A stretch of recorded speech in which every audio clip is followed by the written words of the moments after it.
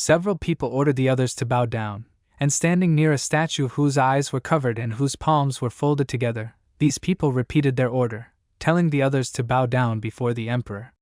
Several similar statues stood in 2 rows at the ends of the stairs leading to the castle, which was visible in the distance, and the people continued to give orders, asking that the others give thanks to heaven for the grace that had come to earth. Not far from the castle was a city, and the people continued to order others to bow down. The city was quiet, but the orders continued to sound, offering to collect all the words of reverence, as well as gratitude. Suddenly, the atmosphere in the place where the statues stood changed, and the knight, raising his hand in which he clutched an axe, repeated the order to bow before the emperor, preparing to attack his opponent, but suddenly his weapon began to crack, breaking into 2 pieces, and the knight himself was wounded and flew to the side, splashing blood from the wound he received. His weapon was completely shattered, the upper half of his body was torn off from his legs, but not paying attention to this death, the other knights, pointing their spears forward, ran to attack, purposefully looking straight ahead. This was an organization under the control of the emperor, and it was called the Special Purpose Regiment, more commonly known as the Special Squad. Yang remembered this, standing in front of the knights running towards him, holding his own weapon in his hands. He waited for the knights to approach, swung his sword several times, cutting off the heads of several opponents, and noted that this squad only existed for one reason. Before he thought of this reason, he had destroyed several more opponents, inflicting fatal wounds on them, from which a large amount of blood immediately flew out, and then he still thought that they were created to protect the Emperor Leon Cabalan. However, this version, in his opinion, was wrong, and he continued to fight, due to which the statues were almost completely covered in blood, and the asphalt was also covered in dark splashes. The dead knights lay motionless on the ground, and the protagonist, whose clothes were also stained with blood, stopped in the middle of the chaos he had caused and said out loud that this reason was complete nonsense. Frowning seriously, he promised that he would kill Leon with his own hands. He was the captain of a special squad, but before he moved forward to fulfill his promise, one of the dead knights suddenly began to crawl forward, repeating that he needed to kill Yang, and ordering him to bow down. The other knights, also starting to move, began to say the same words, remembering the emperor, and crawled first towards each other, and then towards Yang, who, hearing this, turned his attention to them. The knights meanwhile began to gather into a single being, repeating the words about murder and worship, and noticing the huge silhouette that resulted from the united knights, Yang noted that even having become dead, these people remained the emperor's puppets. The creature that resulted from the knights, meanwhile, shouted for the protagonist to bow to the emperor, and after that it ran forward, putting forward the weapon that still survived, and intending to destroy Yang with it. However, it was not going to give up and, having more comfortably grasped the hilt of his sword, stood in a fighting stance, delivering a powerful blow. The area around the castle was engulfed in flames, there was no one inside the building itself, and only in one of the rooms of this very excitedly turned her head to the side, and then, stretching out her palms towards Leon's hand, which he raised, it asked if he was not surprised by the noise outside. He told the fairy not to worry, declaring that it was nothing special. Suddenly, he turned his head to the side, paying attention to another object, and suddenly admitted that he simply could not believe it. He looked at Yang, who entered the room, and remembering that he was loyal to him more than anyone else, he called him a traitor. He also repeated his title, declaring that he was the captain of Yang's special squad, but the protagonist did not answer anything, but simply, threateningly bowing his head and frowning, walked forward, not paying attention to the fact that his clothes were stained with blood, one of his hands was missing, and a splinter was sticking out of his leg. Finally stopping in front of the throne, he called out to Leon, who in turn asked how long had Yang been a captain. He remembered the times when he was a simple cadet, and saying that the Abyss of Loneliness was the training center for Special Forces warriors, he said that the protagonist was able to go from an ordinary slave warrior to a captain there, and snatched his opportunity with his bare hands. In that case, Leon did not understand what else Yang needed, and in his mind he went back some time ago, when the protagonist stood among the other cadets. Yang, lowering his head, decided to say what did not suit him, and lowering his hand, broke the splinter sticking out of his leg. Leon watched his actions with boredom, and the protagonist suddenly stuck the remaining part of the splinter in his hand into his ear, declaring that he was not satisfied with the bugs that Leon was planting. When he pulled out the shard, he and Leon saw a writhing creature at the edge of it, and Yang, frowning, declared that the Emperor was planting it in other people's heads, and asked if he was saying that he had gotten everything? He was sure that this was nonsense, and shouted that in fact, everything was lost, even the memories. As he spoke, Leon turned his hand so that the fairy was above it, and then clenched his fingers into a fist, causing the creature to freeze in fear. Yang, meanwhile, continued to frown, began to scream, desperately asking who his family was. Besides, he did not know who he was, and also did not understand what had happened to his entire life.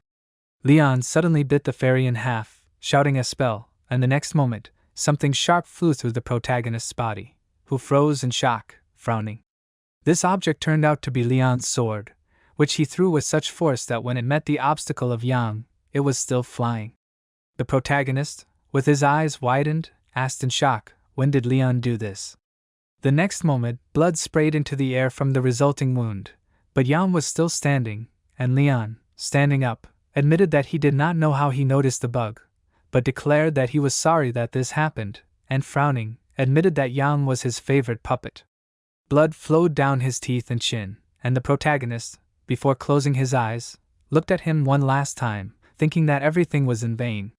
Suddenly, he heard someone tell him to wake up, ordering him to wake up, and when he began to open his eyes, he saw a vague silhouette in front of him, and the person standing in front of him told him to get up. The next moment, Yang's eyes widened, and then he lowered his head and asked himself, what happened? His heart was pierced through, but he felt that it was still beating, and he did not understand how this was possible. In the end, he decided that he needed to pull himself together, and as he looked around, he noticed that this place seemed familiar to him. He still did not quite understand where he was, and as he continued to look around, the protagonist placed his palm against a giant pillar, but did not fully understand what exactly it was. But suddenly, he began to remember and opened his eyes wider, shouting that this was a great stone sword. Raising his head, he noticed that the pillar was indeed shaped like a sword, and noted that this legendary structure was the symbol of the Special Forces Warrior Training Center. Countless students had died in front of this structure, and after telling himself to stop, Yang looked at his palms, asking himself, had he really become younger? He also noticed that he was wearing a cadet uniform and wondered if he had gone back in time. He was suddenly distracted from his thoughts as he heard someone say that it was too noisy in here. The next moment, Roman appeared behind him, raising his hand into a fist to strike. Yang frowned as he sensed this and managed to turn around at the last moment. But since he couldn't avoid the blow, he simply held his hands out in front of him to take the least amount of damage from the attack. Roman's blow sent him flying, and as Yang slammed his back into a pillar with force, Roman ordered him not to look away. The protagonist clenched his jaw, frowning, while Roman, cadet number 12, continued to clench his hand into a fist, noting that being impudent didn't make Yang special and asked if he really thought he could defeat him that easily. He began to concentrate magical energy near his hand in order to strengthen the blow if necessary, and Ian remembered that his opponent was number 12, noting that his name seemed to be Roman. Roman watched him with bewilderment, while the protagonist dropped to one knee, resting his hand on the ground in order to maintain balance. Roman finally announced that he knew that Yang was nothing special, but he stood up and asked if this was a warm-up. Roman, crossing his arms, admitted that he wanted to deal with the loser under the guise of training, and said that no one cares when a low-level cadet dies. The protagonist thought that this simply couldn't be true, because when he opened his eyes, he saw the great stone sword, his body became younger, and given the situation in Roman's words, this meant that he had returned to the past. This realization made him clench his jaw, closing his eyes, and he mentally screamed that he didn't care what happened, because the most important thing was that he could start over. This time, he was not going to make the same mistakes, and he imagined his bloody palm clutching Leon's hair, and promised himself that this time he would slit his throat. Distracted from his thoughts, he decided that he would tell Roman something important, and warned him about it. He frowned, looking at him, and Ian said that even at 40, he will not have a girlfriend, since he will quickly forget about relationships and devote himself entirely to military affairs. Hearing these words, Roman froze in shock, and then suddenly became angry and asked what Ian just said. Clenching his palm into a fist, he swung his hand, delivering an attack, and dodging it, the protagonist admitted that he could not believe that Roman knocked him down with such a slow blow, and realized that he himself was quite pathetic. Roman only got angrier and called the protagonist names, and then used the 7th attack of the Dark Spirit, a blow of outrageous rage. But he began to move very quickly, his blows became stronger, but Ian still dodged each attack, although he thoughtfully admitted that this was quite good. Suddenly, he appeared next to Roman and asked if he wanted to give him advice. He froze in shock, looking at him in confusion, and Ian advised him to attack when he had already closed the distance between himself and his opponent. Putting his fingers on his stomach, he sharply clenched his hand into a fist, delivering a powerful blow from a minimum distance, and said that he needed to do something like this. He also used the 7th attack of the Dark Spirit to strengthen his blow, but he used a blow from 3 centimeters. This attack was very strong, and Roman flew to the side, shockingly asking how the protagonist was able to use an advanced level attack. Ignoring this question, Ian frowned, starting to run forward, and shouted that after that, he needed to immediately hit the target. However, he suddenly froze, distracted by a small pendant that fell from the pocket of his cloak, and froze in confusion, looking at this object, which, having fallen to the ground, bounced slightly to the side. He was surprised, realizing that it was a pendant, and asked if it had really been with him all this time. He no longer paid attention to Roman lying unconscious on the ground, and picking up the pendant from the floor, he decided to call it a day, warning that he was lucky. Looking more closely at the pendant clutched in his hand, he opened it, noticing that there was something inside. Looking closely at what was under the lid of the pendant, his eyes widened, noticing an old photograph inside, which depicted a man and a woman with a child. Unable to hold back, he began to cry, and a few drops of tears fell on the surface of the pendant, and Ian thought that he immediately recognized these people, although he saw these faces for the first time. This was his family, and unable to hold back any longer, he continued to cry, and tears began to flow down his cheeks. Memories of love and family appeared in his head, and he remembered these words that he had forgotten 30 years ago. All of this he had not been able to obtain even after burning the imperial capital to the ground, and as he thought about it, he remembered the fire that burned around the castle, as well as the corpses of the knights he had defeated. He also noted that he had not been able to obtain this even after defeating all of the knights, and distracted from his thoughts, he slammed the lid of the pendant shut, noting that he was currently holding it in his hands. Slightly lowering his head, he closed his eyes, and then, opening it, he seriously looked straight ahead, realizing that he had almost made the same mistake. He decided that he had enough of wasting his entire life on pathetic revenge, because he needed to get out of here no matter what. He squeezed the pendant in his palm, promising himself that he would return to his family and the life he had lost. A little while later, he thought about the Special Forces regiment under the Emperor's command, who had besieged the fortress of Verna. As he thought about it, he imagined the flag, as well as the city engulfed in flames, noting that this squad had also eliminated the Archduke of the North, and he imagined the dead man with his head on the table. The special squad had carried out countless missions that had shaped the course of the Empire's history, and back then, it was Yang who had led this squad. He remembered himself at the time, standing with his palms on the sword stuck in the ground in front of him, glaring menacingly at the enemies ahead. He had been the captain of the special squad, the right hand of the Emperor, and the best knight in the Empire. And now, he, the former captain of the special squad, clenched his jaw and frowned as he walked forward, ignoring the beads of sweat running down his face, and said with displeasure that for some reason the powerful warrior was now forced to do indecent work. He barely managed to pick up several barrels that had warning signs written on them that they were biological waste. He was unhappy that he had to carry this, but his job was now a cesspool cleaner. Because of this, he had to, despite his displeasure, climb up the stairs, holding 2 huge heavy barrels on his back. Continuing to move forward, he imagined 2 swords clashing with each other, which the cadets were fighting with, and noted that there were only 1,000 cadets in the warrior training center, and in order to survive and become stronger, they had to kill. He imagined in addition to the 2 fighting warriors, other cadets who, having stopped a little to the side, lined up in neat rows, watching the battle. On average, 3 or 4 people died in this place every day, and then the places were replenished again due to new volunteers and kidnapped people. The training center was located in a dragon's nest in the northwestern part of the mountain range, and the interior of the training center was a labyrinth in the dungeon. He imagined the approximate layout of the instructor's office, the central square, the low-level cadet barracks, and other rooms in the dungeon, and then noticed that each cadet had a number. The number depended on one's ability, and one could increase one's number through exams and tournaments. In this pyramid system, where one's rank determined how one was treated, cadets walked over each other, but they were also under strict control. In such a system, it was almost impossible for students with a number of 900 and above to survive, because if a low-level cadet died, he could easily be replaced.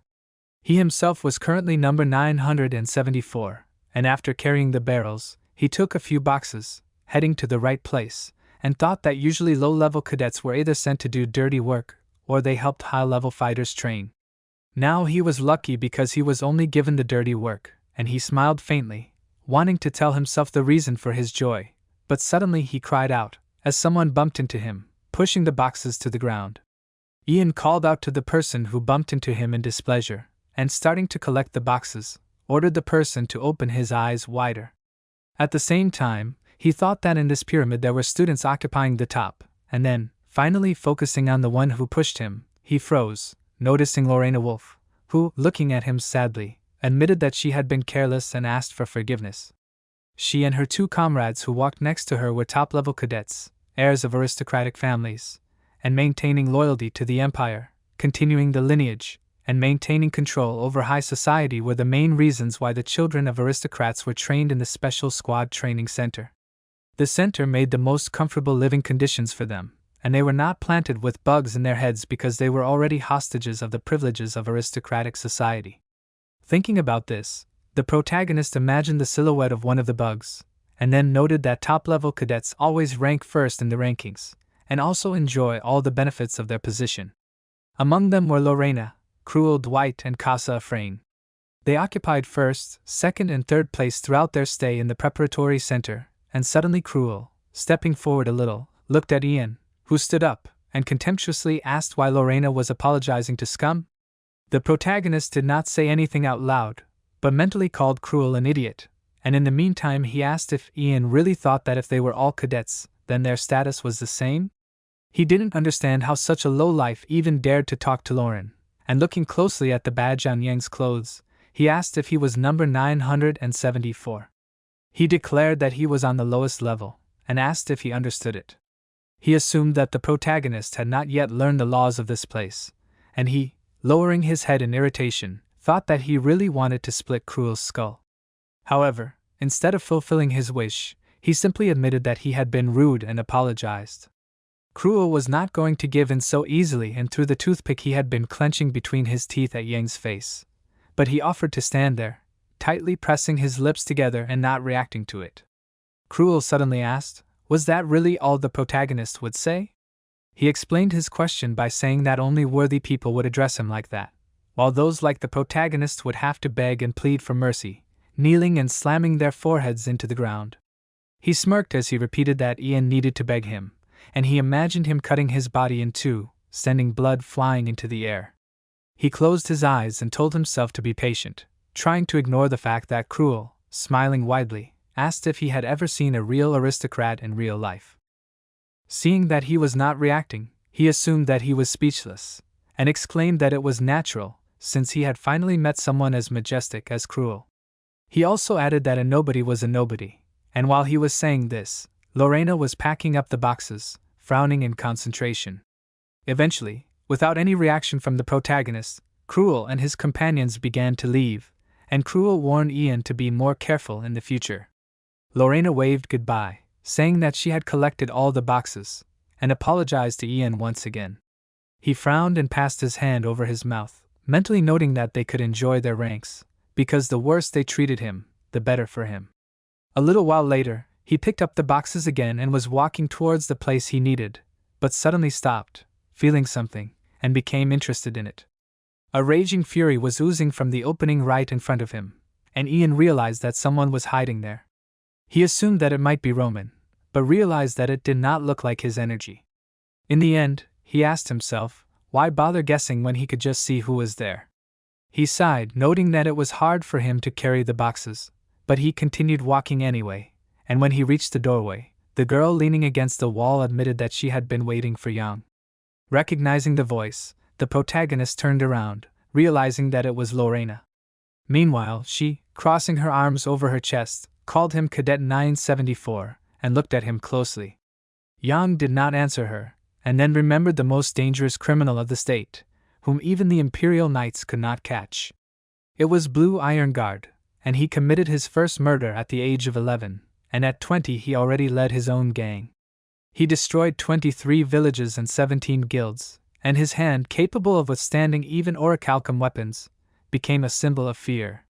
However, a little later, holding this hand, Lorena, stepping forward, said her name and announced that she had killed him. She said this while holding the severed limb in her hands, and from that moment on, she became the commander of the Knights of the Imperial Palace. The Wolf Dukedom was one of the 4 noble families that ruled over the northern snowy mountains, and the Knights of the Duchy described Lorena as having the potential to be the best swordsman on the continent and the youngest sword master. When she was still a little girl, she stood in front of a monster while holding a sword, and soon destroyed it, and the snow in front of her was dyed red. In addition, she was the strongest warrior born in the Wolf family, and while distracted from his thoughts, Yang asked if Lorena was waiting for him.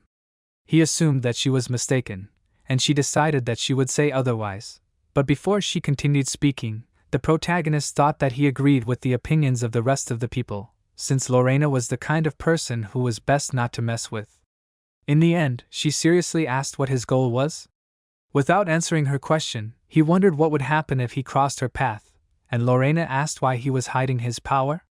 The protagonist still didn't answer, but decided that he needed to deal with Lorena first. Eventually, he said that he didn't understand what she was talking about, and she explained that she saw him fighting at the Great Stone Sword. She thought that he was just acting as a punching bag like all low-level cadets, but she eventually realized that she was wrong. Standing a little to the side, she watched the battle from a high place and saw Ian perform a 3-centimeter punch that no one here could perform. She wondered why a low-level cadet had such incredible abilities, and Ian lowered his head, realizing that he had screwed up. Still, he decided not to show his confusion and asked what a 3-centimeter punch was. Lorena said that she understood everything and suggested that her eyes deceived her. She began to walk away and Ian asked you, was he lucky? Before leaving, Lorena extended her palm forward, asking him to forgive her, and the protagonist wanted to respond with a handshake, but before their hands touched, she suddenly waved her palm, strengthening her hand with magical energy, and began to strike Ian. He followed the trajectory of the attack, asking himself why Lorena suddenly used an attack.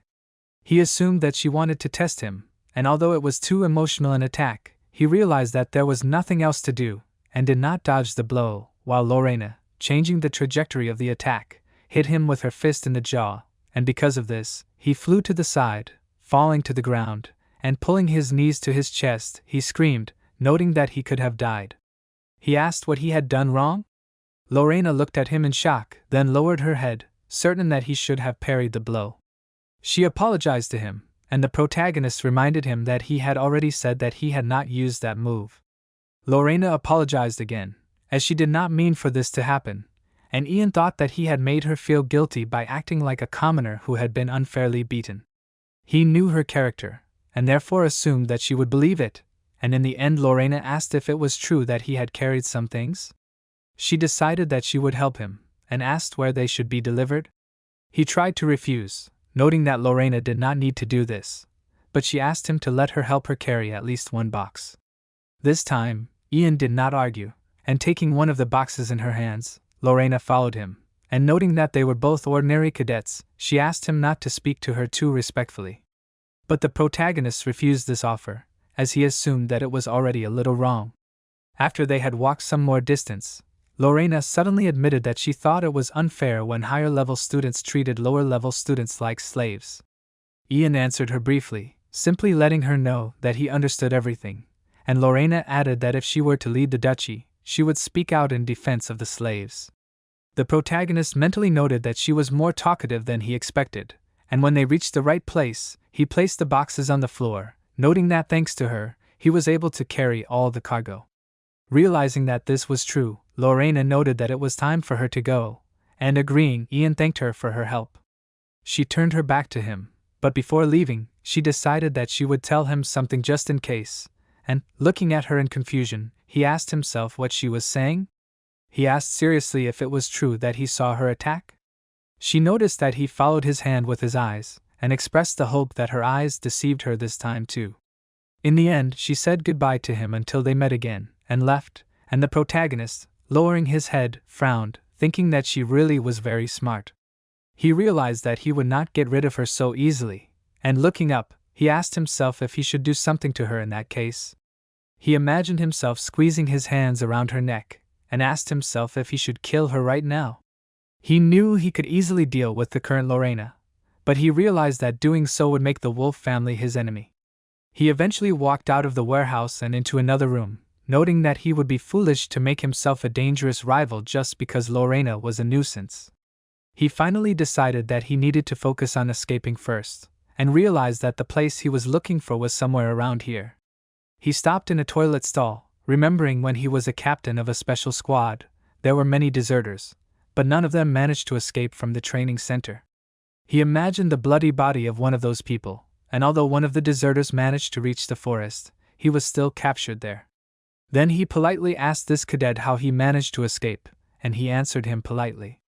However, despite the fact that Yang was thinking about politeness, an image of an escapee hanging on sharp hooks right by his skin appeared in his memory.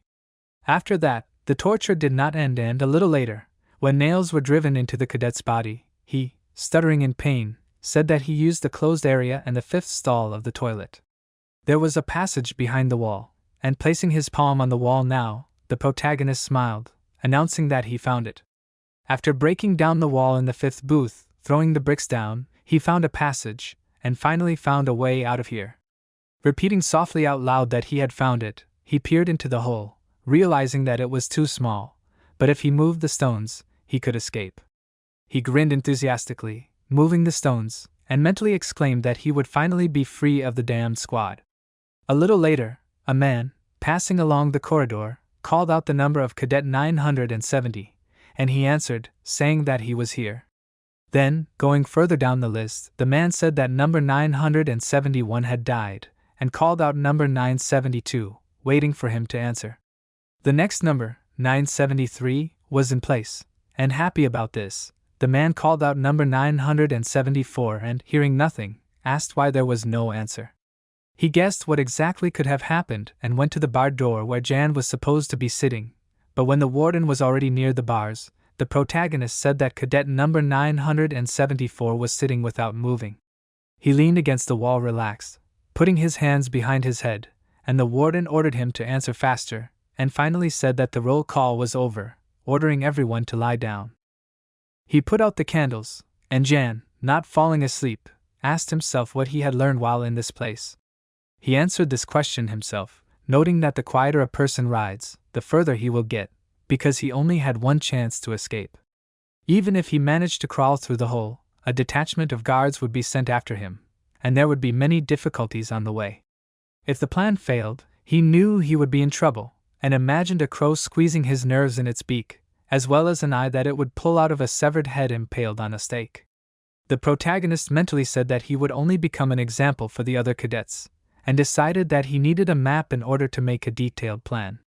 Suddenly, the dungeon he was sitting in was illuminated by a bright light, and he said that perhaps nothing would work with such a weak body, but he had no choice. He sat in a comfortable position, closing his eyes, and energy arose around him, and he thought that the Dark Dragon's Breath was a mana control technique that only the commander of a special squad knew. Despite the fact that he was able to do this technique, his body would not be able to do it, because he needed to create an internal mana engine in order to relieve the weight. There was no time to create it, so Yang knew that he might not be able to master the Dark Dragon's Breath.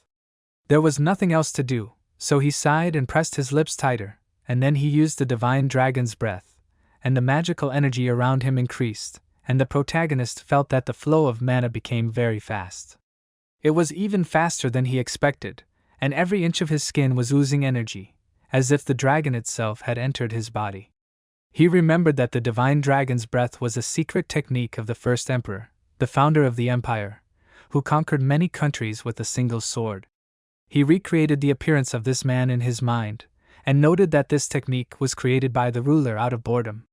The name reflected the power of it, but Yan was suddenly distracted, telling himself to stop, as he felt the mana leaving the core. He was sure that this cannot be allowed, and clenched his jaw, not understanding how to do this.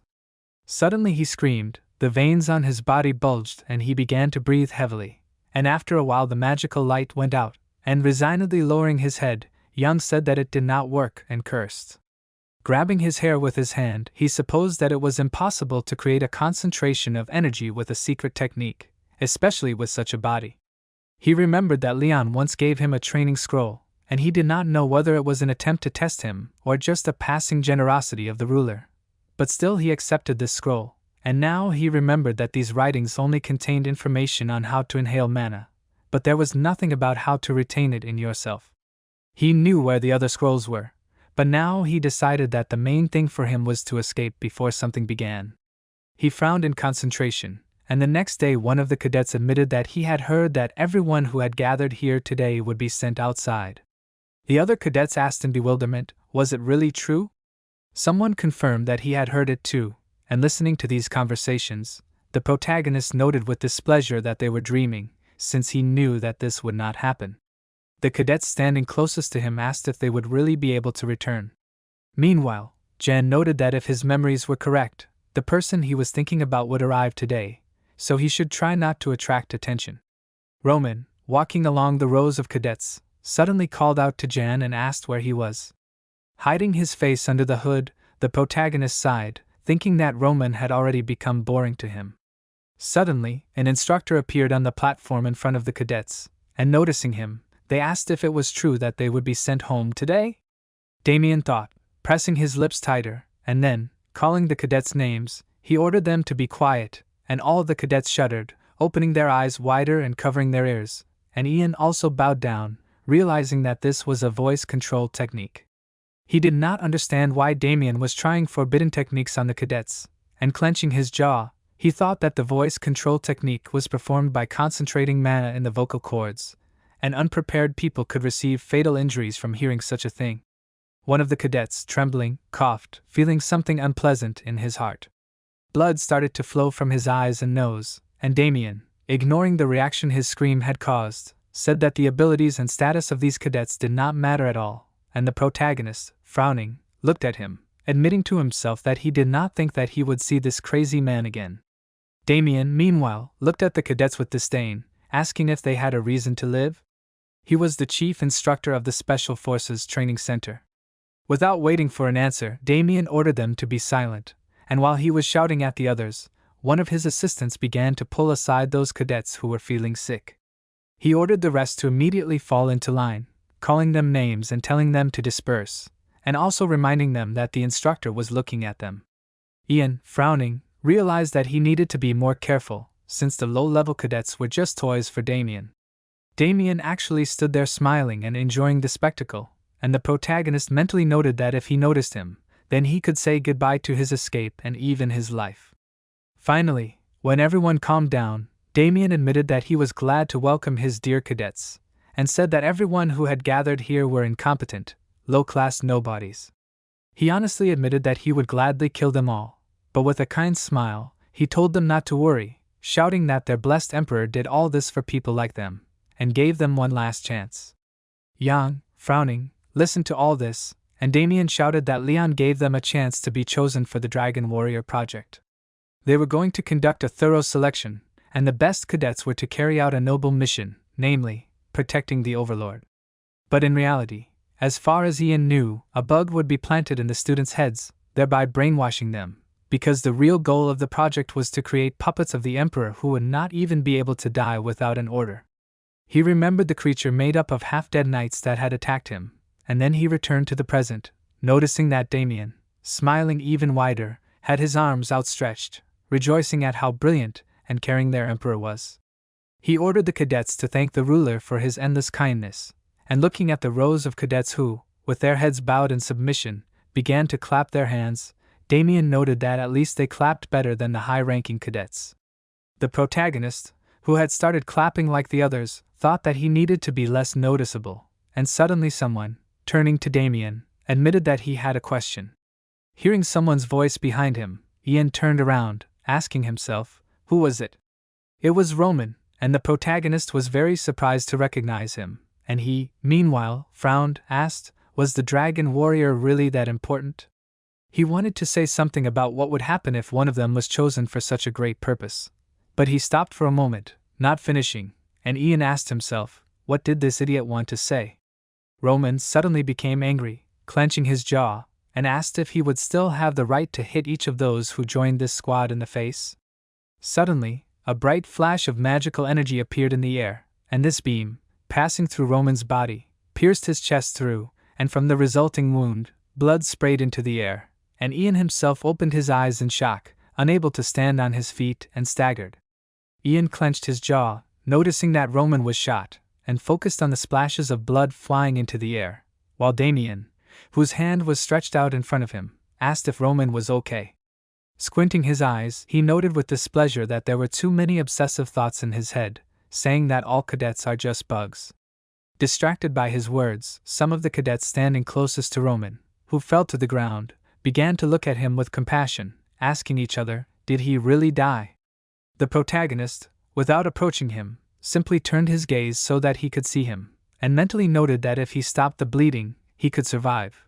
But now it was too dangerous to go out of action. However, Roman, despite the wound, managed to rise up and, frowning, looked furiously at Damien, after which he asked what he just said. He pressed his palm to the wound, and when the cadets noticed that he rose even after Damien shot him, they began to shout his name, asking him to stop. But Roman straightened up, getting up from the ground, and asked if Damien was really saying that they were all bugs. He did not understand why they recruited slugs like them in that case, and said that in order to survive on the street, he did dirty work and suffered humiliation, but he continued to live because there was a reason for it. He remembered the soldiers taking him away before he became a cadet, and he turned around to see a little boy and girl huddled together, sadly watching him go. At the moment, distracted by his memories, Roman asked if the Emperor and the Dragon Warriors were that important. Yang simply listened to this with his lips pressed tightly together, and Roman's frown only deepened as he remembered Damien saying that they had to protect their beloved lord. Damien closed his eyes and noted that Roman was quite a persistent bug, just like a cockroach. He remembered that some people said that cockroaches could survive even if their heads were torn off, and he decided that he should check if that was true. Roman, frozen, watched as Damien put his finger forward, next to which a cloud of magical energy appeared, but despite the awareness of what could happen, he still did not move, and Ian suddenly thought that the crystal mole was a wild rodent that lived deep in the mountains, and this animal was famous not because of its cute appearance. This same crystal mole appeared in the air next to the cadets, and they began to ask in surprise, what kind of nonsense is this? Meanwhile, the protagonist continued to think, noting that this mole got its name because when you hit the crystal part of it, something special happens. Noticing the crystal mole, the cadets began to tell each other to save themselves, and Roman, clenching his jaws, looked in shock as the mole appeared between him and the magical attack launched in his direction. Ian noticed that the crystal mole exploded, emitting a blinding light, and the next moment, when the attack in the mole's body touched, there was indeed a bright flash, and noticing what was happening, Damien calmly asked himself, was this really a crystal mole? No one understood where this creature came from, and Roman, whose head was still in place, froze, his eyes wide open, and then fell again, and the cadets took note of this, telling each other to quickly pick him up.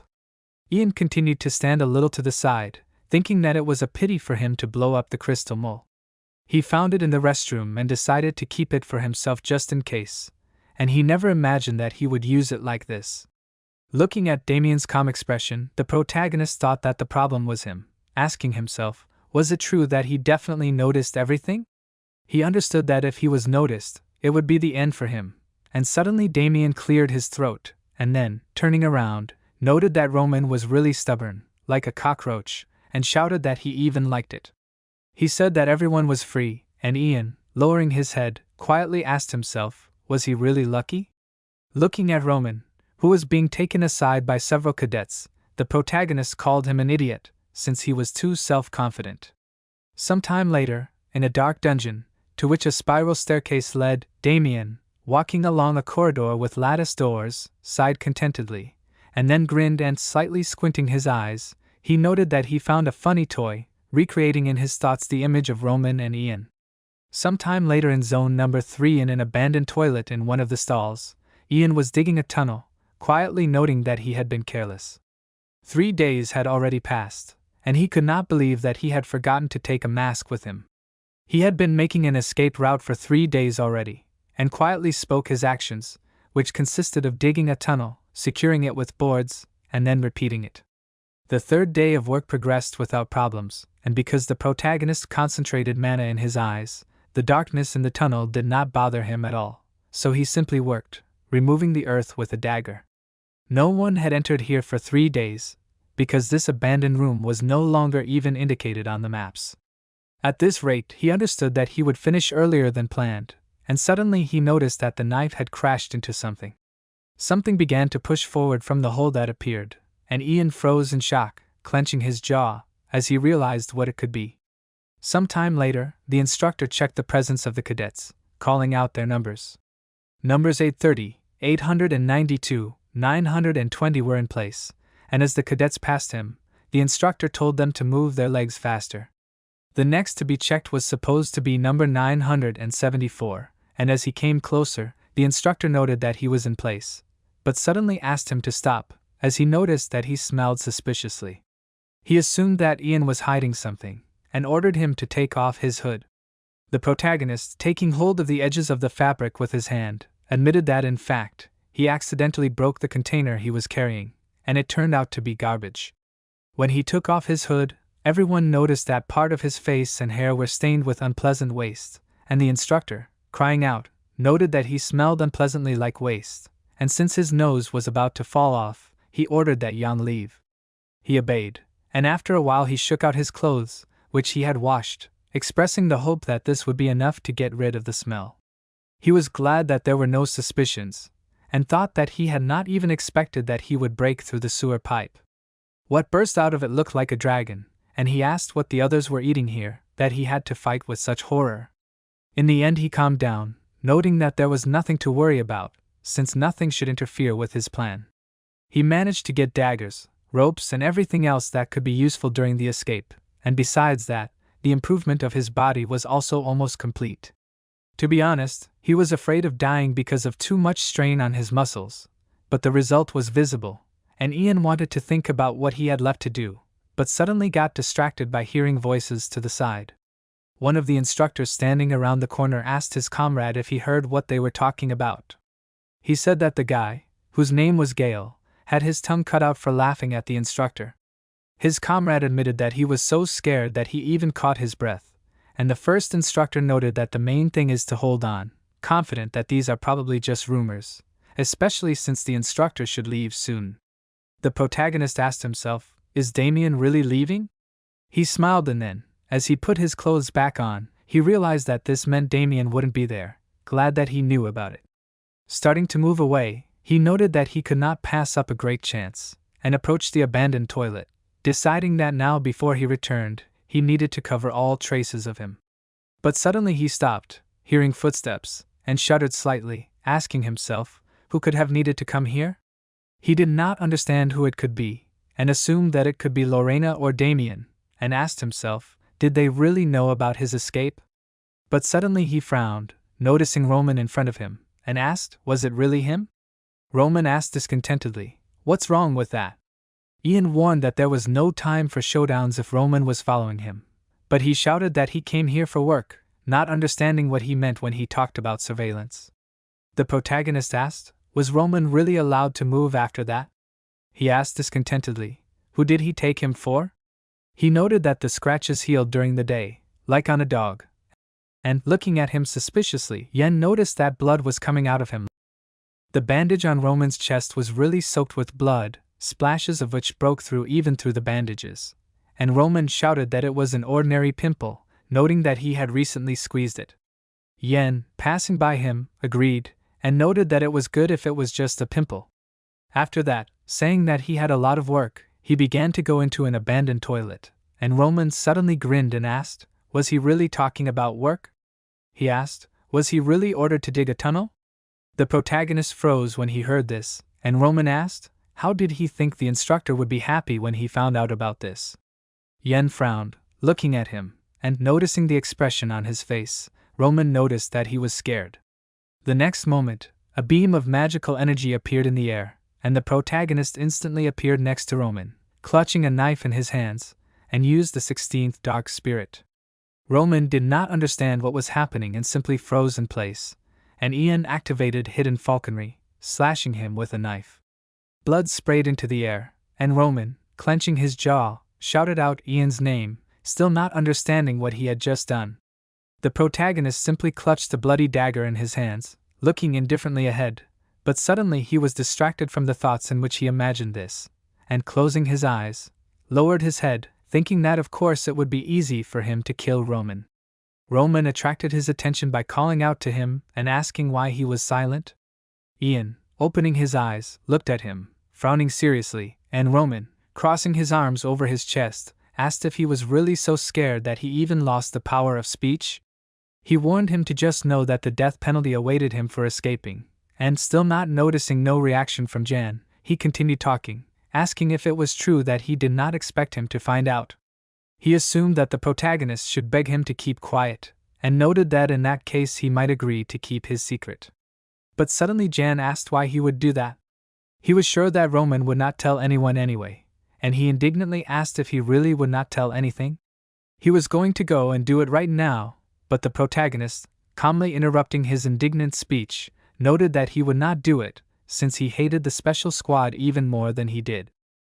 Roman froze, and Jan remembered that even when he was threatened with death, he could not contain his rage, and added that he knew that Roman dreamed of returning home.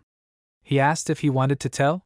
He very much doubted this desire, since he knew that he really wanted to escape. Looking at Roman seriously, he asked if he was mistaken. Roman admitted that Ian was not that simple, and remembered that during their fight he caught one moment, mentally returning to the moment when the protagonist dodged his attack and struck back. He realized that if he really wanted this, Roman would not be here, and imagined that he could be lying on the ground, writhing in pain from a deep, fatal wound. In addition, Roman could easily recognize Ian among the cadets, since he smelled different. Hearing that Roman distinguished him by smell, the protagonist froze in bewilderment, and asked if he was a stalker. Roman shouted that he did not mean that, and Ian, returning to the previous topic, asked how Roman knew that he was digging a tunnel. He noted that it was very simple, explaining that Ian was given away by tracks. The protagonist did not understand what footprints he was talking about, and Roman explained that most of the rooms in the center had granite floors, but he noticed strange footprints with limestone dust. The shoe's size and stride length completely matched Yang's parameters, and he, upon hearing this explanation, asked if this was enough to understand that he was going to escape.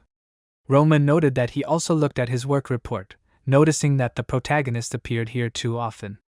Yang admitted that Roman was smarter than he thought, noting that he could not tell at first glance. Roman froze in shock, not understanding whether this was a compliment or not, but in the end he coped with his emotions and asked Yang to tell him about the plan, asking where he was digging his tunnel. He wondered what the chances of a successful outcome were, and the protagonist asked if Roman was asking because he wanted to join. Roman couldn't answer right away, as he needed time to think about it, and Ian ordered that in that case he stay here, as he had good enough skills to get himself a higher ordinal number in 10 years. However, before leaving, he looked at Roman seriously and asked what would happen to those he was trying to protect. He asked if even now Roman wasn't sure if they were alive, then what would happen to them in 10 years. He presented a photograph of a boy and a girl, which was gradually disintegrating, disappearing into the darkness. Frowning more seriously, he repeated that there was no time to think, so he ordered Roman to decide now, declaring that if he joined him, they would no longer be here the day after tomorrow. Roman hoped that Ian had thought through every action, and Ian confirmed this, asking if he should tell him.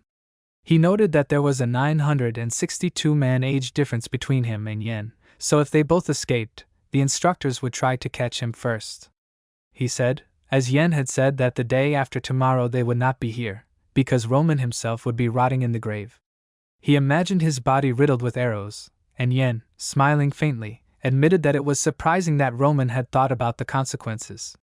He explained his surprise by the fact that he did not usually give the impression of a reasonable person, and frozen in shock again, Roman asked if this was a compliment or not. In the end, he ordered him not to whine, explaining that he was risking no less than Roman, and asked what he had decided.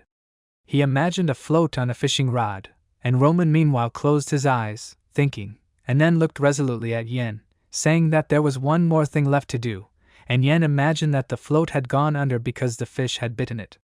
A little later that night, everyone had gathered and Damien, smiling slightly, closed his eyes, asking if it was true that the cool night air was a pleasure to breathe. He announced that they had gathered the cadets here at such a late hour to announce important news. The cadets listened attentively, and among them was the highest-ranking cadet number 32 Kais. Damien said that he usually preferred not to see the cadets at such an hour, but he had warned them that the news was excellent, so he decided not to delay. Low-ranking cadet number 525 Marvin frowned in concentration as he listened to these words, and Ian, pressing his lips tighter, mentally noted that if he was not mistaken, today would be Damien's day to announce the exam. He actually said that the date of the first exam for the cadets had finally been set, and explained that the essence of it was very simple, because all the cadets would go to one place, and if they could survive there for a week, the exam would be considered passed.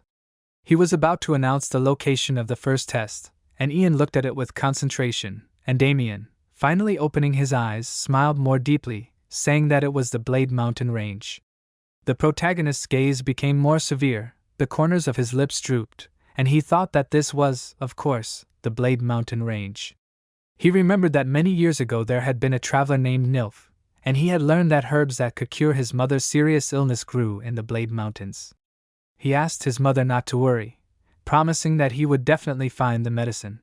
Some time later, when a huge monster was eating him, he, dying, stuttered, repeating the words he had said to his mother earlier. The protagonist remembered that some people said that the mother waited for her son every day until she died, and of all the troubles, the lucky thing was that Nilf's mother never found out how he died. Thinking about this, Jan imagined the monster clutching a severed hand in one of its paws and chewing the remains of someone else's body in its bloody mouth. The Blade Mountains were inhabited by a huge number of monsters, which is why people called this ridge a forbidden zone. The most harmless monsters here were goblins, but the deeper a person went, the more bloodthirsty the monsters would be. Continuing to think, the protagonist imagined that the monster that destroyed Nilf was eaten by another monster, a larger one, squeezing the head of this one in its jaws. The mountains were home to both large creatures that no one else could meet anywhere, and giant monsters about which people made up legends. One of these monsters was much larger than the monster that ate the bird of prey, and it easily dealt with the huge goblin. In addition, in the mountains there were creatures that the world had not yet learned about, as well as those monsters that had not yet been discovered. In addition, in the most remote part of this mountain range, it settled, and thinking about this, Ian imagined a dark silhouette with glowing evil eyes. He was forced to tear himself away from his thoughts, because Damien, closing his eyes again, asked if it was true that the cadets were already impatient to begin. He wondered how many bugs could survive this week, and he honestly admitted that he enjoyed imagining the torment of the pathetic cockroaches. Suddenly, one of the instructors came closer to him and, apologizing, he attracted Damien's attention, explaining that he needed to tell him something. Damien, startled, asked what exactly he wanted to say. The instructor announced that they had received a message that Damien had to go, and hearing this, the protagonist shuddered, listening more closely to what the instructor and Damien were talking about. Damien narrowed his eyes, frowning, and said that he understood, and Ian smiled. Finally, turning his back to the cadets, Damien declared that the conversation was over, and added that the cadets could go free. Ian, removing the hood from his head, noticed that Damien was upset, because he ended the conversation so abruptly without an explanation. He knew that it was almost impossible for cadets with little experience to survive in these mountains, and high-ranking cadets would be protected by instructors, since they were the children of nobles. Suddenly, he was distracted, startled, because he heard someone ordering the others to move out of the way. He noticed Lorena passing by the cadets, and everyone parted for her, noticing that she was coming. The higher-ranking cadets ordered the lower-ranking cadets to stay out of the way, and Ian cursed under his breath, realizing he was too close, and pulled his hood up over his head, noticing that Lorena was like an idol here. When she was almost level with him, he turned his head away, mentally asking her to just pass by, and she did not stop, but when she reached him, she focused her gaze on him and asked him to be calm. Ian lowered his head, a little disappointed that she noticed him. However, since Lorena just passed by without lingering any longer, he noted that it was not as bad as he thought. He knew that there was no point in worrying about her, since he would soon escape from here. Walking closer to Roman, he caught his attention and asked if he did what he asked him to do. Roman winced slightly, but eventually replied that everything was ready, and Ian was pleased, telling him to admire the great stone sword for a while. Roman asked why he needed to look at this monstrosity. The protagonist explained that it was because he wouldn't see it tomorrow, and Roman frowned warily and looked at him in amazement, and he, remembering Damien's irritated look, mentally noted that he knew what the chief instructor had been instructed to do. Before the first exam, he had to personally visit the imperial palace in order to notify the emperor that the test was being held. Damien didn't like visiting the ruler, but he couldn't disobey the order, and thus one of the main problems in their plan disappeared. Imagining the bloody flag, Ian thought that they would escape tonight, and frowned in concentration. Some time later, using a torch to light his way, the instructor walked down the corridor calling out Cadet 920's number. He responded by saying that he was here, and the warden continued past the bars, noting that 931 had died today, and then called out to 956, who responded, indicating that he was here. Pleased by this, the instructor exclaimed that 974 should now answer, and when no answer came, he looked irritably towards the bars, asking if Jan was making a fool of himself again. He ordered him to answer immediately, calling out his number and name over and over again, and finally, saying that he was here, Jan appeared from the darkness behind him, clasping his hands around his head, and turning it sharply, he snapped the warden's neck, and then ordered everyone to get to work. Ian, Roman, and 2 other cadets named Jake and Todd began escaping from the Special Forces Training Center. Looking at the dead overseer, one of them, noticing that the guard change was coming soon, ordered his comrades to hide the corpse so that no one would notice. Jake and Todd, starting to drag their corpse away, agreed, promising that they would do it quickly. While they were doing this, Roman, coming closer to Ian, noted that he had brought 2 cadets, as he had asked. The protagonist asked if their skills could be relied upon. Roman replied that of course they could, and asked if it was true that Ian was not going to use the guys as bait. He decided that if that was the case, then it would be better for them to stay at the academy, and at that time Jake and Todd, coming closer to them, asked them not to worry, promising that they would not become a burden, since they too were in danger of death here. Ian agreed to this, and then ordered them to be quiet, as he did not want to wake up the light sleepers. After they had walked some distance, the protagonist told them to look, and referring to the huge gates they had stopped in front of, he explained that he needed them for this very purpose. He could not open the gates alone, and that was why he needed these guys. They, not quite understanding, asked again, and he noted that in order to get from the barracks to the abandoned toilet, which was in a closed area, it was necessary to open a double gate. He presented a diagram of a corridor, 2 rooms and a gate, and noted that in order for the doors to swing open, 2 people had to stand on pressure plates, and on the other side of the other gate they had to pull down a lever.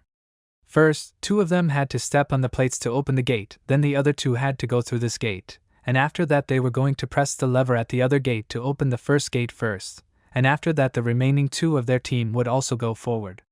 That was why Ian would never be able to escape alone, and upon hearing this explanation, Roman said that he understood everything, and drawing Jake's attention, he asked if he was ready. He warned that they would step on the plates as soon as he gave the signal, and he agreed. In the end, Roman said that they needed to step on it now, and together with Jake, they simultaneously stepped on the right plates, and the gate began to open, and the guys cried out joyfully, noticing this. Walking into the open corridor, the protagonist ordered Roman and Jake to continue to stand in place, and Todd called after him. Before he got far enough, Roman asked him to wait, and asked how long they would have to stand here. Without turning around, Ian said that they would have to do this until he gave the signal. When some time had passed, Roman, noticing that quite a lot of time had passed, cautiously asked why Ian and Todd were not there yet. Suddenly, some loud sounds were heard, and the next moment the gate closed, and noticing this, Roman, running to the doors, began to pound his fist on the surface of it, shouting the protagonist's name and calling him names.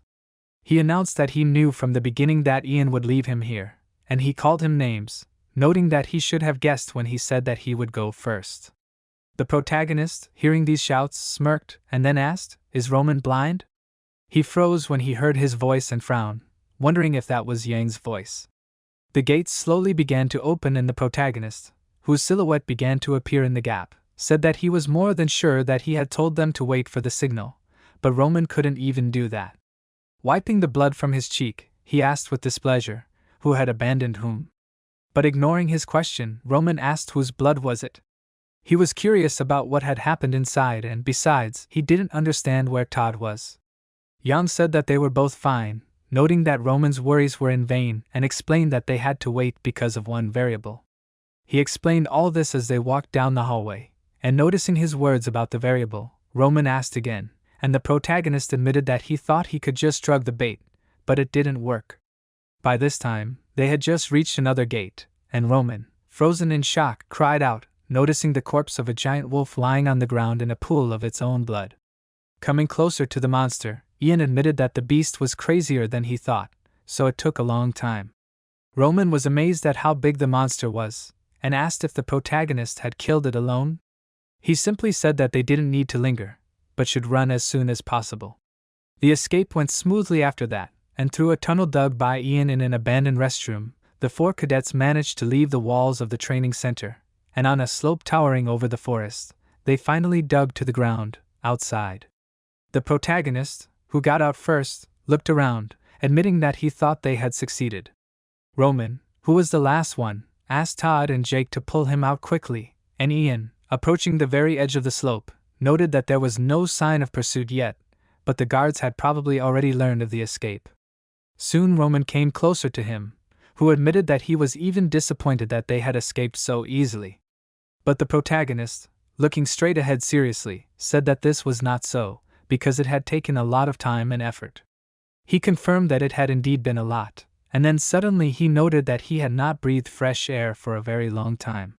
Soon Jake and Todd came closer to them, and Roman, crossing his arms over his chest, asked if they would stay here or go further. Ian, continuing to look ahead, advised his comrades not to let their guard down, since everything was just beginning. Looking down, he mentally agreed that everything was about to begin, and took out the pendant, and then, opening the lid of it, looked at the photo inside, noting that the journey in which he would get his life back was beginning. Looking at the sky, he repeated that it was all starting right now, and sometime later they decided to discuss the plan, and since time was short, Ian was going to explain it only once, and advised his comrades to listen to him carefully. He explained that the great forest of Atrion was made up of ancient sequoias, and it was located in the northern mountains of the empire. Now they were in the very heart of the forest, and they would have to run for 2 days in order to get out of it. He laid out a kind of map on the ground, on which lay several schematically cut out figures that designated them. Suddenly Roman, crossing his arms over his chest, asked Ian to stop and asked if it would not be better for them to hide in the very depths. He reminded them that sequoias were tall trees with wide trunks, so if they hid properly, everything would work out.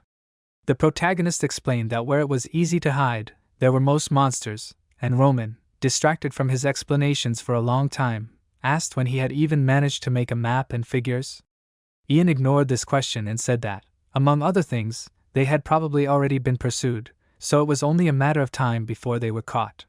The squad of pursuers consisted of about 20 people, and as soon as they caught up with them, they would be finished, and they could increase their chances of a successful escape in only one way, which was that they needed to split up and thus separate the pursuers. If they had scattered in different directions, the guards would have had to do the same, and if you did the simplest math, it turned out that there would be 5 guards for each of them, and exploratory each one's chances of escape would increase. Roman, clenching his jaw, frowned and asked if he was joking. He realized that in the end he would become bait, since they would first chase the cadet with the highest number. The protagonist also looked at him with irritation, noting that Roman could then not train so hard, and asked who made him. Besides, he wondered if he was unhappy with something. Soon he returned to discussing the details of the plan, noting that if they were together all the time, they would definitely be killed, but at least one of them should successfully escape. Jake and Todd exchanged glances, and frowning seriously, Ian announced that they should all scatter in different directions, asking if there were any more questions. Roman asked him to wait, admitting that he did not understand something, and paying attention to the map, he noticed that each figure had a number written on it, but the figure representing Roman himself had the word fool written on it. He was curious to know why this was so, but the protagonist did not answer, but simply said that if there were no questions, then it was time for them to leave. Roman tried to stop him, reminding him that he had not answered, and Ian suddenly became distracted, as Jake, calling out to him, thanked him, as he was sure that without him they would never have gotten out of there. Removing the hood from his head, he seriously promised that he would definitely repay him for his help, and noted that in the future they may not pretend that they do not know each other. The protagonist looked at him intently, as he considered him an ordinary cadet, but now he assumed that he probably had a good reason somewhere to risk his life like that. Interfering with their conversation, Roman declared that it was funny, expressing the hope that he would never see them again. Ian said his name seriously, admitting that he was a good cadet, but a heartless person, and frowning, Roman indignantly shouted that this was not true at all. Covering his mouth with his hand, he, having calmed down a little, explained that they would only meet again if they were all captured, and if they did not see each other again, it meant that the escape was successful. The protagonist, looking at him thoughtfully, noticed that sometimes he spoke like an old man, and asked himself, had he regressed too? Noticing his strange look, Roman looked at him in bewilderment, and then Ian finally admitted that he was right and wished that they would never meet again. They all looked at each other, and some time later, quickly running through the forest, the main character looked straight ahead with concentration, assuming that the rest of the guys were probably running as fast as they could. He decided that it was time for him to start doing the same, and inhaled air while simultaneously activating the breath of the divine dragon. He used the running acceleration technique, and magic shone in his legs, increasing his strength and speed, and having concentrated the required amount of magical energy, Jan used the wings of the wind bird, accelerating even more. He instantly climbed to the very top of a tall tree and, stopping, looked around, thoughtfully, and noted that the physical abilities of this body were the main problem, since it was even hard for him to maintain the breath of the dragon. The veins still could not pass enough mana, but he was glad that he had managed to pump up his own abilities. He did not even imagine how things were going for the others now, and imagined Roman, smiling faintly, and then admitted that he himself was also pathetic. He was the 5th captain of the special squad, a master of assassination, pursuit, and surveillance. He decided to check if he had inherited the skills from his previous life, and grinned predatorily, frowning. Around this time, one of the instructors asked his comrade if there was any news from the pursuit squad. His interlocutor replied that they had not returned yet, and calling all the other workers, the instructor asked why they had discovered the loss so late. He was sure that they should catch them as soon as possible, and noted that if the head instructor, whom he dismissively called an idiot, returned from the palace, it would be bad, and his comrade agreed, noting that they needed to catch the deserters before he arrived. But suddenly someone said that they wouldn't be able to do it, and Damien, who suddenly appeared behind one of the instructors, put his hand on his shoulder, leaning closer to him, and closing his eyes he called himself the same name as this instructor called him, and announced that he had already returned. The man looked in his direction in horror, trying to somehow justify himself, but he could not cope with his emotions and connect the words into coherent sentences, and Damien, opening his eyes, smiled, and then, moving away from the man, he patted him on the shoulder with his hand, noting that there was nothing terrible in this, since something like this happens to everyone. He advised him to relax, and the instructor asked him for forgiveness, noting that he spoke faster than he thought. Damien, maintaining a friendly attitude, asked if it was true that sometimes people curse even the emperor when he is not around. While his 2 other assistants blocked the path of the second instructor, Damien himself, placing his hand on the shoulder of the first man, walked away with him a little and asked if it was true that he was in charge of the cadet barracks.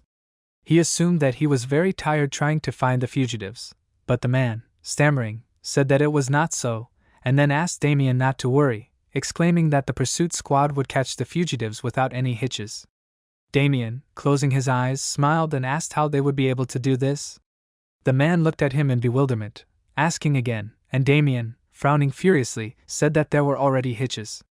The next moment, he pressed sharply on the shoulder of the instructor, and he, opening his eyes wide, fell to the ground with such force that the bones of his legs broke. Blood sprayed into the air, the man fell, screaming in pain, and began to shout about his leg. Damien, looking at him calmly, said that he did not even know that these cadets were planning an escape, did not even suspect that they dug a tunnel, and did not notice that they stole supplies. The man, trying to rise, asked him for forgiveness, begging him to give him another chance, but Damien, pressing his head to the ground with his foot, asked if he was really asking for another chance. The instructor frowned, clenching his jaw, but did not resist, and Damien, looking at him menacingly, said that he did not have a chance that he could give him. He only pressed harder, blood flowed down the man's face, and he desperately asked for mercy. He continued to press, saying that this instructor had not even felt who was standing behind him, and despite the man continuing to beg, he had finally destroyed him, and only more blood splattered on the ground. Closing his eyes, he stepped aside, ordering his assistants to call off the pursuit squad, and they expressed their agreement with the order, and Damien, stepping aside and leaving bloody footprints behind him, said that he was taking command. His assistants were surprised that he would personally handle this matter, and smiling, he confirmed this, explaining that he had found something soaking, and therefore he could not hold back. Around this time, in the great forest of Atrian, a special pursuit squad of Team Number 3 ran through the forest in pursuit of deserters. Suddenly, sensing something, Kelly thought about it, and then stopped, raising his hand and ordering his comrades to do the same. Obeying, they asked in confusion what was going on. One of the pursuers suggested that they had lost the trail, but as Kelly removed his mask, he announced that everything was going smoothly, but asked if it seemed strange to them that everything was going so smoothly. He wondered what they thought of it, and the leader of Team Number 3 looked intently at his team members, Yahello and Andre. Andre noted that the cadet only had number 974, so naturally the chase would be easy. Yahello said that Kelly was again being too suspicious of everything, since they had followed tracks leading away from the cliff and then found prints leading in that direction. Ian, in their opinion, was simply in a hurry to escape from them, and continuing to develop this theme, Andre asked if it was not because of Kelly's suspiciousness that his partners constantly abandoned him. He also added that this was already an illness, and Kelly looked at them angrily, and then, lowering his head, asked himself if the reason was only in him. However, he still could not calm down, and noticing that the fog was lifting, he decided that they needed to catch the fugitive before he escaped. Yahello and Andre said that they would obey, and Andre added that, especially since they were number 974, they would cope quickly, figuring that the team responsible for number 12 must have a hard time right now. Yahello pointed out that although he was number 12, he was still a cadet, so he would be quickly caught by another team, and Andre countered that he was too confident. Slightly tilting his head towards Yahello, he asked what his number was in the training center. Suddenly, Jan, hanging from a tree branch, appeared behind Andre and, grabbing him, lifted him up, hiding him in the leaves of the tree. Andre didn't even have time to scream, and the main character thought that he had 2 pursuers left, while Yahello asked again about the training center and wanted to say what his number was. But suddenly he was distracted, noticing that Andre, who had been walking next to him before, had disappeared. He looked to the side in bewilderment, calling him, and taking advantage of this, Jan, leaning out from behind a tree trunk, waved his dagger, hiding Yahello's body in the grass. Only one enemy remained, and at this time Kelly, warning that there was too much noise here, asked if his comrades really thought that they were on a picnic. He warned that Jan would run away upon hearing voices, and turned around, but, not noticing Yahello and Andre behind him, he said their names in bewilderment, thinking with horror that the squad members had disappeared without a trace, and asked himself if this really happened, and in such a short time? Now he understood that it was no wonder that he had this strange feeling, and he froze, tightly pressing his lips together, certain that this simply couldn't be happening, because even if they were after number 12, he wouldn't be able to defeat a member of the Special Forces. In that case, he didn't understand how cadet number 974 managed to do it, and while he was thinking, Jan appeared behind him, stretching his arms towards him. However, after getting his bearings, Kelly abruptly turned around, activating a distraction strike with a spinning attack. However, the protagonist reacted in time, and therefore the attack that Kelly used destroyed the tree standing behind him, but did not hurt Jan in any way. Frowning in anger, Kelly called the protagonist impudent, asking if he really thought that this would work a third time. Suddenly a thin line appeared near his throat, which, jerking back sharply, tightened around his neck, starting to pull him along with it. He screamed, trying to grab the line with his hands, and dropped his weapon, asking in amazement, was it really a line? The line was thrown over a tree branch, and following this, Kelly's body began to rise up, and the line, because it was very thin, gradually began to cut his neck, and clenching his jaws, Kelly tried to say something about his throat. He remembered the footprints and scraps of clothing, realizing that these were not just footprints, but in fact this was bait in order to grab them. He was sure that this could not be, and turning to the side, noted that cadet number 974 could not defeat the pursuit squad.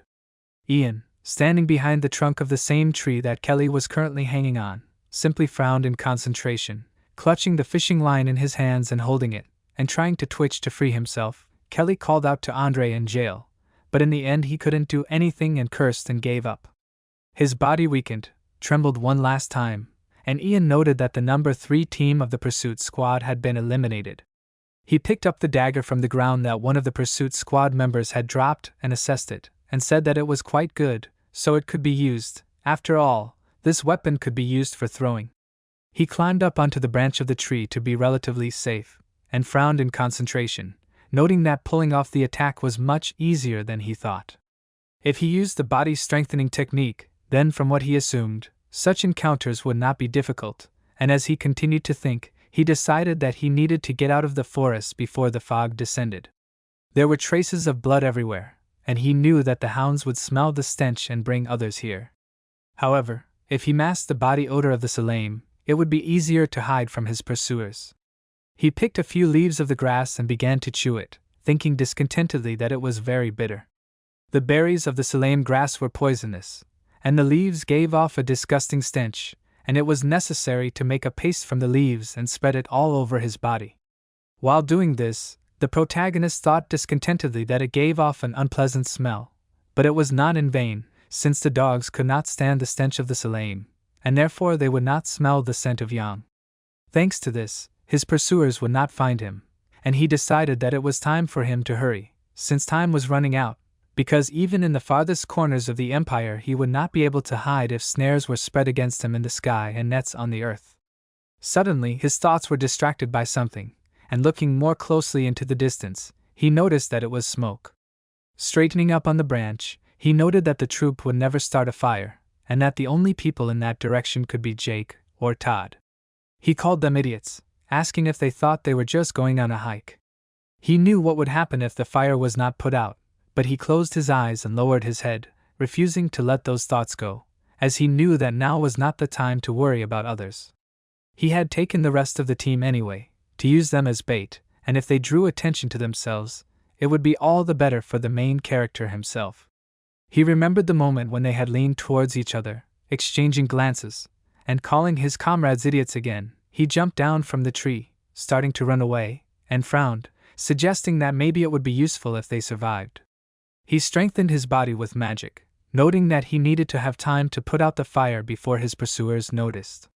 Suddenly he froze, his eyes widening as he felt a cold air run over the back of his neck. He felt the death gaze that had haunted him on the battlefields, and noted that something was standing behind him, watching him.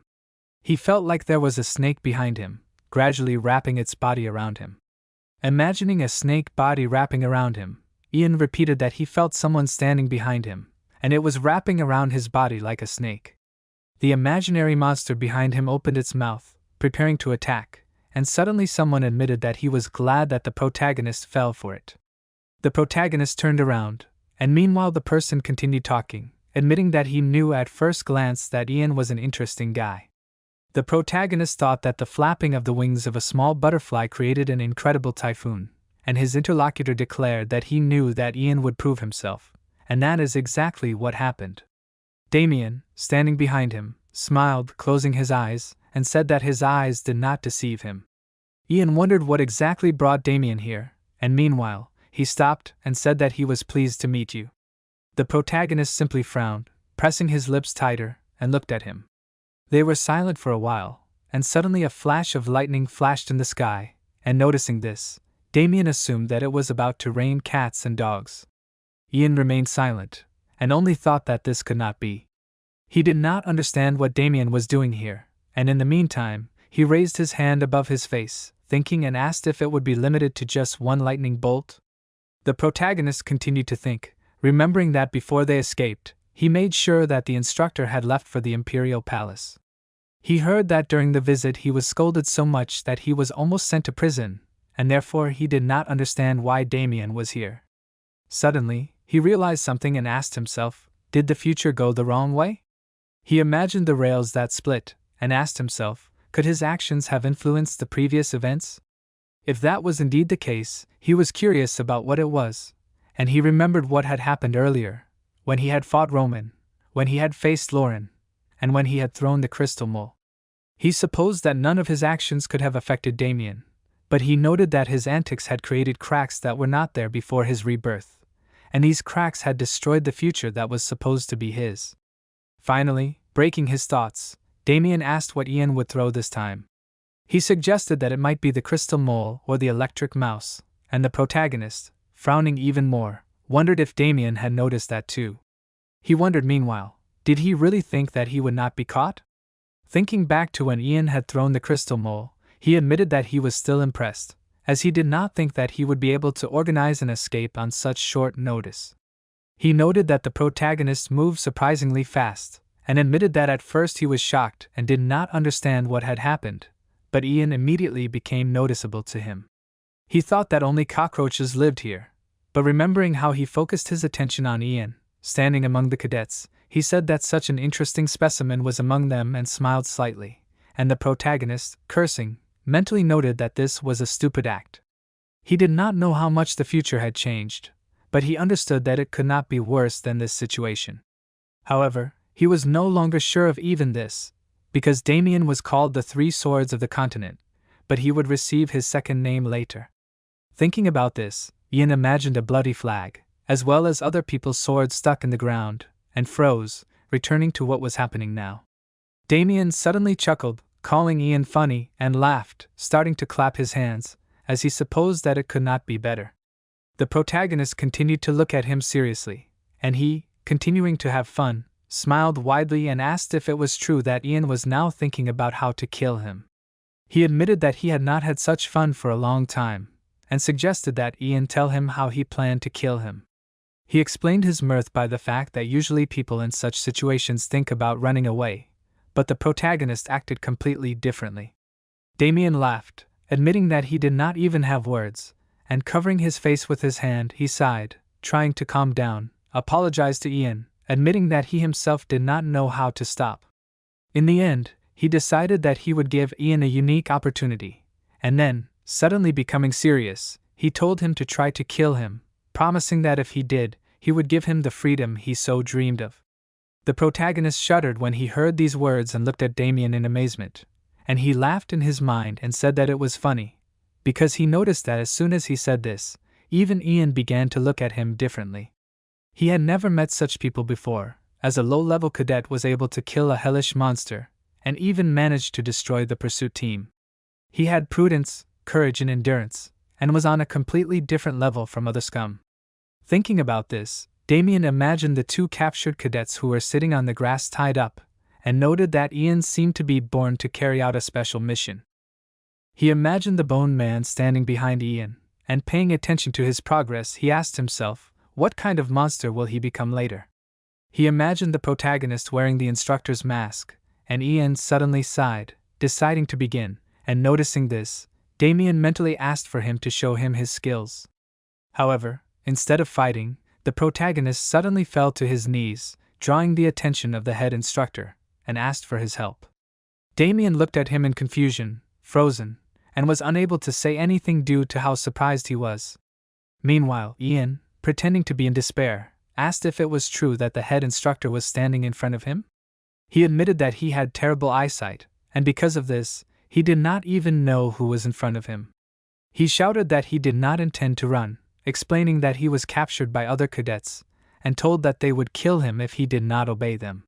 He admitted that he thought it was over since they left him alone, but then Damien walked by.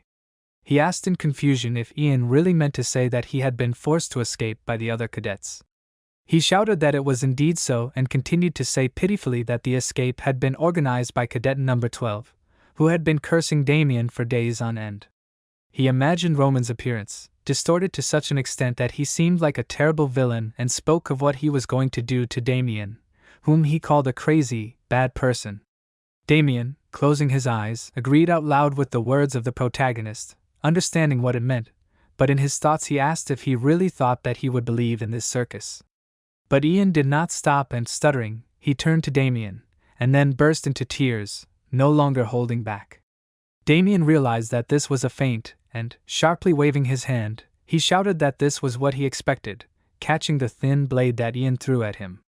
He realized that the protagonist had decided to cheat while he was off guard, and he smiled and admitted that it was a great disappointment, but suddenly he opened his eyes wider, noticing with amazement that the second blade was already approaching his face, almost piercing his eye. At the last moment, he managed to dodge, screaming, and the blade only slightly scratched his cheek. Frowning in amazement, Damien wondered if Ian had really thrown two knives in the same trajectory. He hadn't expected him to use such a trick, and suddenly noticing that the place in front of him was empty, he realized that Ian had escaped, and asked if this was really his plan. But the protagonist said that it wasn't, and once in the air, he declared that this was exactly what he had wanted, and swung his arm, preparing to strike. Damien froze, and then, turning around, asked when Ian had managed to do that. He clenched his jaw, frowning, and Yang, without answering, activated the 15th form of the elusive shadow summoned shadow to strengthen his attack. Suddenly, flashes of magical energy appeared, and the protagonist, screaming, was forced to jump back, asking himself, did Damien reflect the attack? He himself received a small wound, and straightening up, looked at the enemy shrouded in magical energy, and said that it was impossible, asking himself, did he really close himself in black fog? Frowning, he ordered himself to move forward, and headed towards the vortex of dark energy, using the enhancement, and trying to destroy this barrier.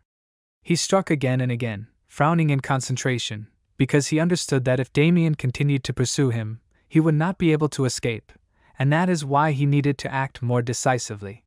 Leaning his palm on the blade of the dagger, he ran it along it, and after his hand, a strip of light magical energy remained on the dagger. He used the first form of the shadow fifth sense, activating the secret technique of absorbing darkness. He tried to destroy the fog Damien had covered himself with using a spell, but the dagger in his palm couldn't withstand it, and the blade cracked. Screaming, Ian stepped aside, looking at the barrier that remained intact, and Damien reminded him that he said he would let the protagonist go if he defeated him. Ian looked at him in bewilderment, and he, removing the fog, apologized, after which he admitted that he didn't want to lose such an interesting toy. His clothes were partially torn, and grinning, he exclaimed that Ian was a unique cockroach, so even if he was forced to play only with him for the rest of his life, he would never get tired of it. The protagonist frowned, noticing that Damien looked like he had been bitten by a mad dog, but suddenly his eyes widened, peering at the tattoo that refused to open on Damien's shoulder. Focusing on the mark in amazement, he remembered what had happened 22 hours before the escape. Then, in the corridor where the cadets' rooms were fenced off with bars, the instructor announced that the roll call was over, ordering everyone to sleep, and began to leave the mass grave of the cadet barracks. Jan quietly said that everything was ready for the escape, noting that this was his last night in this place. Looking at the pendant he was clutching in his hands, he thought that it would be good to get out of here quickly and return to his family. He knew nothing about his family, and all he had was an old medallion. He promised his family that they would soon be together, and looked at the photograph, because he wanted to live peacefully with his family. Suddenly, he let out a small cry of surprise, noticing something, and cursed, as part of the pendant cracked, and the protagonist cried out in displeasure that this was his only clue. However, he suddenly noticed that there was something behind the shard, and, having finally broken part of the coating on the top cover of the pendant, he noticed an unusual pattern, suggesting that it could be his family's crest. The drawing was engraved on the back of the medallion, and Ian did not understand why this was done, noting that this drawing seemed to be trying to hide. He understood that if his family had a crest, then this meant that he was not from a family of commoners and slaves, and smiling, he noted that this was wonderful, since now he had more clues. If he could find someone who was familiar with this symbol, then he would be able to find his relatives, and then he thought exactly that. But now he asked himself, why in that case was there such a drawing on the body of the chief instructor? He looked at the symbol again, while Damien, still grinning, tore off his already torn clothes so that it would not interfere, while the protagonist, continuing to think, asked himself why Damien was wearing his family's crest. Distracting him from his thoughts, Damien threw the cloth aside, asking why Ian had stopped.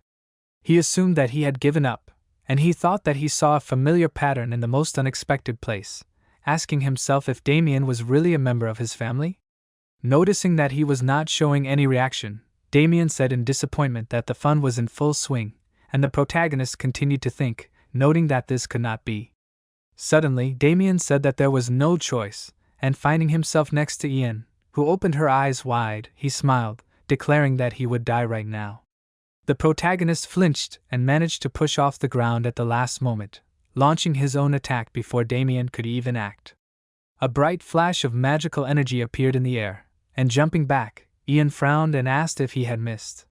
He pressed his lips tighter, and Damien, who was still standing there smiling relaxedly, admitted that it was powerful and cried out in admiration, asking where the protagonist had learned his moves. He also wanted to show him something, and asked how he liked it. Dark clots of magical energy, generated by the spell's shadow sword Black Dagger, began to rise from the ground near his foot. These clots of magic turned into sharp spikes, which began to crawl out from under the ground not only near Damien, but also from the place where Ian stood. He screamed and did a backflip to avoid the spikes, and was lucky to not get hurt, only slightly tearing his clothes where the spikes touched him.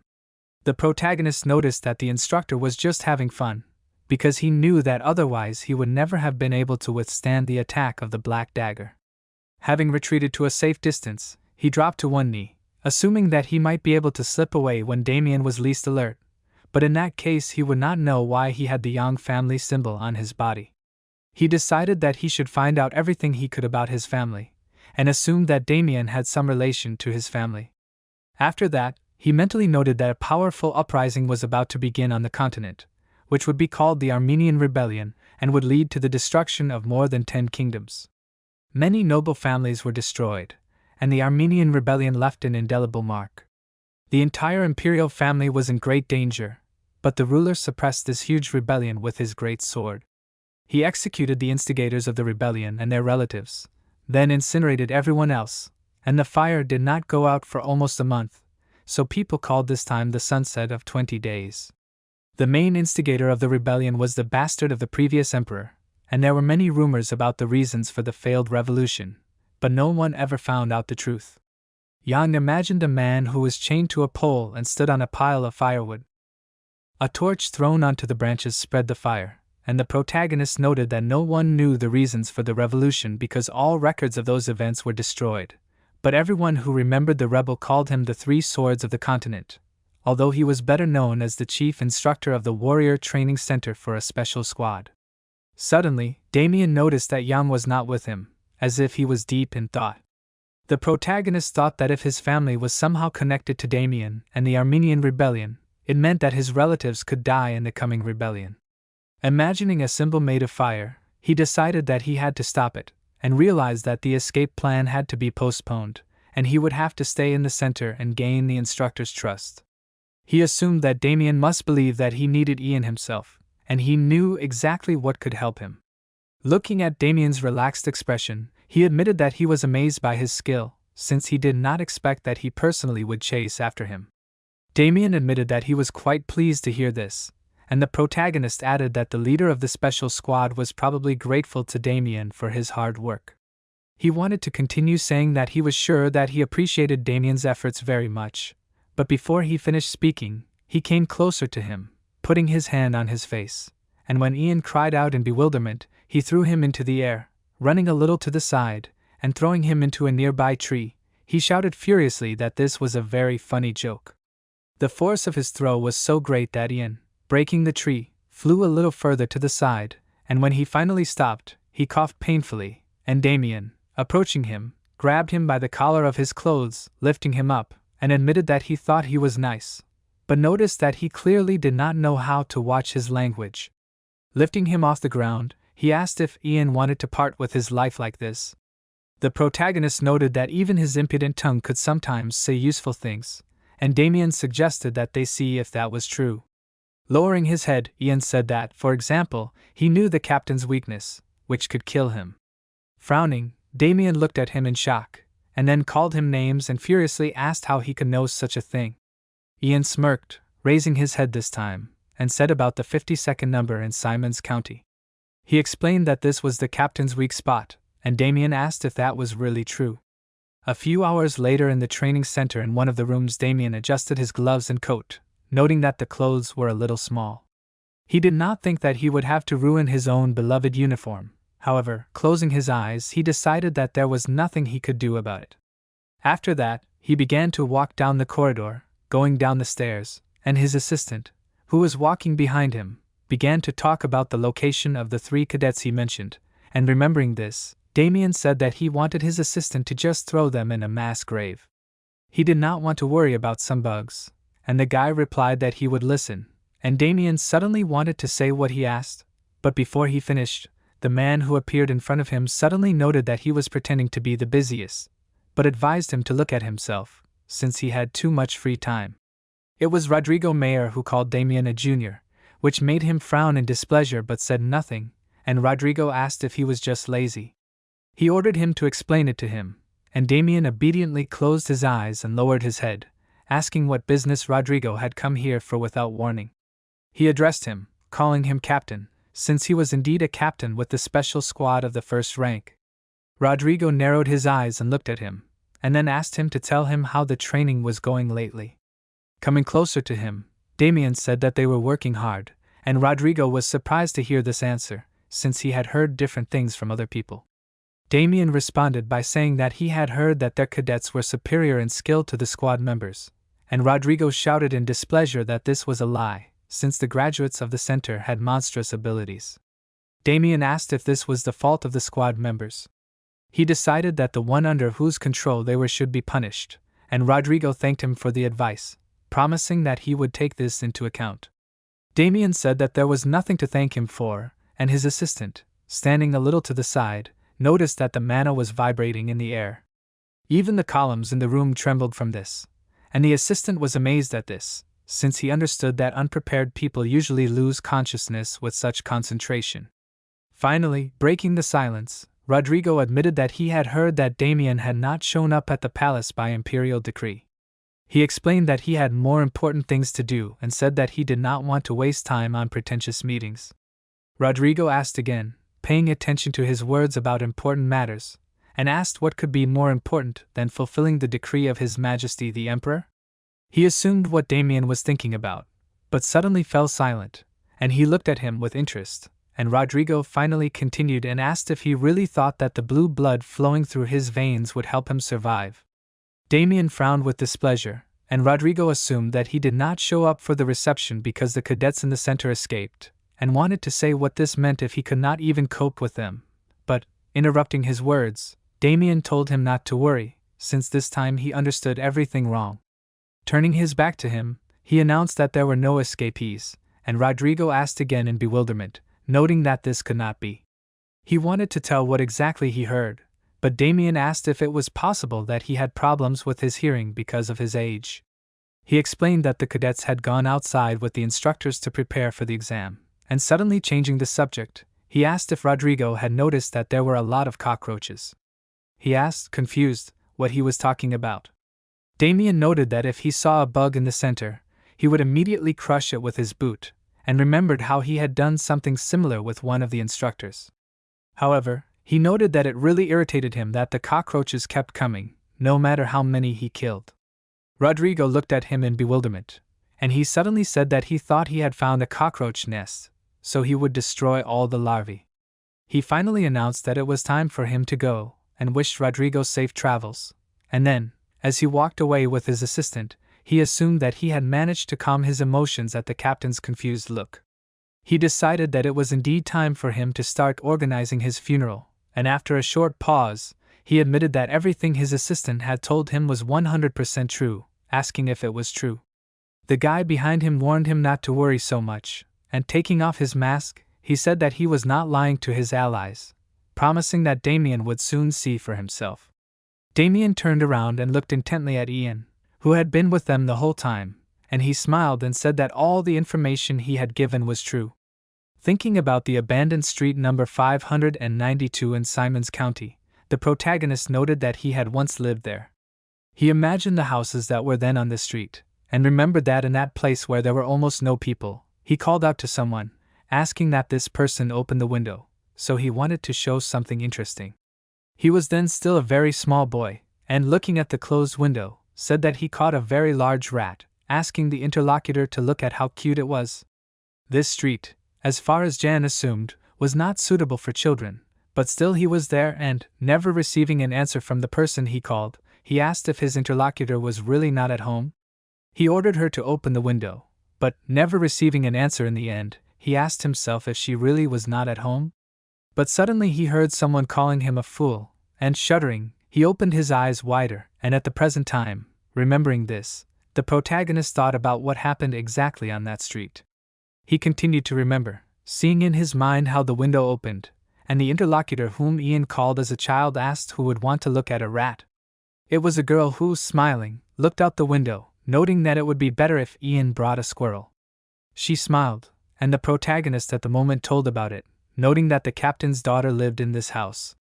The person he was talking to now thought about it, realizing how things really were, and the protagonist told that he was friends with this girl as a child, and his interlocutor agreed. Ian was with Damien in the chief instructor's office, and while Damien sat, resting his chin on his hand, the protagonist stood opposite him, clasping his hands behind his back, and told that there were not many children on that street, so they all knew each other. Closing his eyes, Damien asked if he understood correctly that the girl Ian played with as a child turned out to be the captain's daughter. He confirmed that it was indeed true, and Damien was surprised by this success. Ian knew that he would not believe it, as it was too far-fetched a lie. He frowned in concentration, lowering his head slightly, and decided that he had to make Damien believe it. There was hostility between the captain of the special forces and the chief instructor, and Damien had been combing every inch of the county for Rodrigo's weak spot, but so far his search had been unsuccessful. Remembering the look Damien had given him when he had said that he knew something about the captain, Ian noted that his reaction to his words proved it, and decided that he should use the information. Damien said that it was strange, because even if the protagonist knew where the captain's daughter lived, he did not understand why he thought that it was his weak spot. Ian announced that he had personally heard this, and Damien asked in bewilderment, and the protagonist remembered how he had talked to a girl who had noted that she would soon be leaving here. He, sitting next to her rooftop window, asked why this was suddenly so. Sadly resting her head on her hands, she said that bad people wanted to harm her dad, so they were looking for her in order to blackmail her. Her dad said that they had better leave here, and a few days later the girl disappeared accompanied by people dressed in black, and only when Ian got here, he realized that they were soldiers of a special squad, and her father was the captain of the squad. After listening to this, Damien froze for a while, thinking, and then smiled and noted that it was even incredible how well everything was working out. It turned out that Ian was friends with the captain's daughter, and then he learned that Damien and Rodrigo had a strained relationship, and that Damien was looking for his weak spot, and the protagonist knew exactly where that weak spot was. He asked if such amazing coincidences could happen. Ian asked if Damien was under the protection of the goddess of luck. He asked why that would be. Suddenly, a flash of magical energy flew towards Ian, and he managed to dodge the object Damien threw at him, enhancing it with magical energy. It was driven hard into the wall, and Damien said that instead of thinking that all of this was a lucky coincidence, he would rather think that the main character was the captain's spy. He smirked and asked if he thought that would be logical. Ian, who still had a scratch on his cheek, wiped the blood off his cheek with his palm and noted that it was natural for Damien to think that way, since these coincidences were truly incredible. He explained that he had been collecting several pieces to squeeze out, including his childhood memories, the captain's attitude towards his family members, the hierarchy within the special forces, and even Damien and Rodrigo's feud. He had been thinking about what information he needed to keep in order to benefit himself, and he had put the memories and information he had obtained together in his head like a puzzle for the sake of his own survival. He noted that if he was the captain's spy, as Damien had said, he would not risk his life to escape, but he saved his knowledge in case the escape plan failed. Damien narrowed his eyes and looked at him thoughtfully, and the protagonist decided that he would mix truth with lies in order for Damien to experience hope and disappointment. In the head instructor's heart, according to Yang's idea, the scales of faith should be equal to the scales of doubt, so that faith would ultimately win. After that, the protagonist added that he knew where the captain's daughter was now, and upon hearing this, Damien shuddered, looking closely at Yang, and he decided that he would prove to him that it was more profitable to trust him, and therefore he would have no choice but to tip the scales towards the protagonist himself. Clenching his jaw, Damien stood up and then walked over to the window, looking out the glass at the street, and realized what this could mean. Ian simply watched him intently, wondering if the scales had tipped. Looking in his direction, Damien smiled and asked if it was true that the goddess of luck really was patronizing him. The protagonist was happy that everything worked out and confirmed Damien's guess, saying that he himself was acting as a talisman that brings good luck. Finally, turning towards him completely, Damien ordered him to stop talking, and promised that he would turn a blind eye to what had happened, and ordered Ian to go back and keep her mouth shut. He promised that he would obey, and mentally noted that the test was passed. He knew that Damien did not believe every word, but he decided that he would do as is, since he was sure that he did not need to rush things. He finally asked Damien to excuse him, and hoped he would have a good rest. He agreed to this, and after Yang left, he picked up the documents, noting that he only had the number 974. He was shocked that the instructors were so blind, and assumed that either the evaluation system had failed him or something else had happened. But suddenly, he was distracted from his thoughts, noticing something, and took a closer look at what was written in the documents about Yang. It made him smile, admitting that it was interesting. A week later, the first exam for the Special Squad cadets began in the Blade Mountain Range. The Emperor forbade entry into the Blade Mountain Range, as it was home to all sorts of monsters, making the range incredibly dangerous. One of these monsters, which was called a swamp goblin, swung its weapon, spraying blood everywhere, and one of the cadets, who was there for the exam, swung his own weapon, ordering the goblin to die, and cut its head. The monster fell with a cry, and the cadets, frozen but still holding their weapons at the ready, looked at the dead enemy, and then, smiling relaxedly, one of them cried out in joy, noting that he knew they could handle it. His comrade said that there was nothing special on the spine of the blade, and the other cadet, who was acting as the leader, sighed in relief, but advised his friends to be quiet, since there could still be monsters here. However, others told him to forget about it, since they cleared the area of /U200B/U200B monsters. They remembered that the instructors had said that they would need to survive in the mountains for a week to pass the exam, and exclaimed that they would definitely pass at this rate. However, the boy looked at them seriously and reminded them that he had said to be quieter, saying it in a more threatening tone, so his comrades still listened and, slightly stuttering, apologized to him. The captain of their small squad asked meanwhile if his friend was so happy that he had forgotten about the other conditions for passing the exam successfully.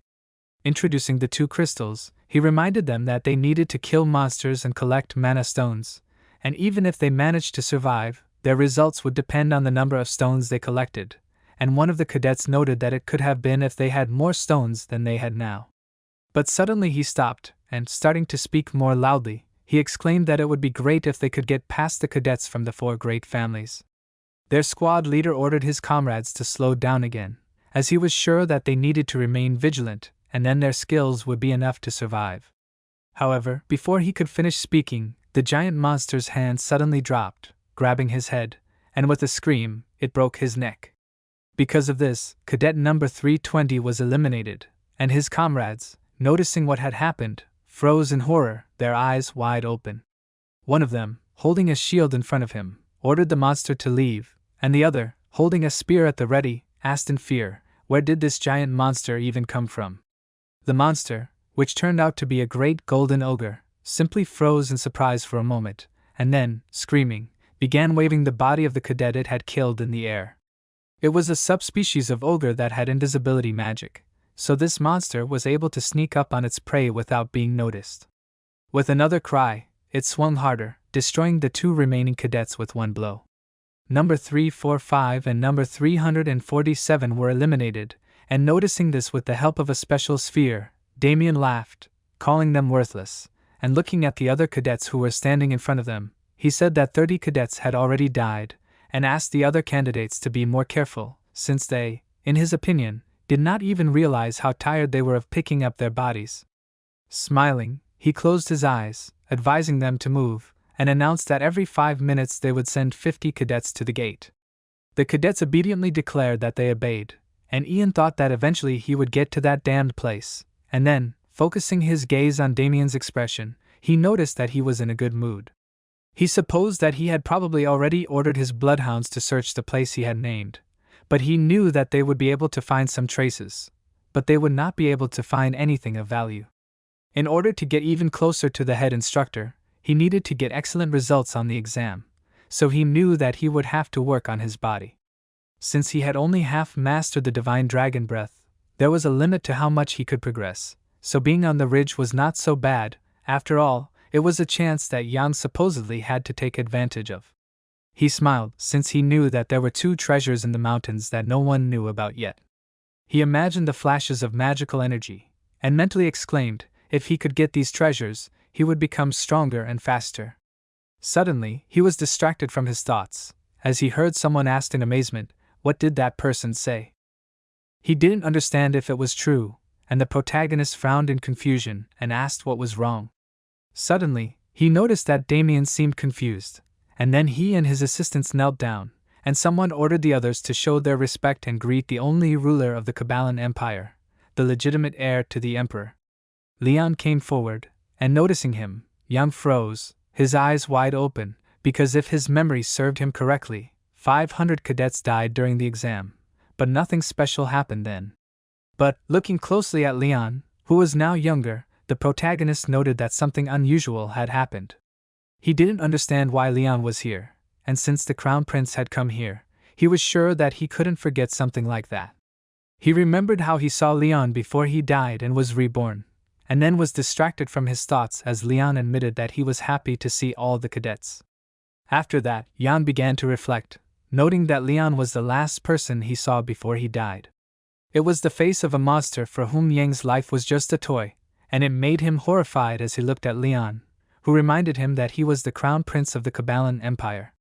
The cadets also knelt down to greet him, and Jan, who also bowed down, pressed his lips tightly, admitting to himself that he thought that he would never regret anything again. However, he frowned in anger, rage boiling up inside him. Leon suddenly declared that the cadets should speak without fear, and with a frown, asked that those who wanted to get out of this hellish place right now raise their hands. He promised them that he would ensure their safety, and asked that everyone who was forcibly brought here tell him so, saying that he would free them all. Damien listened to this silently, and Jan widened his eyes in amazement, and quietly asked what Leon was saying. Meanwhile, he carefully looked at the cadets, and the protagonist asked himself, is this really the crown prince that he knows?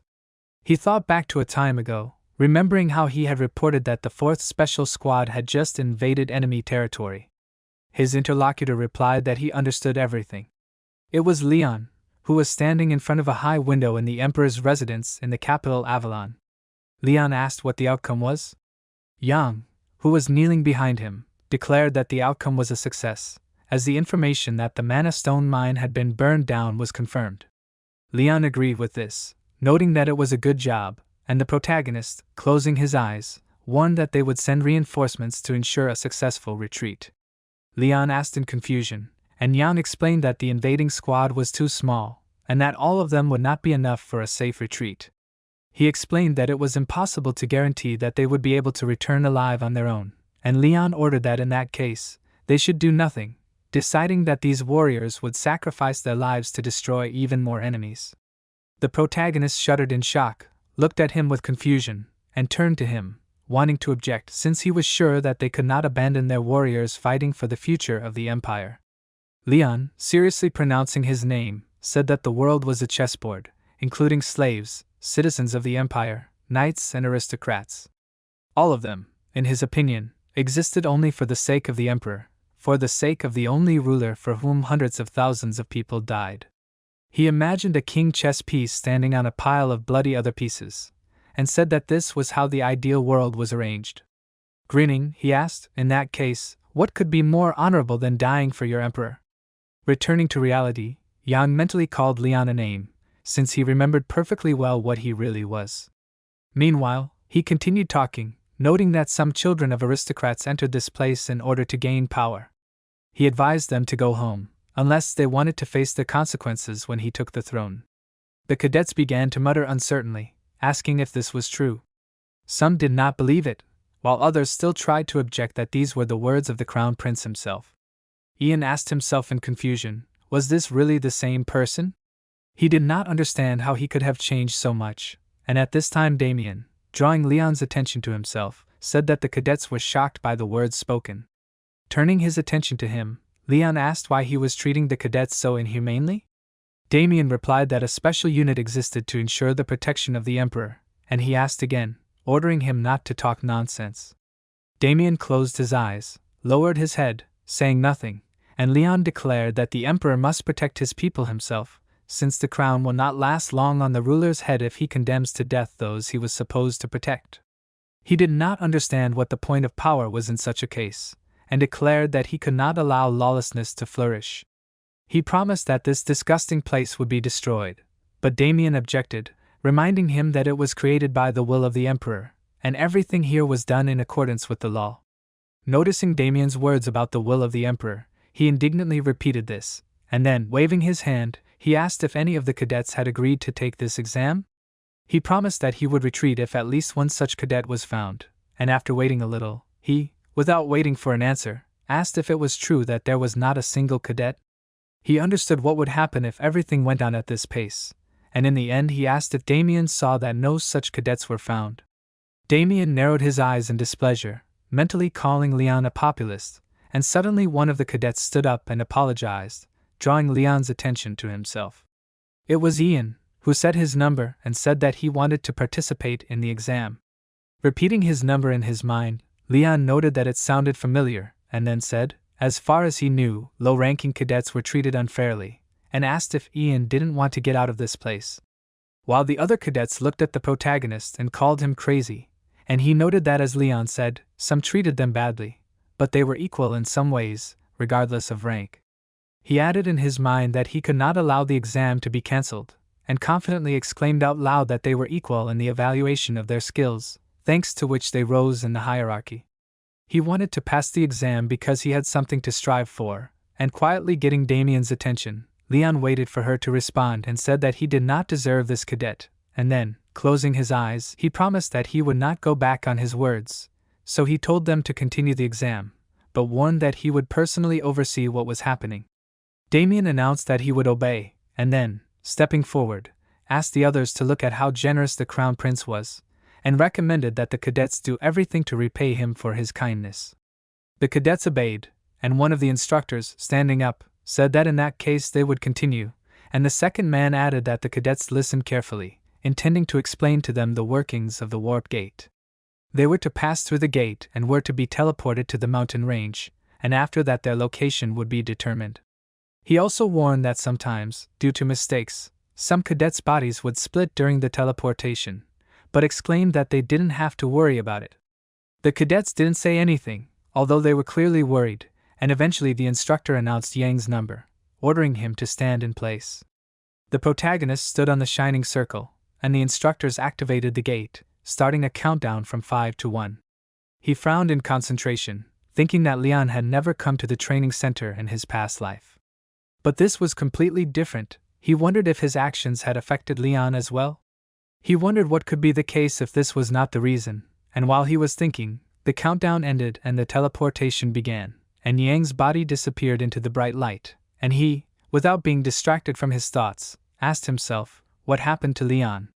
As the teleportation beam shone within the Blade Mountains, Yang's body gradually moved to that location, and after looking at himself, he noted that it was not bad, since all of his limbs were in place. As he walked forward, he began to look back, and cursed, asking if the teleportation had really thrown him into some wasteland. He decided that he needed to find something he could use as a weapon first, and suddenly he smelled something recognizable, and noted that he hadn't smelled it in a long time.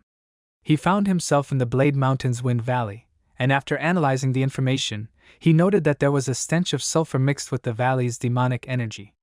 Suddenly, he heard a growl behind him, and turning around, he noticed a monster jumping on him from behind. At the same time, a huge cockatoo griffin, screaming, attacked a group of cadets, who, stuttering in terror, told each other to run, assuming that the monster would kill them. The cockatoo griffin conceived again, opening its mouth wide, but suddenly its body was cut into two by Lorena using the 15th stage of the Dark Soul Stardust. The cadets recognized her, shouting her name, and she, the number 1 cadet, calmly looked at them. Looking at the destroyed monster, the cadets thanked her, since if it weren't for her, they would have died.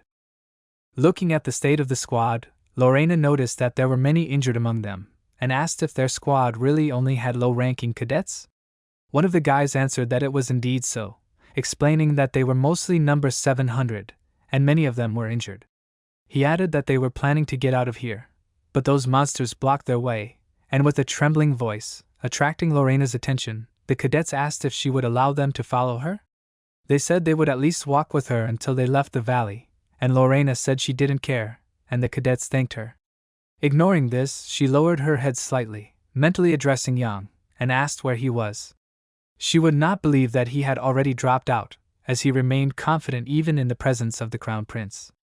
She did not understand why he would do this at all, but suddenly she was distracted from her thoughts, as Cruel, approaching closer, suggested that she was making stupid decisions again, calling her a princess. Looking at her with disdain, he asked if she was really going to walk around here with these cadets. He noted that these idiots were not even fit to be a human shield. He was cadet number 2, and approaching Lorena closer, he asked if she was really going to become their nanny. He assumed that she thought that her pity would help them, and she, looking at him seriously, ordered him to watch his language, as, in her opinion, it was impossible to judge a person by his number alone. Cruel smiled as he thought about it, noting that after the exam, the number 1 spot would go to another cadet. Lorena warned him that if he only thought about numbers, he would miss something important, and suddenly Casa, the number 3 cadet, intervened, noting that they had a lot of free time, judging by the way they were sorting things out. They looked at her, and Casa said that Cruel was being too short-sighted. He asked in confusion, and she explained that they were given individual marks for the exam, but they did not have to compete with each other. Cruel asked disdainfully if she wanted to hang around with those slugs too. She smiled and looked at the cadets, noting that the larger the squad, the better they would be at handling crises. She promised that she would help them pass the test, adding that they, as aristocrats, should take leadership over commoners. She presented the crest of the aristocracy, and Cruel, with a scornful smirk, asked if she was talking about aristocrats. Casa looked at him warily, and he asked since when was a family of traders considered aristocrats. He assumed that she wanted to rule the commoners, and asked her to tell him what the Ephraim family had done to the people. He presented a burned crest, warning her to be careful, as he assumed it would be sad to see the last of the Ephraim line guillotine.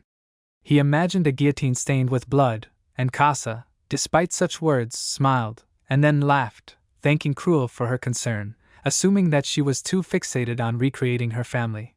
She admitted that she was very jealous of Cruel at times like these, as his 2 older brothers were responsible for their family and not him, and so he didn't have to burden his head with complicated thoughts. He froze, everything behind him seemed to crack, and he raised his hand, about to attack Cass. However, someone stopped his hand. It was Lorena, who came closer to them, holding Cruel's hand. Casa simply stood there, smiling kindly, despite the fact that Cruel's hand was dangerously close to hers. Cruel clenched his jaw in anger, trying to pull his hand away, but his hand only trembled, and he called Cass and Lorena names, and Lorena simply ordered him to calm down. Cruel only became more angry, and eventually ordered her to let him go, yanking his hand out of her grip. Turning around, he walked away, calling them worthless, and walked forward, and then, looking back, thoughtfully noted that it would be worse for him if he continued to cooperate with them. He agreed with himself, continuing to walk, and remembered how the man towering over him, when he was still a child, ordered him to ask for nothing and think of nothing, living as if he were dead.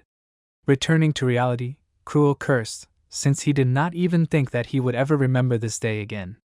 Suddenly he stopped, noticing stains on the ground, and wondered if this was blood. He noticed that the trail went all the way to the rocks, and smelling it, he realized that the blood was quite fresh. He guessed that this could be a monster's lair, and sneaking up to the rocks, he noted that they would have problems if there were many monsters here. He decided that he should hide and assess the situation, but suddenly he was startled to see Yang bending over the goblin corpses. He was surprised to see a cadet there, and noticing that there were many dead goblins, he asked if this cadet had killed them all by himself. Many dead red goblins were lying on the ground in a pool of their own blood, and Cruel, with his eyes wide open, suddenly asked what the protagonist was doing. He cried out in fear, noticing that he was clenching his jaws and grinning unhealthily, squeezing one of the monster's organs in his hands. Noticing that he was starting to bring it to his mouth, Cruel was even more horrified and asked himself if he was eating goblins. Some time before, while walking through the mountains, Yang thought that there were 2 artifacts in the Blade Mountains, representing 2 clumps of magical energy, and decided that he had to get these artifacts in order for his plan to work. He was going to go after the first of these artifacts first, but before he could voice the name of this one, he was suddenly distracted, looking away, as a monster that wanted meat tried to attack him. However, the protagonist abruptly struck the monster, piercing its body with his hand and simultaneously pulling out the heart of this monster from its body. To strengthen his attack, he used the 21st form of the black dark spirit, the dragon flame, and after taking the heart of the monster, he commanded it to burn, frowning seriously, and then the fire, engulfing the body of the monster, burned it, and with a cry, the monster disappeared, and Yang froze, clutching the heart of the monster in his hands. However, other monsters, also wanting meat, surrounded the protagonist, looking at him with predatory eyes. He was not afraid of such a number of opponents, but only frowned decisively, noting that this was great luck. The monsters looked at him more intently, and the protagonist was surprised that the first target itself jumped into his hands. He abruptly ran forward, raising his hand and concentrating magical energy near it to immediately begin to attack. The monsters ran towards him, sticking out sharp fangs, and Yang clenched his jaws, opening his eyes wider in order not to miss the slightest movement of his opponents. While fighting, he thought that mana stones were a reward for defeating monsters, and before, people used it only as a raw material for creating magical items, but one day an event occurred due to which the value of these stones was rethought. At the academy, Professor Isaac published a scientific paper in which he wrote that by using mana stones it is possible to absorb the abilities of monsters, as well as the mana of these monsters. He presented a modified man, in the center of whose body there was an absorbed stone, and thanks to this it was possible to obtain the endurance of orcs, the regeneration of trolls and the physical strength of ogres. Of course, this work caused indignation in scientific circles, and getting acquainted with this, scientists said that this was some kind of nonsense, since they understood that the use of mana by people and monsters differs greatly. Then Dean Neuron, turning to Professor Isaac, asked if he could prove it. He explained that if he could not confirm his research, then he would have to leave the academy, and some time later, looking at his changed body in surprise, he asked, did it really work?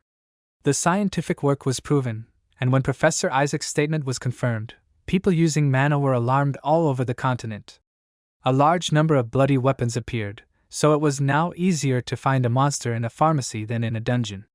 The body parts of the monsters were stored in a special liquid in flasks, and from Isaac's research, one could ask, is it difficult to absorb mana crystals?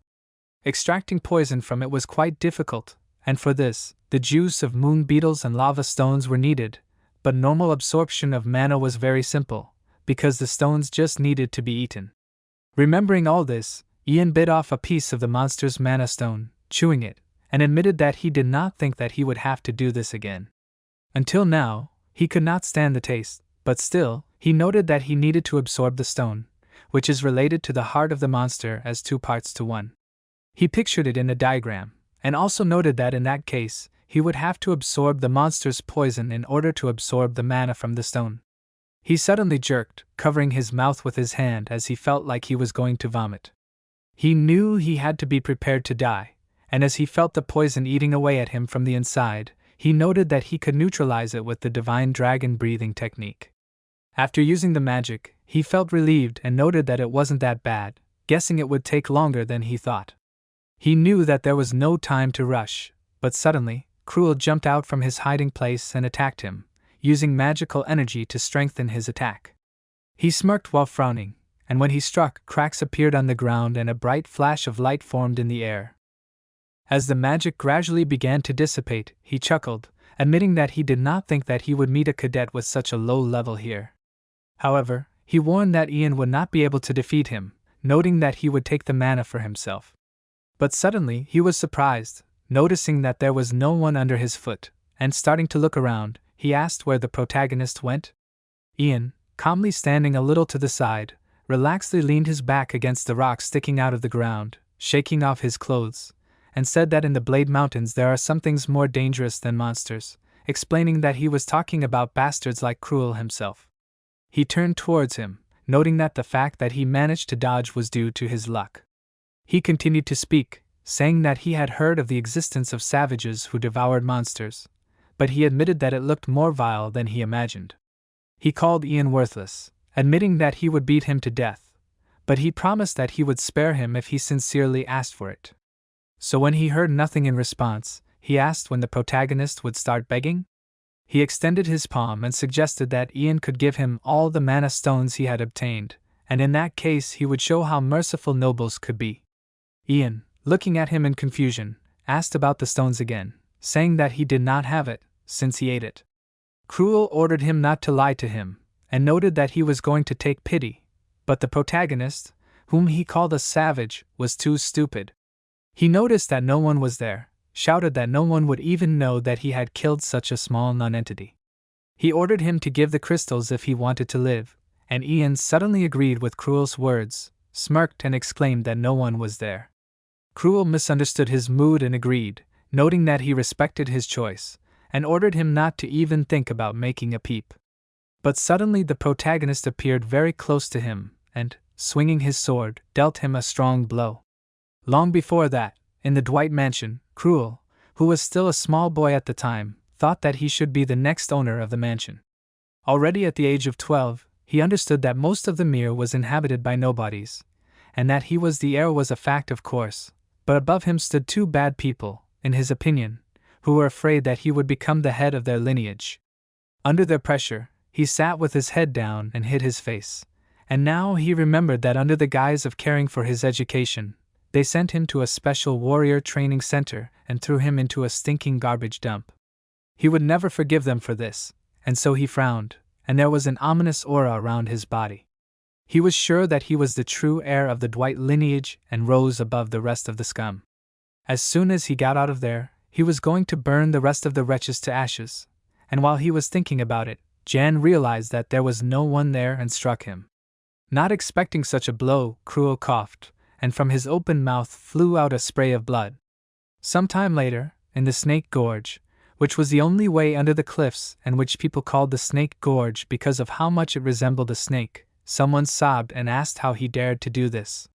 Some people said that no living creature dared to enter this gorge, and no one had ever managed to reach the end of the gorge. Cruel, still angry, called his interlocutor names, asking how he had the audacity to treat him like that. He was dragging a bag filled with the bodies of slain goblins and admitted that he did not know what the man he was talking to intended to do, but warned that he would not succeed. He walked with his jaw clenched and a collar with a rope tied to it around his neck. Despite his position, Cruel still said that he was the true heir of the Dwight family, but the man who was leading him by the rope on the collar ordered him to be quiet and move faster, tugging on the collar. Cruel asked him to wait, but his interlocutor, tugging on the rope again, asked why he kept nagging about his family. It was Ian, who had called him the heir of an earl's family with displeasure and asked how much longer he would whine. He warned him that they had a long way to go and again ordered him to move. Cruel followed him, ordering him to pull the bag himself in that case, and asked why he was making him do it. The protagonist explained that Cruel was to blame for this, noting that it was too easy a punishment for a man trying to kill him. Cruel did not understand what this meant, and asked what Ian was going to do with all those goblin corpses. He simply told him to shut up, sure that for a skilled craftsman, he complained too much. Cruel suddenly smirked and asked if it was true that Ian knew that according to the laws of the Empire, he would be punished for mistreating a nobleman. Continuing to mock, he suggested that a barbarian like Ian was not familiar with the laws, and again began to talk about how he was the heir of Earl Dwight. However, before he finished, the protagonist threw a rock at him, and when it hit him in the face, Cruel fell to the ground, pulling his knees up to his chest and covering his face with his hands. He cried out in pain as the rock hit him square in the nose, but Ian, ignoring his suffering, ordered him to get up quickly, asking if it didn't hurt for nobles to be hit. Cruel's eyes welled up with tears of pain, frowning and cursing in his mind, asking who Ian was. He recalled the moment he had struck him, and admitted that he thought he would catch him off guard if he attacked suddenly, recalling how he had tried to attack again after that blow, ordering the protagonist not to dare treat him like that, and promising that he would kill him. However, Ian calmly repelled his attack by slapping him in the face, and after repeating that he shouldn't do that, Cruel charged again, although tears were already flowing from his eyes. But the protagonist was able to repel his attacks every time by slapping him, and Cruel didn't expect such humiliation. In the end, they continued on their way, and Ian said, even if he made a mistake, but after apologizing properly for it, a person can avoid being hit in the face, and asked if Cruel understood him. He pressed his lips tightly, lowering his head, and thought that he couldn't lose to the protagonist, because even if he couldn't concentrate his mana flow during their battle, but once his mana recovered, he was going to kill Ian right away. He frowned, getting angry, and the protagonist suddenly assumed that he didn't understand what he said to him.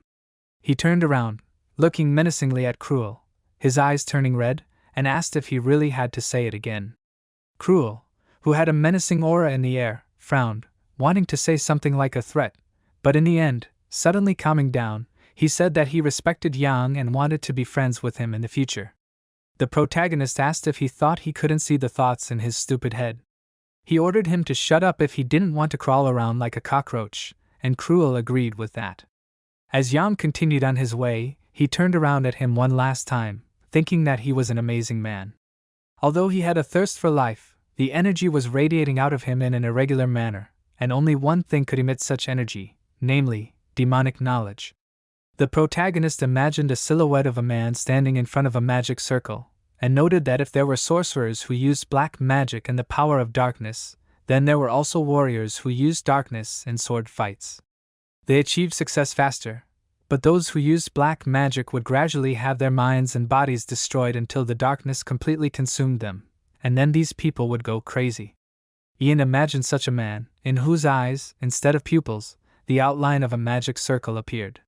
In the protagonist's past life, Cruel received the nickname Bloodstar because he led the family only through his cruelty. Now Ian assumed that this was due to demonic knowledge, but he thought that Cruel had not yet fully mastered it. Suddenly, Cruel asked him to wait and asked him to at least take off this collar from him. The protagonist assumed that he had decided to escape, but Cruel reminded him that this was the only way, and asked how he could escape. He exclaimed that he was not an animal and added that it looked strange, asking who was walking a man on a leash. He wondered if Jan even realized what they might think of them, and after thinking about it, he realized that he did, and agreed, promising that he would take off the leash. He did remove the collar, and Cruel touched his throat with his palm, noting that he could at least breathe now. He felt like Ian would drag him around for the rest of his life, and he warned that his suffering would soon come to an end, since they were there. Cruel asked in confusion, not understanding where they were, and the protagonist walked to the edge of the cliff, frowned in concentration, and noted that the real treasure was kept here. Cruel came closer to him, and together they looked at the lair located under the cliff. Ian also noted that it was more of a monster than a treasure. Soon, asking the corpses of the monsters down, Cruel admitted that he could not believe that Ian made him drag these monsters here only to throw them away. Throwing down the bag that previously contained the monsters, Cruel noted that he had thrown down the goblins as requested by the protagonist, and asked if his work was now finished.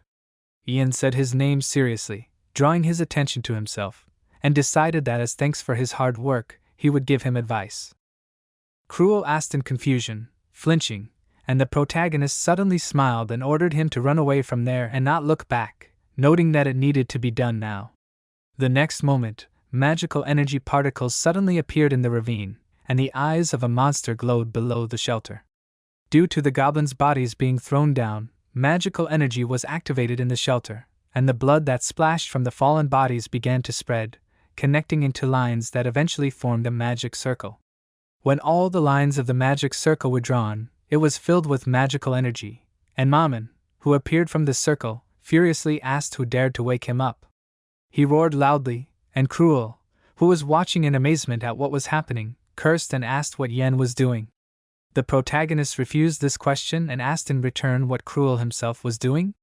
Concentrating on looking into the ravine, he announced that Maman was coming, and the monster really began to rise sharply from the bottom of the shelter upwards, ordering the others to give him their souls. A shining eye appeared on his dark body. At the same time, Casa, drawing Lauren's attention to herself, asked if she felt it too. She agreed that she felt it, and explained that it was too much black magic. Looking into the distance, they noticed a dark pillar of magical energy rising into the sky, and Lorena announced that it was coming from the Snake Gorge. She wondered what had happened there, and Casa admitted that she had never seen anything like it before, so she was unsure of what they were supposed to do. They continued to stare at the beam of magical energy that began to form into a ball of magic in the sky. They wondered how strong this magic was, and suddenly Lorena announced that they would have a change of plans. Starting to walk away, she said that they should return to the gate immediately, and Casa asked in confusion why they were doing it so suddenly. Lorena, stopping at the edge of the stairs, addressed the cadets they had brought with them on the team, and drawing everyone's attention to herself, she ordered them to retreat to the gate immediately and drop all unnecessary cargo, including the mana stones. One of the cadets tried to object, reminding them of the exam, but Lorena announced that they had to evacuate, ordering the cadets to run. This time, they all agreed, obeying, and Casa, asking everyone to wait, drew Lorena's attention to herself, asking what the rush was. Lorena reminded her that she had recently asked her how strong this black magic was. Casa confirmed it, and Lorena declared that this magic was as strong as her father. Casa asked again in amazement, confident that this could not be true, since Lorena's father was the divine guardian of the North, who was famous for his incredible strength, and was also one of the 5 fingers of the Empire. She imagined the silhouette of a man, asking if this magic was as strong as him. She looked at Lorena desperately, worriedly noting that no instructor at the training center could stop such a monster. She thought it was terrible, and at that time, dark magic also appeared in the instructor's location, and one of the men, noticing this, attracted the attention of his comrades by pointing to the side and asked what it was. He explained to his colleagues that something was flying there, but one of the men standing closest to him ordered him to stop pretending to be a fool and to move. Maman, meanwhile, said that he still didn't have enough, wanting to get even more of what he needed. The next moment, the instructors' bodies began to fall to the ground due to the magical power breaking their necks, and in some places breaking other bones as well. At the same time, another cadet who was fighting alongside Roman called out to him and asked what kind of nonsense was this. He swung his sword, trying to fight off the attack, and Roman, also raising his weapon, asked with displeasure, how did he know this? He ordered his companion to simply hit, but the next moment, fire appeared around them and they screamed, and Maman, sticking out his tongue, on which a magic circle appeared, ordered the rest to give him their souls. At this time, the cadets who were with Lorena and Casa ran to the gate, hurrying each other. They should have reached the gate very soon, but suddenly someone to the side said that he heard some kind of sound. Lorena ordered everyone to stop and freezing, she frowned warily, asking the person who appeared in front of them, "Who is he?" The guy who stood in front of them, blocking the passage to the gate, said that the voice in his head told him not to stop, but ordered him to give his own soul. The guy raised his head, stretched out his hand forward, and repeated that he must give his soul. The next moment, his body began to deform, and Cass's eyes widened in horror, and the boy's body exploded, spraying blood into the air. Lorena took a fighting stance, holding the handle of her weapon and asking if this was an ambush.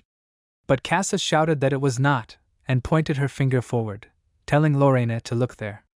The blood that poured out of the boy's body began to gather into a pattern, and as the outlines of the pattern gradually became more visible, everyone realized that it was a magic seal. Maman, who appeared here thanks to the seal, said that he had found the cadets, and one of them grabbed his head with his hands, feeling an unpleasant sensation inside. Another cadet covered his mouth with his hand, and Lorena, looking warily straight ahead, warned everyone to be careful. She clenched her jaw tightly, and Maman came out of the magic circle, declaring that it was the cadets who awakened him. Skulls appeared in the air next to him, flying around, and as he continued to come out of the magic circle, Maman thanked the cadets, since it was thanks to them that he woke up. He was going to repay them for this. Maman, who was an ancient lich, finally fully appeared in front of the cadets, declaring that he would repay this with their deaths as well, and looked at the people in front of him with a focused look. Some time ago, the magicians were sad because magic was endless, but human life had an end. They tried to do something about it by drawing magic circles around themselves, and the greedy magicians found a way to comprehend all magic. By activating such magic circles, they sold their souls to the darkness and gained eternity. One of these mages, having activated the magic circles, tore his own head out of his body, transforming into a monster that hated all living things. This monster was a lich, and the mage's severed head almost immediately turned into a skull. At the moment, the cadets were still screaming, and Lorena, looking seriously at Maman, shouted that he was not just a lich, since over an eternity he had absorbed countless lives. She did not understand why this monster appeared now, and asked about it. At this time, one of the other cadet team, attracting the attention of the leader, asked why they were forced to flee so suddenly. It was Todd, who was running away with Jake, following Roman. Roman, rushing forward, ordered him to shut up and look around, and having obeyed, Jake and Todd noticed a large number of corpses lying on different sides of them, and asked what was that. All the cadets were dead, and they didn't understand who did it. Roman frowned and mentally said the name Yen, remembering what happened shortly before teleporting to the Blade Mountain range. Then he approached the protagonist, and noted that he hadn't been able to escape either, but asked if it was true that things weren't as bad as they thought. Yen seriously warned that he was talking too much, and Roman asked if he wanted to go to the mountains with him. He warned that it was dangerous to be there alone, but the protagonist didn't care, since he was going to go alone. However, since they had so much in common, he decided that he would tell Roman something, and he shuddered in surprise, asking what exactly he would tell him. Yang looked at him seriously, ordering him to immediately run through the gate if he felt like something terrible was coming, and also asked that he forget about even thinking about the exam in that case.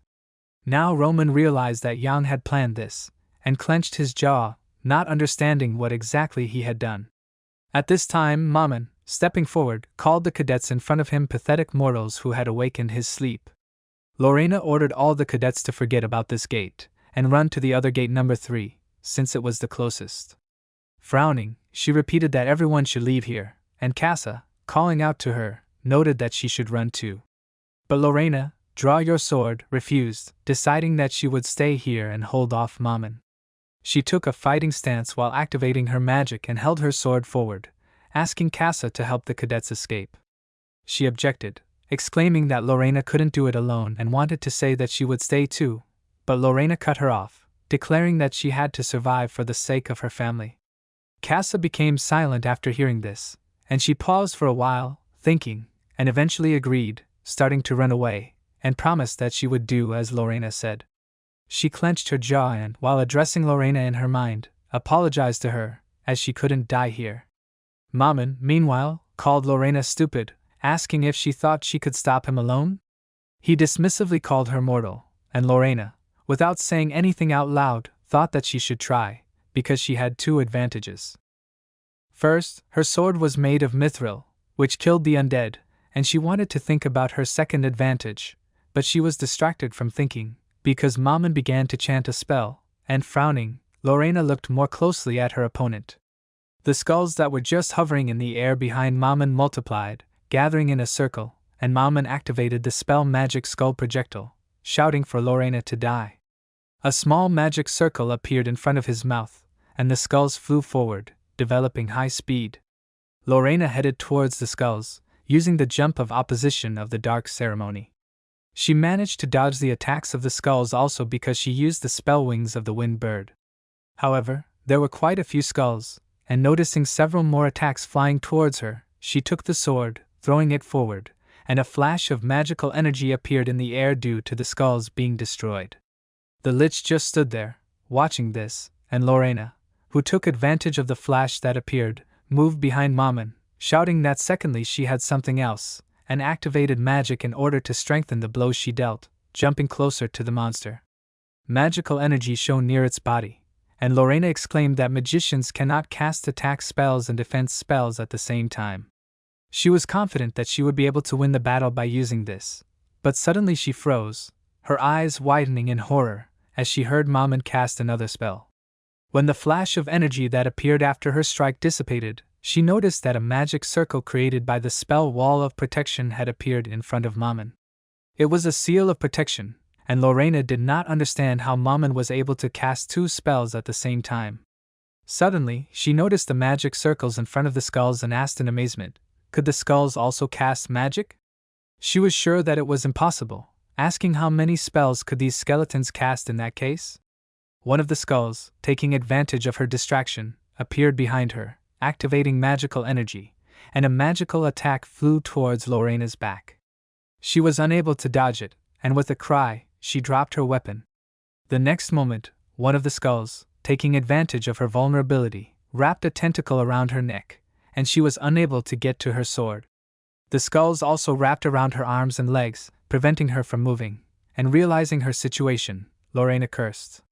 The skulls flew into the air, lifting her off the ground, and she asked what kind of nonsense was this. She glared at Maman, who stood in front of her, and calling him a vile creature, she ordered him to let her go immediately. But he declared that he needed her, as she was the only one who had the courage to stand up to him. Lorena clenched her jaw tighter, and Maman activated another magic circle, deciding that it would destroy Lorena's valiant soul, as well as turn her into a corpse that would serve only him. A new skull appeared in the center of the magic circle, and Lorena looked at it in horror, and magical energy began to shine from the crack that was on the forehead of the skull. At the same time, in the lair of the ancient lich, a creature was walking through the corridors. It declared that the lich was defenseless and began to walk towards the stairs ahead, but suddenly it stopped, noticing that it had fallen into a magical seal trap. The magical circles glowed beneath the creature's feet, and the next moment, the highest fire magic of the storm was activated, and a powerful pillar of fire rose from the magical circles upward. However, when the fire began to dissipate, the creature still continued to stand unharmed. It noted that it thought that robbing an empty lair would be easy.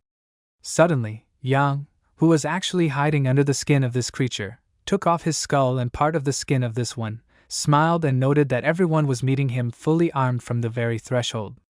Throwing aside the now unnecessary skin, he was glad that he had prepared for this in advance, using the shell of a volcanic armadillo, whose skin was resistant to fire and could also withstand fire magic. As he continued walking, the protagonist remembered that there were a total of 492 magic traps, but there were still 32 moving traps and more ahead.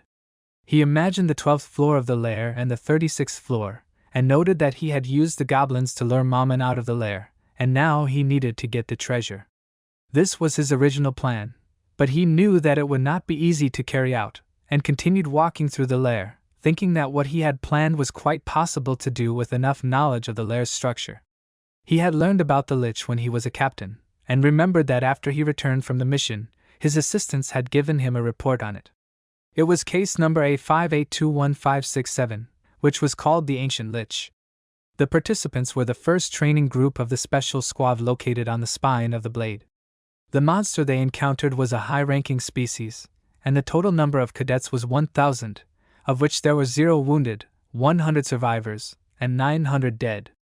The losses were so great that the existence of the training center was threatened, and an additional report stated that it was assumed that the lich, which had been dormant for a long time, was awakened after it drank the blood of a cadet who had entered the shelter. As a result of the warriors' investigation, the location of the treasure was determined, and they assumed that the lair was built in ancient times, because there were many mysterious treasures in it. There were books, by reading just one of which a person could become a sage, as well as jewelry, and just one coin could provide a person with a comfortable life. However, the most important thing was missing, and that was the vessel of life. Yang imagined a magical egg that stored the life force and mana of the lich. The vessel that was lost in his past life should still be here now, and the protagonist remembered the supplementary report number 2, which said that the researchers had discovered the place where the vessel of life should have been kept, and they assumed that the vessel of life was destroyed during the battle with Maman, but it was unknown who exactly did it. In the remaining half of the Imperial Scroll, the writer said that it was possible to accept the contents of the vessel, but it was impossible to absorb its full potential. But it did not say that by obtaining the vessel of life, the stones, mana would give much more power, and then it would be quite feasible. Yan would be able to comprehend the breath of the divine dragon, and smiling, he realized that by taking advantage of this opportunity, he would be able to surpass his level from the past. He continued walking, and finally arrived at a place on the lower floor of the lair. He stopped in front of the high gate, realizing that this was where the altar of the ancient lich should be. He decided to take a look at it, and remembered what was said about this place in the reports. He quickly pulled a small object out of his pocket, and decided to try it out, throwing the dagger towards the gate. When it flew into the gate, instead of hitting, a small charge of magical energy appeared, and after that, a magic circle shone in front of the gate, and the magical attack that burst out from it was directed towards Yang, but he managed to react and jump to the side. He remembered that the report said that the gate was guarded, and now he understood what exactly was going on. Even before he reached the gate, this magical seal called Facelock noticed him, and assuming that it was an incorporeal sign, the protagonist realized that in this case, everything was not so simple. In the end, gradually, the magical creature began to dissolve, announcing that the face was not recognized. It also wanted to say something about the correct face, but did not finish, disappearing completely, and Yang noted that there was one way and, stepping aside, pressed his palm on the wall, assuming that the place described in the report was somewhere here. He finally found it and pressed the right panel, causing the door on the side to open.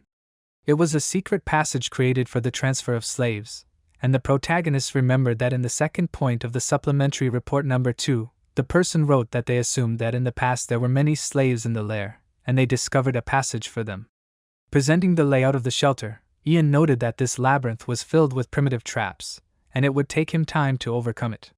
However, as the captain of the special forces, nothing should stop him, and besides, he had enough time for this, so he began to move forward, because he assumed that the more time he spent, the greater the reward would be. At this time, Maman continued to form a magic circle in front of Lauren, but she, despite the threat, asked, what could such a rotten skeleton that smelled of rot do? Tentacles began to reach out towards her from the skull that appeared in the center of the magic circle, and Maman laughed and admitted that he couldn't wait to see Lauren's soul in agony. He was about to rip her head off and make it his pet, but he suddenly suggested that he could do something else, asking if he could transplant the head onto an orc's body. He also mentioned that he could simply make Lauren into a zombie that devoured people, and asked if she would be as bold then? One of the tentacles touched her face, and Lorena pressed her lips tighter, but didn't even flinch, and Maman ordered her to forget about chattering, declaring that she was finished. More tentacles quickly moved towards her, and the next moment, blood sprayed into the air. Maman grinned in amazement, and Lorena, who had bitten the tentacles with her teeth, stopping it, looked at him furiously and asked if he really thought he could intimidate her.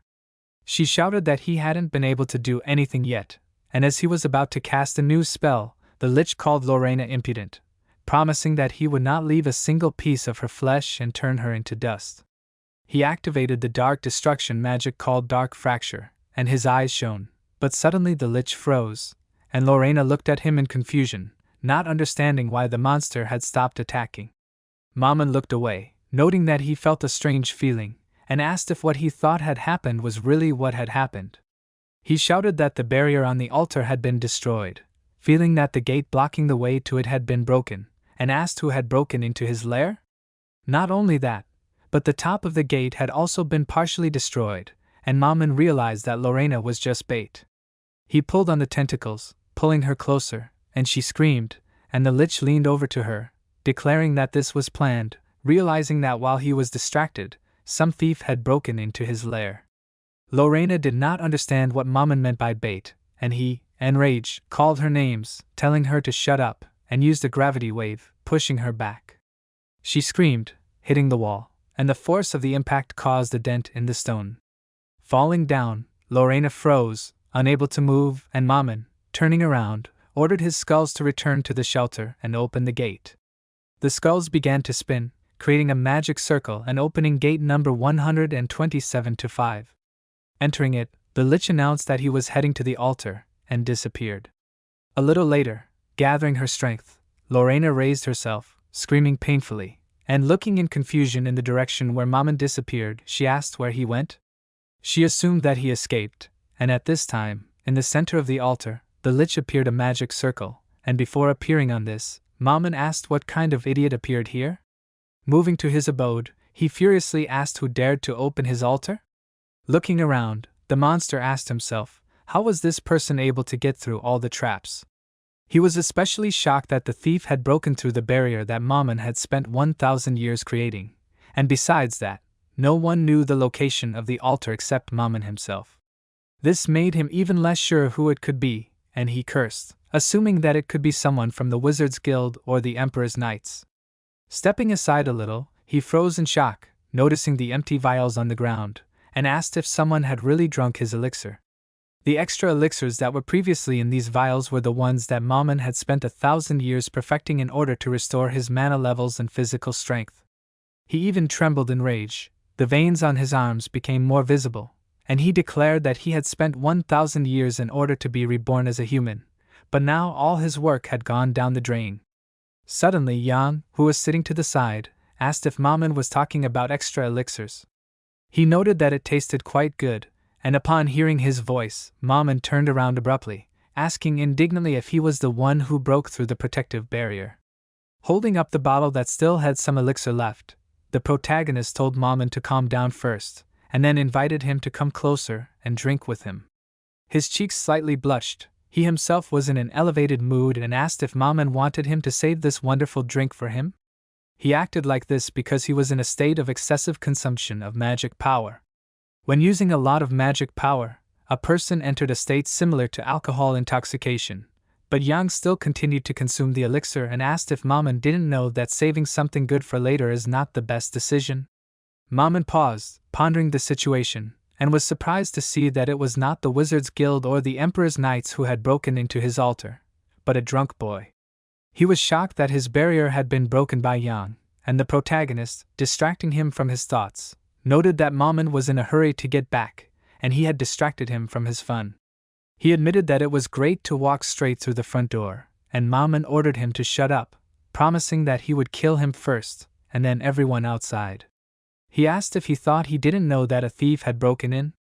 Yang thought about it, noting that Maman hadn't noticed him stealing a rare item from him, and told him that he had gone through a secret tunnel. Maman asked if the protagonist was making fun of him. He didn't understand why he broke the barrier at the front entrance in that case, and thinking about it, and Ian imagined Lauren smiling faintly, and then remembered how he came down the stairs leading to the secret passage, and explained that he just wanted to do it. At that moment, jumping up to the gate, he swung his dagger in order to destroy the monster guarding it, and when he began to fight it, a bright flash of magical energy appeared in the air. Ian added that, in addition to the elixirs, there are a lot of ancient texts here, and there is even a dungeon book about the mana engine. He wondered if Maman was really obsessed with collecting these works, and Maman suddenly laughed, asking if Ian knew where he got these books from.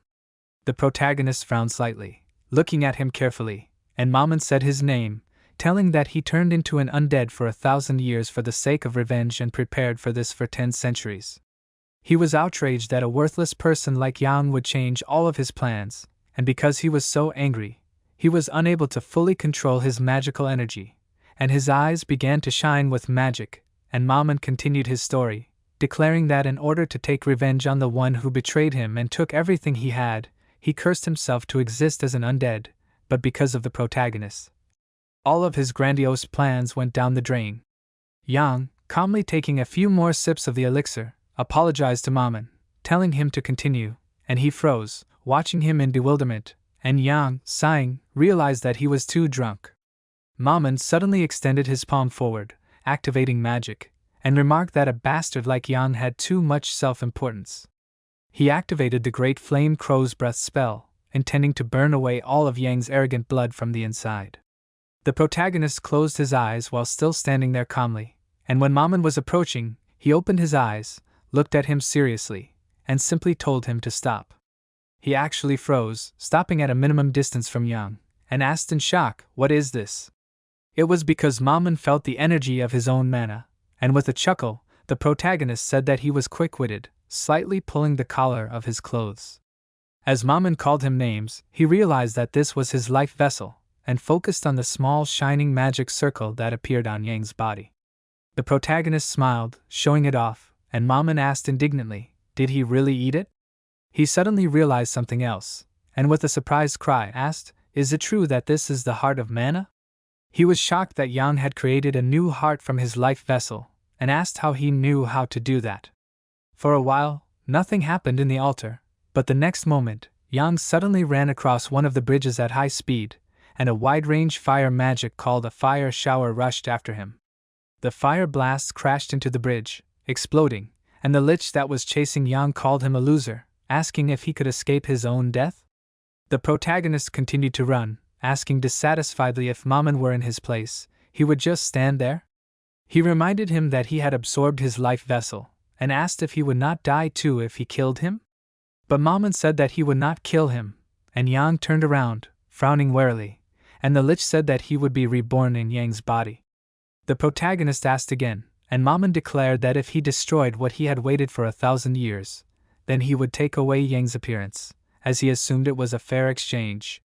In addition, the protagonist's body contained the power of the elixir, so the lich was confident that he would easily take it from him. Yang's eyes widened, asking if Maman had decided to take his body. He apologized, noting that this was not part of his plans, and Maman shouted that this was nonsense, ordering him to surrender immediately. He placed his palms together, promising that he would treat Yang's body carefully once it became his. He activated the parallel chain curse storm spell, and several magical seals appeared in the air above Yang, and he was very surprised to see this. In the end, he realized that he had no other choice, and activated the divine dragon breath.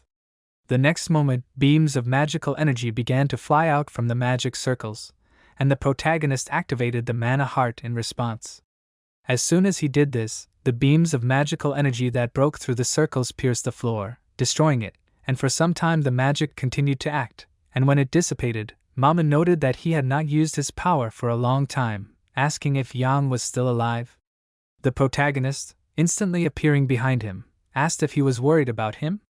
He admitted that he was flattered by such attention, and Maman, sharply stretching his hand to the side, activated a new magic circle, calling Yang names, and tried to attack him, but he was approaching too quickly and, jumping up, he managed to dodge this attack. He moved so fast that he was not even noticeable, and the only thing Maman saw was bright flashes of magical light. He was amazed at the speed at which the protagonist moved, and he used the Dark Dragon's Rebellion, accelerating only more, and asked if this was all that Maman could do. He called him names and headed towards the already destroyed gate, breaking the remaining intact part completely. He did not think that everything would turn out like this, and noted that mana was in constant motion in the heart, just like air in the lungs. Now he assumed what the true power of the divine dragon's breath was, and thought about the hearts of monsters, magic stones, and the elixir that he took. He was ready to eat anything in order to become stronger, and even suck the lich. He remembered how he approached it, and then leaned it against his body, waiting for the core to sink into him. He understood that at this rate, he would soon restore his strength to the level of his past life, but he immediately refused his words, suggesting that he might even become several times stronger. He frowned in concentration, looking straight ahead, but suddenly stopped abruptly, asking himself if this was a dead end. The door in front of him disappeared, but he was sure that there was definitely an exit, and asked how this happened. Maman, approaching him, laughed, noting that Yang was a rat choking on poison. He activated all the traps, and therefore the doors disappeared, and shouted that the protagonist had nowhere to run, asking what he was going to do now. Yang mentally noted that given all the circumstances, he would have to kill the lich, but he refused to do so, as he knew it was impossible. He had no weapons or other tools left, and was currently in no condition to confront Maman. Maman, meanwhile, cupped his palms together, shouted that he would cut off all of Yang's limbs, and activated the summoning ceremony, using the spell Summon Undead Dragon's Skull. A magical monster appeared from the circle, and Maman ordered it to bring Yang's body to him. But although the protagonist was unable to resist the lich, he continued to stand there, and suddenly a bright flash of magical light appeared in the air, and when it dissipated, Ian noticed that he was surrounded by stone fragments, and the magical monster was gradually dissolving. Leon, who stopped in front of him, asked if he was okay. Ian noted that there must be a way to defeat this monster, and Leon, frowning in concentration, praised him, asking that he now provide Maman for him. He announced that he heard that an emergency occurred during the exam, and that was why he immediately came here, but he did not even think that such a monster had settled here. He noted that because of Maman, hundreds of cadets died, and not only cadets, but also people under Leon's control.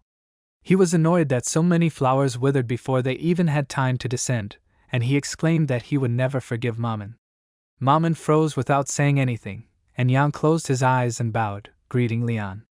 He looked at him in surprise, asking if he was the volunteer cadet. He wondered what he was doing here, and the protagonist explained that he was the only one who rushed after the lich and was stuck here. Leon now understood who had alerted him to the location of the monster, and noting that Yang had done a great job, he advised him to escape as soon as possible. The protagonist smirked, thinking that the Crown Prince had arrived just in time, and mentally turning to Roman, he praised him. Just before the first exam, Yang told Roman to give the head instructor the coordinates once he reached the gate, but made sure that Leon would also hear it. He gave him the coordinates he needed, and at the moment, he noticed that Maman had finally spoken, recognizing the flesh and energy. He guessed what it meant and asked how Leon was related to Bahamut. Leon repeated the name in amazement, asking why Maman was using the name of the founding father of the empire in vain. Maman was shocked when he heard these words, and after repeating about the founding father, he realized that Leon had Bahamut's blood, commenting that he was very funny. Leon looked at him in confusion, frowning, and Maman laughed, shouting that they were all very stupid. He remembered how Bahamut stood before him and commented that it was remarkable that Maman had created the breath of the divine dragon. He noted that he had done a great job with his work, but warned that he now had to die, and recalling this, Maman said that this was a special day because it reminded him of a long time ago, and then he continued to recall what happened before, and Bahamut in his memories declared that the breath of a divine dragon could only belong to him. And now Maman shouted that the blood descendant of his enemy was standing right in front of him. He again thought back to the past when he stood in the center of the magic circles, forming a magic spell between his palms. At that time, he was a wizard and he was curious about something. Thinking about the stable circulation and retention of the dungeon's energy, as well as the expansion of the boundaries and absorption power of the mana circle, he asked himself, how much power could he obtain if he combined all of these into one? He tried to do so, and in order to satisfy his curiosity, he began to conduct experiments on the body of his close friend Bahamut. He imagined how he did it, and the experiments were successful, and he was able to fill his body with new mana. Thus, the mana heart appeared, and when Maman stopped casting the spell, Bahamut showed his muscles, but Maman ordered him not to put on a show, but just get dressed. As Bahamut began to dress, he announced that he could see a significant change in the numbers and asked if Bahamut felt any new sensations. He exclaimed that it felt good and noted that if he used this power, he would be able to create a new battle technique. Together, they created a weapon based on the mana heart, and Bahamut named it the Divine Dragon's Breath. Maman said that this was not all the heart could do, intending to say what would happen when he studied it more, but before he could finish, Bahamut apologized to him, and Maman asked in confusion what he was talking about. Suddenly, blood sprayed into the air as Bahamut came up behind him and slammed his hand into his body with such force that his palm went straight through Maman's body. He shouted out in shock at Bahamut, asking what this meant. Without pulling out his hand, Bahamut declared that his role was over, and Maman desperately asked how he could do this to him. Bahamut admitted that he was truly wonderful, calling him his dear friend, and standing in front of Maman who had descended to the ground, he confessed that without him, he would not have been able to create either the mana heart or the divine dragon's breath. But he thought that it was time to stop since Maman knew too much, and Bahamut smiled as he said this, and then, turning his back, began to leave, declaring that everything they had created should belong only to him. At this moment, Maman asked how long it had been since he was betrayed by his best friend. His body, left on the floor, was slowly rotting away until only a skeleton remained, but with the remnants of his magic power, he was able to hold on to his soul by repeating the same spell, and he was able to imprint the effect of that feeling into his body. He was going to take revenge, and promised himself that the one who took everything from him would get what he deserved, and the one who betrayed his trust would suffer punishment. And at the moment, he thought that he had been preparing for this for 1,000 years, and flew away, screaming in surprise, but then frowned, looking at Leon, who was standing in a fighting stance, holding his sword at the ready, and balancing on a fragment of a pillar that was flying to the side. Maman called him impudent, and then destroyed the pillar, and activated the parallel chain curse storm spell, promising that he would grind Leon into dust. He pointed his hand towards him, but Leon activated the secret technique of the dragon's breath in response, breaking the magic circles even before it was activated. Immediately after that, he activated the yellow dragon river, concentratedly running closer to Maman, and shouting the name Bahamut. Maman noted that even after his death, he was tormenting him. Leon grew even more angry, ordering the Lich not to dare to speak Bahamut's name in vain. He and Maman activated their magic at the same time, and every time Maman created new magic circles, Leon destroyed it with his own streams of magical energy, taking the form of a dragon. The Lich noticed that Leon was blocking the magic circle from activating, and understood what he had to do in this case, and then summoned his slaves, ordering them to bind his legs. Several magic circles appeared from Leon's back, and skulls began to emerge from it, but he asked if Maman really thought he could stop it with his own sorcery? He stabbed his sword into the floor, shouting that it would be better if they met here together then. With the third form of summoning the yellow dragon, he destroyed Maman's assistants and the magic circles, activating the spell Evil Dragon Spirit. Maman's magic gradually dissipated into the air, and he was outraged that Leon dared to do this, and commanded him to die using the 4th tier dark magic of the weapon enhancement spell. Leon, clenching his jaw, frowned, activating the 7th form of the yellow dragon summoning and the 3rd form of the dragon's sword. Calling the Lich a corpse from the past, he commanded it to disappear, and in response to these words, Maman extended his palm forward, activating the 5th tier of total annihilation magic of the sword handle, and Leon used the noble Imperial sword, and as they approached each other, their magical energies collided, turning into a bright flash. As they fought, Ian, who was watching from the side, remarked that it was incredible, and with his arms crossed, he admitted to himself that he could not even believe that Leon could fight equally with the Lich. He didn't even know which of them was the monster, and noticing that Leon was using a materialized sword, he noted that such power could only belong to a dragon. He assumed that it was a breathing effect, and thought that this was a great chance to see what the Crown Prince was capable of. He watched his actions carefully, noting that he might have to fight him again in the future. Smiling, he quietly said that of course, this would not happen anytime soon, since finding his family was more important to him now. He assumed that he should try to escape now, but before he could step aside, someone suddenly asked where he was going. It was Rodrigo, who froze, placing his hand on the protagonist's shoulder, and warned that the fun was just beginning. Ian frowned, mentally noting that he had completely forgotten about General Rodrigo. He squeezed his shoulder tighter, admitting that it was strange, because first the cadets had escaped, and now the Lich had appeared, and the main character always found himself in the center of events. Jan addressed Rodrigo, calling him Captain, but before he could finish speaking, he suddenly frowned, and then corrected his words, saying that he should be addressed as Mr. Captain. The protagonist did not argue, simply agreeing, but Rodrigo continued to talk about this topic, asking discontentedly what happened to modern education if Jan behaved like this with a senior person. This was not even drill training, but only elementary etiquette, and he asked how teachers teach young people nowadays. Jen discontentedly thought that Rodrigo was another grumbler, and then he remembered the moment when Damien and Rodrigo met after his escape, and although the head instructor tried to hide the fact that an escape had occurred, it still became known. Rodrigo, having studied the documents, frowned and asked if the cadets had really escaped. There were only 4 cadets who escaped, and they were ranked from number 10 to number 900. 3 of them were caught in the forest shortly after, and while searching for the last cadet, the members of the 3rd Pursuit Squad were found dead, but the cadet's location could not be found. Rodrigo remembered that the cadet who escaped was number 974, and now he realized that it was Ian. The protagonist frowned, looking at him seriously, and he added that he heard that even Damien had to go looking for him, and asked how, with such a low ranking, he managed to survive the Pursuit Squad and Damien. In addition, he was now able to survive the battle with the ancient Lich, and he asked if he could say that he was just lucky.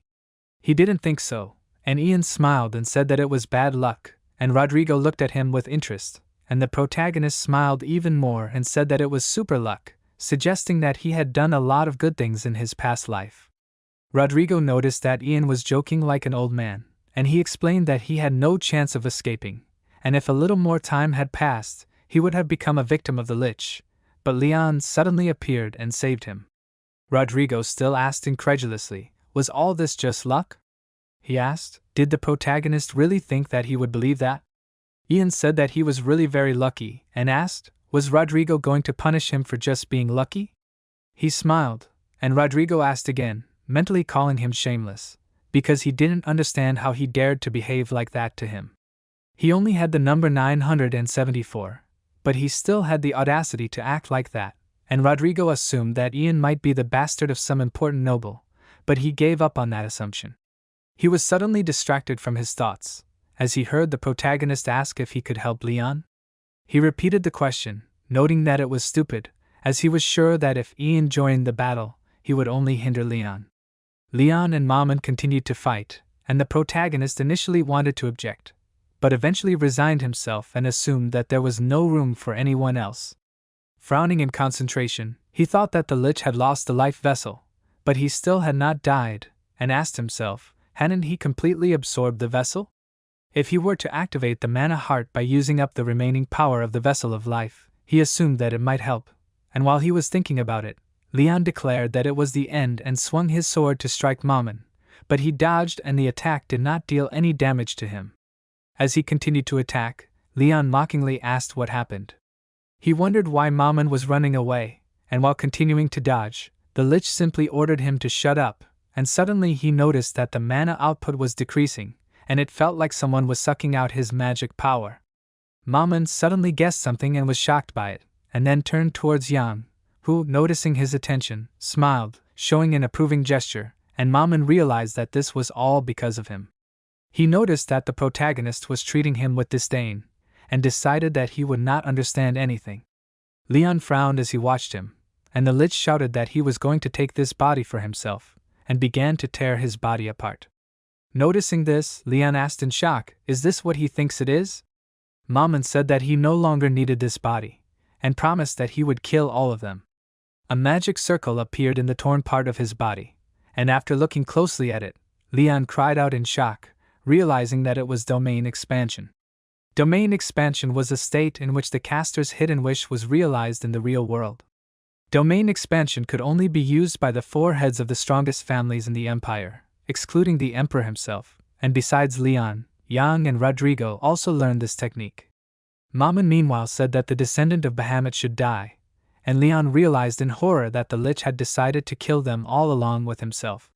The protagonist frowned, noting that he could not allow this to happen, and pressing his palm to his chest, he completely emptied the mana heart, commanding that the lich receive it. It was all the energy of the life vessel, and sensing what Yang was starting to do, Maman screamed and trembled, and Leon, noticing the gap, decided that he would put an end to this, and used the 5 senses of the yellow dragon's appearance, activating magical energy. But when he struck, his sword shattered, and the lich did not receive any damage and shouted that his attempts were futile, since the technique of expanding the domain was activating. He asked, did Leon really think that a measly attack would stop all this? But he was not going to give up, and putting forward his palm with the remaining fragment of the sword, he said for the dragon's sword to approach, and the magical energy replenished the split blade, and Leon used the 5 senses of the yellow dragon's appearance dragon's sword. He struck again, and this time he managed to cut the lich's body into 2 pieces. Maman coughed, Leon stopped, closing his eyes, and the magic that the lich had cast began to dissolve into the air. Gradually disappearing, Maman said that this was not all, but Leon, standing up, declared that he was finished. The lich was annoyed that all this happened right before his eyes, and he realized that everything was in vain. He had been secretly preparing a plan for 1,000 years, he had held a grudge for 1,000 years, and because of some boy, everything was lost. He extended his palm towards Leon, and did not understand how this happened. He turned to Bahamut, noting that if all this was for him, then he had not lived in vain. He didn't understand why he did this to him, but before he finished asking his question, his body completely disintegrated, and Leon simply closed his eyes, and for a while everyone was silent, and then he declared that it was over, calling Maman a terrible monster. He noticed that Maman accurately used domain expansion, and he realized that if the move was performed perfectly, they would no longer exist. He noted with disappointment that he was still weak, and Rodrigo, approaching him closer, noted that he was very tired, admitting that he did not believe that he personally decided to fight the Lich, since he should act differently as the Crown Prince. Leon stopped him, warning that it was turning into grumbling, and then he noticed Yang nearby and asked if he was still here. He asked if he was hurt. The protagonist said that he saved his life and thanked him, and Leon, drawing Rodrigo's attention to himself, ordered him to escort Yang to the medical unit. Rodrigo agreed to this, stepping aside, and the protagonist, following him and Leon, thought that this was how his plan on the blade's spine was realized, and the results exceeded his expectations, because he created a mana heart, and he managed to find out what Leon was capable of. Smiling, he mentally turned to Maman, thanking him, because he did all this with his help. They left, and only a scrap of clothing remained in the shelter, but in the shadow of this, a small cloud of energy was still burning. Some time later, in a beautiful spacious room, on the table in which there were several glasses of drink, Jan noted that he had not tried this drink for a long time. In his past life, he often drank this, and now, reading a book and sitting on the couch with his feet relaxed on the table, he also noticed that he had not relaxed like this for a long time. It seemed to him as if everything that happened in the mountains had happened a long time ago, but now, distracted from the memories of past events, he focused on the fact that cadets lived in this place, which looked like a mansion. He realized that all aristocrats lived in places like this, and noted that this castle was very different from the mass grave in which he lived before. The mass grave was 5 square meters, and the furnishings there included a bucket for excrement, a table, chains, and a cockroach. But in the mansion, the area of which was 84 square meters, there was a bed, a sofa, a shower, and even food. The protagonist thoughtfully noted that he still passed the exam well, recalling that the grades had recently been announced. He thought back a little, remembering how the instructor had thanked the cadets for their efforts. He announced that the first test had been cut short due to an emergency, but noted that thanks to Leon's bravery, the situation had been quickly resolved and they were able to complete the exams safely. He added that they could be proud of themselves for having survived, and began the announcement of the grades, explaining that the cadets ranked 1st through 10th would receive the highest score, those ranked 11th through 100th would receive an average score, and the remaining cadets would receive the lowest score. Casa, looking thoughtfully at everyone present in the room, noticed that the head instructor had not arrived, and the instructor continued speaking, noting that the cadets' accommodation would also depend on the grade, adding that those who were awarded a high score would be granted access to the Imperial Armory. The cadets were shocked to hear that they would be allowed into the Imperial Armory, as it housed treasures, as well as books from the founding of the Empire, and weapons. There were hundreds of the latest swords, and some people said that the library in the armory was the size of an entire fortress. The cadets who ranked 1st to 10th were allowed to go to the 3rd floor, those who ranked up to 100th were allowed to go to the 2nd floor, and the rest could only go to the 1st floor. After that, he was about to announce the results, and when he heard that he got 5th place, Roman thoughtfully asked, was it really only 5th? He was able to defeat the largest number of rare goblins in the mountain range, and the instructor continued speaking, announcing that 4th place went to Cruel, who conquered the troll's lair alone. He noted with displeasure that they were just doing them a favor, since they did not want to let anyone even on the 4th and 5th floors. Casa smiled and said that it was quite easy, and she didn't even get hurt when the instructor announced that she got 3rd place for subduing the orc village without getting hurt. 2nd place went to Lorena, who defeated the Golden Ogre single-handedly. The cadets were surprised, assuming that Lorena should be in 1st place, and Casa asked who was the leader then.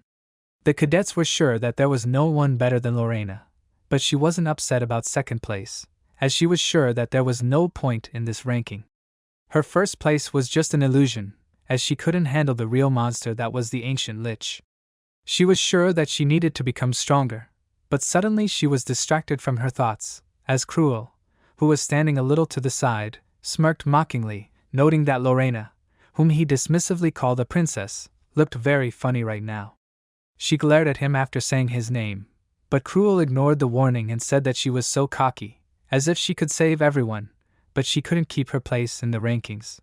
He remembered that some people were saying that she was the only one who could stop the Lich, and he exclaimed that it was unbelievable, noting that she was simply the pride of the upper class. Casa advised Loren to ignore him, as Cruel's condition had only gotten worse since Loren returned from the mountains. He got angry, telling her to shut up, and added that there was another interesting rumor. Lorena looked at him seriously, and he said that in fact she had not fought the monster at all, but had barely convinced Maman to spare her life. Lorena was silent for a while, and then admitted that it was true, and Cruel even flinched slightly, not expecting such an answer. She said that her skills were not enough to defeat Maman, and as she walked away from Cruel, she thanked him for worrying about the rumors about her. But she asked why he shouldn't worry about his own grades. Cruel irritably asked her to repeat what she said, and then, with a smirk, he said that she was a very good person, and suggested that she might be able to take the place of the deceased Duke Wolf. Lorena froze, slightly turning her head in his direction and saying his name in warning, and Cruel reminded him about the heir of the Wolf family, noting that Lorena's brother was originally supposed to be the heir, but since his death the title has remained vacant. He assumed that she wanted to get it, and thoughtfully noted that now was the best time for her to do so. And then he suddenly suggested something, asking if it was possible that Lorena herself had arranged everything in such a way that she would have the chance. If it was true, he praised her, and Lorena suddenly decided that in that case she would also ask him a question, and, looking at him furiously, she offered him to try to guess whether he was going to die now or not. She thought it was a simple question, and Cruel, waving his hand, agreed, offering her to see for herself. He was sure that she was no different from him, and concentrated magical energy near his hand, admitting that he now could not stand it when she acted as if she was the only one here. He offered her to attack, promising that he would deal with her and remove her mask. However, before he could attack her, someone suddenly grabbed him by the ear, asking if he could just stand there. Cruel, trembling, furiously asked who dared to do this to him. Lorena watched in confusion as Cruel suddenly screamed, asking the man who was holding his ear to stop, as he felt like he was going to rip it off. He asked the man to let go of his ear, and fell to his knees asking who he was. The instructor then asked to be allowed to announce the student who had won first place, and said that it was Yen, number 974. The protagonist, who was holding Cruel's ear, did not react to this, and Cruel called him a savage, and asked if he had won first place.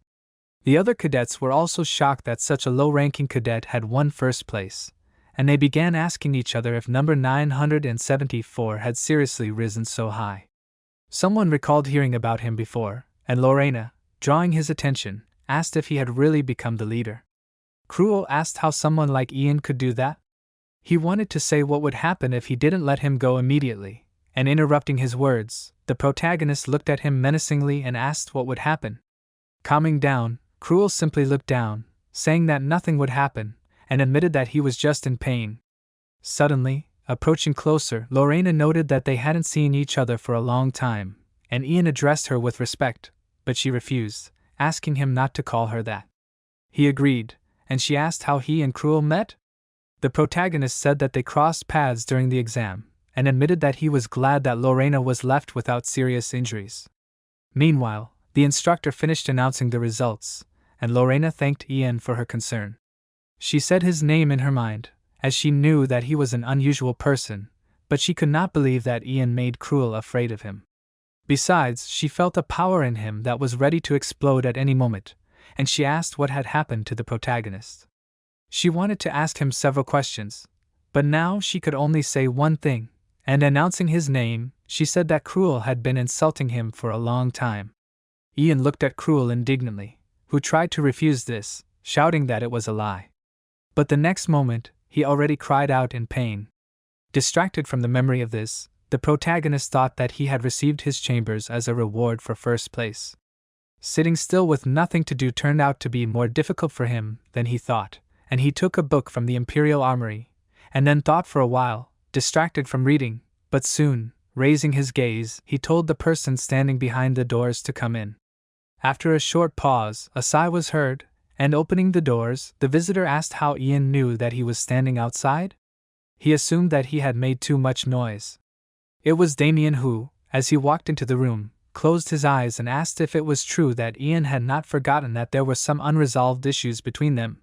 When Damien, having settled in the room, tasted the wine, the protagonist asked if he liked it. He noted that if he had known in advance that Damien was coming, he would have been prepared, and he said that it was quite a tolerable drink. Ian asked if it was true that the head instructor's aura could not be removed even if he was out of sight. Damien said that this was again a lie, and Ian asked how the Crown Prince made him do this. He assumed that he was very worried, and remembered Leon ordering Damien to make sure that Ian received good treatment. Damien assumed that the protagonist was another of Leon's infatuations, and he asked in amazement, and Damien in turn asked what else he could do in such a case. Yang frowned in concentration as he looked at him, and Damien, stirring his wine in a glass, admitted that he did not want to upset the Crown Prince, but he still wanted to kill Yang. Smiling, he said that he had just received a report, explaining that it was about number 52 in Simon's County. The protagonist listened attentively, and Damien said that there was nothing there. Yang noted that this was expected, but Damien shouted that no one had lived in that place for several years.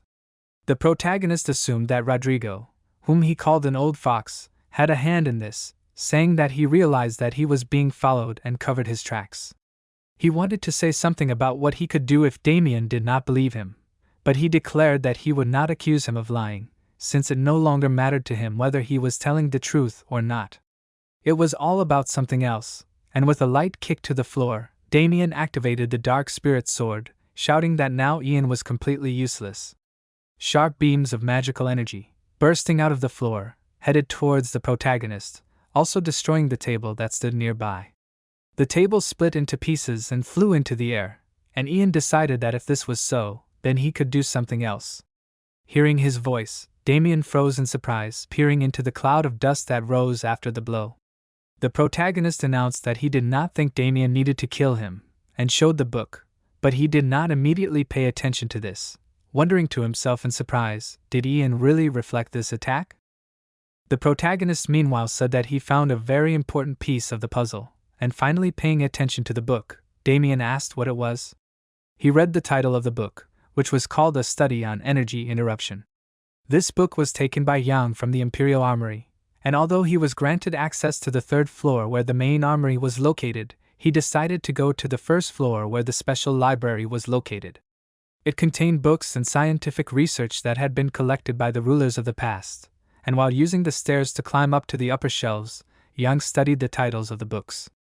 Most of the books were devoted to research on methods for subduing monsters, and he threw the unnecessary copies aside, but finally he stopped, asking himself, was this really the book? He found a scientific work on energy interruption, which was written by Captain Rodrigo. Energy interruption was a disease in which a person's internal energy did not circulate as it should, the patient's energy was exhausted, and in most cases, such people died before they even reached 20 years old. Taking the book and studying the contents a little, Damien asked in confusion, what was the problem? Yang asked in response, isn't this strange? He did not understand why the captain of the special squad would research energy interruption, and noted that it did not seem like Rodrigo had such a disease. He also added that Rodrigo had chosen a very interesting question to study, and in his mind he recreated his image, noting that he did not have an interruption, but asked what if his daughter was sick? He imagined the girl, noting that because she never had energy, she always stayed at home, and this matched the symptoms. For the sake of curing his daughter, Rodrigo continued to research this disease, and the protagonist previously thought that he hid his daughter because she was his weak point, but everything turned out to be completely different, and for the sake of curing his daughter, Rodrigo decided to move, because finding a good doctor is not easy. He realized that he was wrong from the beginning, and Damien, frowning, asked, does this mean that the captain's daughter is not his weak point? He did not understand what Jan wanted to say, and he smiled and admitted that Damien would not be able to keep Rodrigo on a short leash with his daughter's help, and instead he could hold the captain's life in his hands. Until now, there was no cure for the interruption of energy, and in order to maintain health at least in a stable state, a large number of drugs were needed. He understood that Rodrigo himself could not have earned so much money, and noted that it was clearly not without theft of budget funds. The ideal place for this was, of course, a special squad, and he knew that if there was evidence that funds had been stolen, then it would be possible to destroy Rodrigo, and as he said this, he first imagined the severed head of an animal, which in his mind then turned into Rodrigo's head. Jen declared that hunting the old fox would not be difficult for Damien, and he thought about it, noting that everything the protagonist had just said was just an assumption. Ian admitted that this was just a guess at the moment, but warned that they would be able to bury the captain if it turned out to be true. Besides, they were not risking anything at all, and Damien had every reason to investigate the matter, since embezzlement was against the law. Damien repeated that he had every reason to do so, and then, looking at Ian, he said that this was not bad, and threw him a book. Catching this, the protagonist simply looked at the book, and Damien added that he had his own man in the audit team of the special squad, so it would not be difficult to implement the plan. He told Ian himself to try to find out more about this disease for now, and he, smiling, mentally noted that this was incredible, realizing that it worked. Everything he told Damien was true, since Rodrigo really did steal money in order to pay for his daughter's treatment. He imagined Rodrigo sitting in a dungeon shrouded in chains, and remembered that this news had resonated so much in his past life that he still remembered it. But suddenly he was distracted from his thoughts, as Damien caught his attention, asking if he had given up the opportunity to go to the 3rd floor and went to the 1st floor for this book. He was surprised that Ian had given up his weapon, and the protagonist asked what the point of a weapon was if it could not help Damien. Damien sighed, did not argue, and in the end he promised that he would personally compensate for this loss. He added that from now on, his training in the main program was over, and Ian, frowning, asked in confusion, what did this mean? Damien looked at him and said that the main character would now be his apprentice, and he froze in shock, his eyes widening, and asked himself, did Damien really take him as an apprentice? Realizing that this was indeed the case, he smiled. Damien, approaching the door that led to the exit of the room without looking at the main character, told him that in fact he really likes him, and he is not like those weaklings he met at the academy. The main character, with a smirk on his face, looking at Damien's back, and thought that this was a great opportunity to get closer to the instructor, but he had doubts, and he asked Damien if number 974 was worthy of being his student. The main character, putting his hand on the back of his head, said that he did not deserve it. Damien turned to the main character in bewilderment and asked him, what? After that, the confused Damien began to notice that however he was quite a talented warrior. Damien asked the main character who masterfully attacked him from an ambush. The main character noted that in the end he caught him anyway, and he was afraid that such an inexperienced cadet like him was only capable of ruining his reputation. Irritated, Damien abruptly ordered to stop these conversations, after which he shouted that he would become his new toy. At this point, Damien abruptly cut himself off and corrected himself by saying that he would become his new student. After that, slamming the door, Damien continued to shout that no matter what, he orders to remember this and prepare. When the main character was left alone in the room with himself, he thought that it was good that Damien left because he had already begun to irritate him. The main character, looking at the family heirloom in his hands, thought that now he would be able to get even closer to him. In the consciousness of the main character, a memory appeared of how he saw a tattoo on Damien's shoulder. The main character understood that this symbol was the secret of his family. With a serious expression on his face looking in front of him, the main character understood that he got a chance to reveal this secret. Sometime after these events, in the arena number 3, which was a massive concrete building and also a training ground which was only accessible to high-ranking instructors. The training ground number 3 was completely empty and spacious. Inside it was a lot of different equipment which facilitates training. A voice said, 183. The protagonist understood that even cadets from noble families do not have access to this arena. After that he said, 182, and soon after that 195. A luxurious staircase led to the ascent to this site, and the entire structure was made of noble stones. The protagonist was in a prone position and held on to the stone surface of the training ground with his hands, lowering his body down and lifting it up, thereby doing push-ups from the floor. Soon after that the protagonist said, 199. However, these were not classic push-ups. The protagonist only held one of his hands on the floor, lifting his entire weight with his only hand. When the protagonist did this, he shouted, 200. With a serious expression on his face, putting his other hand to his back, the protagonist finished the push-ups by doing 200 repetitions. Continuing to be in the building of the training ground, The protagonist standing in the very center of this ground decided that he needed to take a break, after which the protagonist looking around noticed that this place was so dull because he was all alone here. The protagonist felt how his body began to change due to the introduction of the mana heart. However, at the same time, he understood that these changes were happening too slowly. Looking at his developed muscles, the protagonist understood that he would have to train for a long time so that his strength corresponded to his internal energy. Looking at the various sports equipment such as training swords and shields, Yang thought that he had access to the arena thanks to the head instructor. However, the people around him reacted differently to his privileges. Memories appeared in his mind from the furious Roman who irritably asked him if he had decided to become a servant of this vile person. After that, Roman turned to Yang and remarked that he was incredibly pathetic, while Lorena noticed that he was an incredibly talented cadet and asked him if he would be her friend.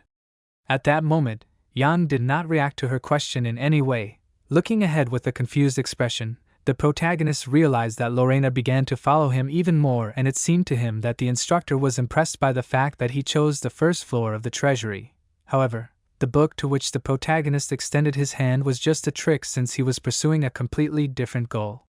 Throwing the book aside, the protagonist picked up another book and with a smile on his face, looking at it, he thought that in fact this is what he was looking for. He was holding a book about the founding of the empire, and although this book was more like an ordinary history textbook, in the future this book will become a sensation because it will turn out that it was written by the founding emperor. Then the protagonist began to reason that now he has a mana heart, but he is still not able to use the breath of the divine dragon to its full extent, and this breath was created by Emperor Bahamut together with Mammon. Ian realized that he needed the strength of both of them to master this technique, and now he needed the knowledge of the founding emperor. After that, the protagonist began to think that with this approach to this issue, he also felt sorry for Mammon because what he had worked so hard for was taken away from him, and then he was killed, which is a good reason to become a vengeful monster. The protagonist, opening the book about the founding of the empire, decided to look at what was written inside. After that, the protagonist asked if there was anything inside that could help him. Suddenly the protagonist's eyes widened in surprise. Looking inside the book, he asked in surprise, "What?" In bewilderment, the protagonist looked at the blank pages and asked himself, "Is there nothing inside this?" The confused protagonist leaned on the marble fence of the training ground and asked, "What is this?" The protagonist noticed that the other pages were also blank, but he remembered that there was a rumor that this book was written by the founding emperor. The protagonist began to reason that the founding emperor even killed Mammon to become the sole owner of the divine dragon's breath. After which the protagonist suggested that perhaps that was why he did not just write about it like that. Then the protagonist looked inside with a thoughtful expression and asked himself, "Or?" At that moment, a dark materialized hand began to approach Young from behind. The protagonist felt that something was behind him and turned around abruptly. But at that moment there was nothing behind him. The protagonist looked behind himself warily and asked, "What was that just now?" The protagonist realized that he felt as if he was being watched. After that, the protagonist turned his head back and looked ahead in surprise and asked, "What is that?" Looking at the book in his hands, Jan noticed that there was still nothing inside it. Then the protagonist shouted out that he had an idea. Suddenly, a dark spirit struck, which looked like several dark magical cuts appeared in the air. The protagonist, squeezing the condensed magical energy around his forearm, looked warily towards the column on which he had made several cuts. Frowning and looking ahead, the protagonist said that he had tried to cut it, but he had still failed. The protagonist noted that he was still not as strong as the head instructor. Suddenly, an ominous laugh was heard in the training ground building, after which this voice turned to Jan and called him a fool. The protagonist, with a serious expression on his face, looked ahead towards the column from which this voice came. This voice, addressing Yang, said that he would not be able to unravel the mystery of the book. The protagonist, perplexed, looking at the dark matter hiding behind the column, repeatedly asked, "Him?" Suddenly, Mammon appeared from behind the column, who, addressing Yang as a stupid child, noted that they had not seen each other for a long time. Perplexed, looking at Mammon, Yang loudly asked, "Mammon?" Then the surprised protagonist asked him how he got here. The protagonist remembered how Leon tore Mammon's body into many pieces. Recalling this, the protagonist asked how he survived after such wounds. Maman laughed frighteningly, saying that now he understood something, and even such pathetic insects can become a hindrance if ignored for a long time. After that, approaching Yang, Maman shouted that insects like him are especially irritating. The protagonist clenched his jaw and stared intently at the approaching Maman, after which Maman made a sharp lunge and jumped up, preparing to strike the protagonist, shouting that therefore he would immediately kill him. The protagonist cursed with a tense expression, while Maman screamed that he would kill him at all costs. Suddenly the protagonist's face slid. Looking ahead in surprise, the protagonist turned to Maman and shouted, "His face!" From under Maman's hood, a furious female face with a magical pentagram on her forehead appeared. Maman was yelling at this time that he would take his body for himself. The protagonist looked at this in surprise and shouted, "This face!" At this time, the tense protagonist began to think that Maman's appearance would not deceive him, and even though he now looked like this, he was still a lich. Suddenly, Maman shouted out, ordering the protagonist to die and pass through the protagonist's body without causing him any injuries. The protagonist looked in bewilderment as Maman, with a wide smile on his face, passed through his body again and again, laughing furiously. The protagonist, looking in front of himself in confusion, began to reason, comparing himself, "What is this, and is it a ghost?" Then the protagonist realized that this was not it, and suggested that this was a manifestation of thoughts. Watching what was happening, Yang began to reason that perhaps even after the transformation of the lich's life vessel into the heart of mana, Maman remained in the form of a manifestation of his ideas. The protagonist came to the conclusion that Maman was not dangerous. In fact, there was none. At that moment, Maman relentlessly continued to try to inflict damage on the protagonist. However, the protagonist, who was watching this and did not feel these attacks, thought that this was starting to anger him. After that, the protagonist asked Maman to listen to him and asked her to go to the next world, after which he asked why she was still wandering in this world. Then the protagonist asked, what happened to her appearance? Maman laughed loudly and shouted that this was wonderful. At that moment, her body completely materialized, and with a confident smile on her face, Maman said that all this time she was a walking corpse. But now she returned the appearance of those days when she was a living sorceress. The effect of the young mana heart returned the sorceress Maman to her true appearance. Levitating in the air, Maman asked the protagonist if he thought that she would just disappear like that. Then she shouted that now that she returned, she could kill everyone to the last one. Maman remembered the descendant of Bahamut, and shouted that she would kill him too. With a wild smile on her face and a crazy look, Maman shouted that she would kill those who betrayed her. The protagonist, with a serious expression on his face, looked at Maman and turned to her and asked if she was getting smaller. At that moment, Maman was sharply decreasing in size. The protagonist, watching this, noticed that nothing could be done about it, and explained that this way his magical abilities were used more economically. After that, the protagonist turned to Maman and asked her how she could take revenge on them. Yang noticed that she looked like she had plastic surgery. Maman, recalling her previous appearance with a naked skull under the hood, said that, however, all people inside look the same, after which she shouted that, moreover, it is all their fault. Maman told the protagonist that she maintains her manifestation only thanks to the energy of his mana heart, but the connection is too weak to display the full appearance. After that, in furious bewilderment, Maman, madly looking at the protagonist, asked him why, after all the elixirs he drank, his energy level was so low. Maman shouted that any weakling would be stronger than him. The protagonist, reacting to this remark, noted that it was rude.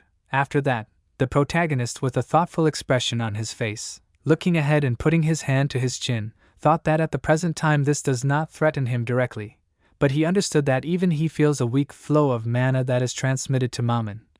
But the fact that this path is open explains that Maman can become a hindrance in the future. The protagonist understood that his opponent was one of the most powerful magicians, and if in the future she would parasitize on his mana, he would not be able to prevent it in any way. At that moment, behind the protagonist, Maman, with a sly smile on her face, tried to strike him, but the protagonist turned back and Maman pretended that she had not planned anything like that. Then the protagonist, holding a book in his hands, said that nothing could be done about it. Walking away from Maman, Yang said that he was glad to meet her and that she should see this world before she disappeared. Maman turned to Yang and asked him not to be sarcastic, after which she noticed that he did not adapt well to mana and asked him how he decided to get rid of her.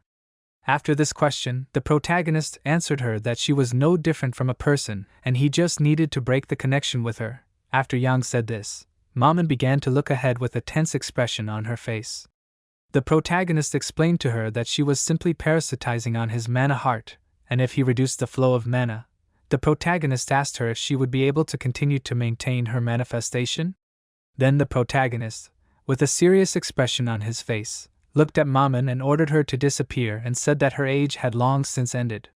Maman, with a frightened expression on her face, began to answer him negatively and shout that she must stay alive. After that, she shouted that she should never disappear. Maman sharply asked the protagonist to wait, and began to prove to him that he would regret her disappearance. And then Maman turned her attention to the book that Yang was holding in his hand and told him that this book was Bahamut. Looking at this book, Maman asked him, he wants to know the secret of this book, right? Sometime after these events, the protagonist cut his palm with a sharp blade of a knife, after which thick blood began to drip from his hand onto the page of the book. The protagonist, dripping his blood on the pages of the book, said that it is necessary to sprinkle this blood which contains the breath of the divine dragon. After that, the protagonist, clutching a knife in his hand, asked Maman, and then what? Maman put her hand in front of her and said that if you gradually direct mana into it, the blood will begin to turn into letters. The protagonist, with a surprised expression, looked at the book in which symbols began to appear from drops of blood. An inscription appeared in the book. The protagonist, looking at this, said, light and darkness. After that he asked, do the two components merge? With a confused expression on his face, looking at the book, the protagonist asked, what kind of nonsense is this? After that, the protagonist turned to Maman and asked her, does she also not understand what this means? Maman, also looking at the book, explained to him that she does not know what Bahamut wrote about. The main character, with a tense expression on his face, looking at the book, noticed that the Emperor Founder could not write such nonsense. Soon after that, the main character's face distorted and he looked ahead with wide open eyes in surprise, shouting that the letters were flying up. At that moment, the letters consisting of blood that had been on the pages until recently began to separate from it and rise into the air. These letters rose higher and higher, while the surprised protagonist, watching this, shouted out that the soaring letters began to form words.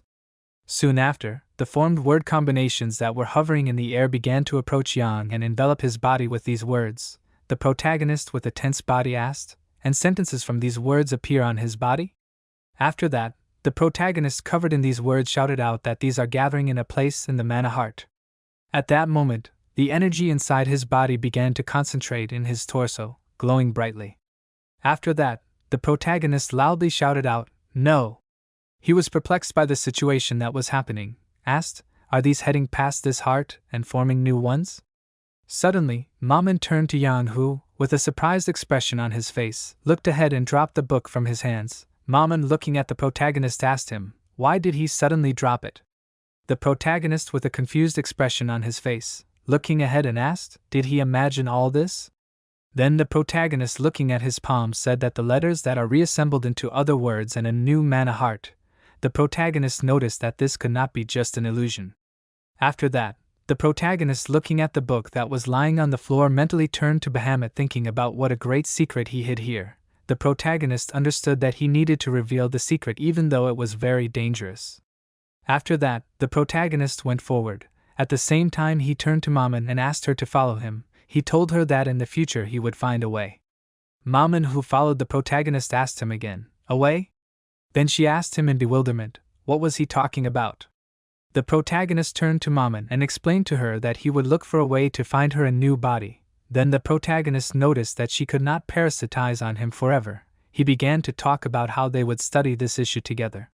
Maman looked at him with a surprised expression first, then with a happy expression, after which she asked the protagonist with a wide smile on her face, is it true? Happy Maman shouted that he had a good eloquence skill, after which she asked why he came to this decision so suddenly. The protagonist, descending the stairs with a book in his hands, asked her not to rejoice too much, after which he assumed that she understood that he would not help her just like that. After that, the protagonist warned her not to dare to do anything strange. Maman, with a sly grin on her face, answered him affirmatively, after which her face distorted. With a crazy look and a wild smile on her face and an eye that appeared on her forehead, Maman mentally called the protagonist a fool and mentally asked him if he thought that she would help someone like him. Maman reasoned that now she just lacked energy, but as soon as there was enough of it, he would die first. With a crazy expression on her face, Maman looked at Yang's back, but the protagonist suddenly turned around and Maman pretended that she hadn't planned anything like that. The protagonist said out loud that it was somehow questionable and that he needed to expel her right now. Maman asked him in bewilderment, why did he decide that? Then Maman shouted out that they were now sharing one body. The protagonist asked her again in surprise, one? Then the protagonist confidently said that it was his body and asked her in bewilderment, why did it suddenly become hers? Some time after these events, in a large gloomy building located among tall trees, when the sun was setting and illuminating the space with a pink color and petals from the trees were falling down, the protagonist made a sharp blow with his hand, raising his hand back and moving forward in jerky sharp movements. A powerful magical energy force of bright light appeared from his fist. The protagonist tensed his body and showed off his muscles as he prepared to strike with his hand, turning his body completely. The protagonist raised his leg and was about to strike with that leg, focusing his gaze on what was in front of him. At that moment a bright, blinding energy light was pouring out of his foot. Then the protagonist returned to his fighting stance and pressed his hands to his body, pouring out a bright magical light from his body. And then the protagonist raised his hand up and looked in front of him with a serious expression at Damien, who was standing opposite him with an emotionless expression. The protagonist frowned and with a sharp jerking movement rushed to attack. However, suddenly Damien's leg, which was standing on the concrete, suddenly became enveloped in magical energy. The protagonist looked at this with a tense expression on his face, after which a magical liquid began to flow out of Damien's open palm, which soon materialized into the shape of a sword collected from condensed magical energy. Damien, with his eyes closed holding a sword in his hand, put it in front of him, and then began to swing this sword. The main character looked at this in bewilderment, after which Damien made a sharp movement with his hand striking the sword towards the main character running towards him. The main character managed to put his forearm in front of him, after that defending himself from the attack, because of which he was thrown back several meters. A sharp cutting blow delivered by Damien broke the massive arches that were behind the main character, after which this powerful energy completely tore apart the space surrounding the main character, emitting a blinding bright powerful light. A huge number of dense old trees that were several meters behind the main character were also cut down by this powerful attack of Damien, and now only stumps of these trees remained in the forest. Damien addressed Yang and said that it was incredible. Laughing loudly, Damien noted that he fought with the desire to kill him despite the fact that he was weak and he did not even know if he would survive. The protagonist addressed the instructor holding on to the remaining tree stump with his legs and his head down. The protagonist crossed his arms over his chest and said that he would not kill him in sparring because he had not yet told him how to block such attacks. Then the protagonist asked if he should not teach him. Damien approached Yang and told him to use all his self-defense skills and work with his hands, after which he advised him to jump higher due to centrifugal force. The protagonist descended from the stump and answered him affirmatively, after which he noticed that, however, he was still jumping. The protagonist, looking at Damien approaching him, thought that he was really crazy and that he had been attacking with a real sword the entire training session. After that, the protagonist began to think that that paragraph from the book about the foundation of the empire was useful, and if it weren't for that paragraph, there wouldn't even be stumps left from the trees. Maman appeared next to the protagonist and said that he clearly knows how to handle the dark dragon's breath. The protagonist turned to Maman with a surprised expression and asked her again, "A dark dragon?" Maman put her hands under her head and levitated in the air in a relaxed pose and turned to Yang and asked him, "Who is this strange person?" Maman then noticed that he didn't look like a weak person, unlike him. The protagonist looked at Maman levitating above his head with a serious expression and asked her if she called him a weakling. After that, the protagonist abruptly ordered her to stop wasting his mana and disappear. The protagonist then told her that he was the chief instructor at the training center. Maman asked him again, "The chief instructor?" She then said that she was familiar with his energy. The protagonist told her that she should get used to it because he was the bastard of the current emperor, which meant that he was a descendant of the founding emperor. After this news, Maman's face distorted. She asked with wide open eyes, "What?" After that, she assumed, "A descendant of Bahamut?" In rage, Maman screamed that she would not leave this just like that. Immediately after that, with a furious smile on her face, she rushed to attack Damien, ordering him to pay with his death for the sins of his ancestors. She ran up to Damien and began to try to hit him on the shoulder with her fists. At that moment Damien asked himself, why did his shoulder suddenly hurt? After that, with a smile on her face, Damien remarked that it was very good to relax like this, spending time with her student. The protagonist turned to Damien and asked him, was it that easy for him? Damien replied that he had just seen the first form of the dark-breathed sword called the Coward's Killer. The protagonist listened to what Damien was telling him with a tense expression, while Damien continued to talk about how none of the cadets had seen the second yet. Then Damien asked him if he knew why no one had seen the second. Without waiting for an answer, Damien himself told him that no one could survive the first, and then Damien remarked that it was unbearably boring. Damien turned to Yang, calling him number 974, then interrupted himself, and called him his student named the protagonist. Looking closely at the protagonist, Damien said that he was very interested in knowing how long he could hold out. The protagonist with a serious expression mentally asked himself, hold out? After that, a confident grin appeared on the protagonist's face. Standing opposite Damien, Yen said that he does not know how many forms of this sword exist, but he hopes that there are many, and if lessons are held every day, there should be 365 forms. Damien, standing opposite Yen, noted that his impudence is even pleasant to hear, but to study at least one form, several decades are needed. Ian, squeezing his palm with one hand, answered Damien that he could not worry about it, how many forms he could show him. Looking intently into Damien's eyes, Ian, holding his palm outstretched in front of his face, said that from now on he should only worry about the consequences of these lessons. Some time after these events, when the sun had already risen up into the sky, the main character, who had taken a powerful blow to his face, was thrown back by a powerful blow from Damien. Some time later, when it was raining outside, Ian, leaning his foot on the wet grass, clenched his palm into a fist, concentrating magical energy around it and materializing a melee weapon from black matter. The main character, with a furious smile on his face, rushed to attack. And so every day the main instructor taught him. Time passed, and after 2 years, when new shoots began to appear on the stumps cut down by Damien, a large ceremonial cape fluttered in the wind. Many people obediently stood in the center of a large room, while a man in a red uniform stood on the stairs near these people and announced that the top 50 cadets would be revealed. After that, this man announced that the testing was almost no different from the previous one, but the one who ended up at the bottom of the list would train separately.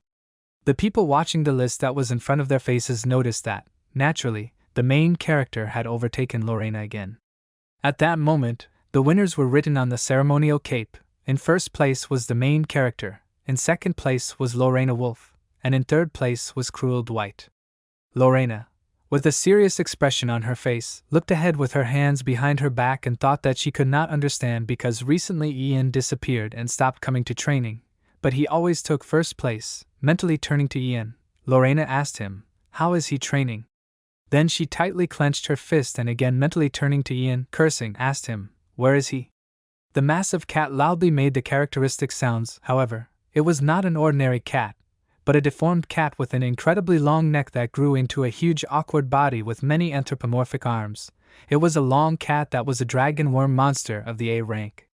The deformed long cat monster screamed loudly as it prepared to attack. Shortly after that, several sharp slashes were made in an instant. Lorena clutched the sword in her hands with an emotionless expression on her face as the monster cat rushed past her. A moment later, the monster cat was broken into many small pieces due to the huge number of cuts received from Lorena. With a serious expression on her face, looking ahead, Lorena frowned, mentally addressed Yang and ordered him to wait, stating that during their next meeting, she would take back her victory. 2 years after these events, the final test of the third arena was taking place in the training ground building. At this moment, a battle was taking place in the center of the arena.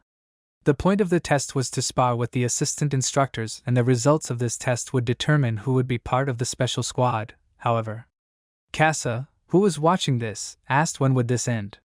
Roman, who stood next to her with his arms crossed over his chest, noted that this was an incredibly boring event.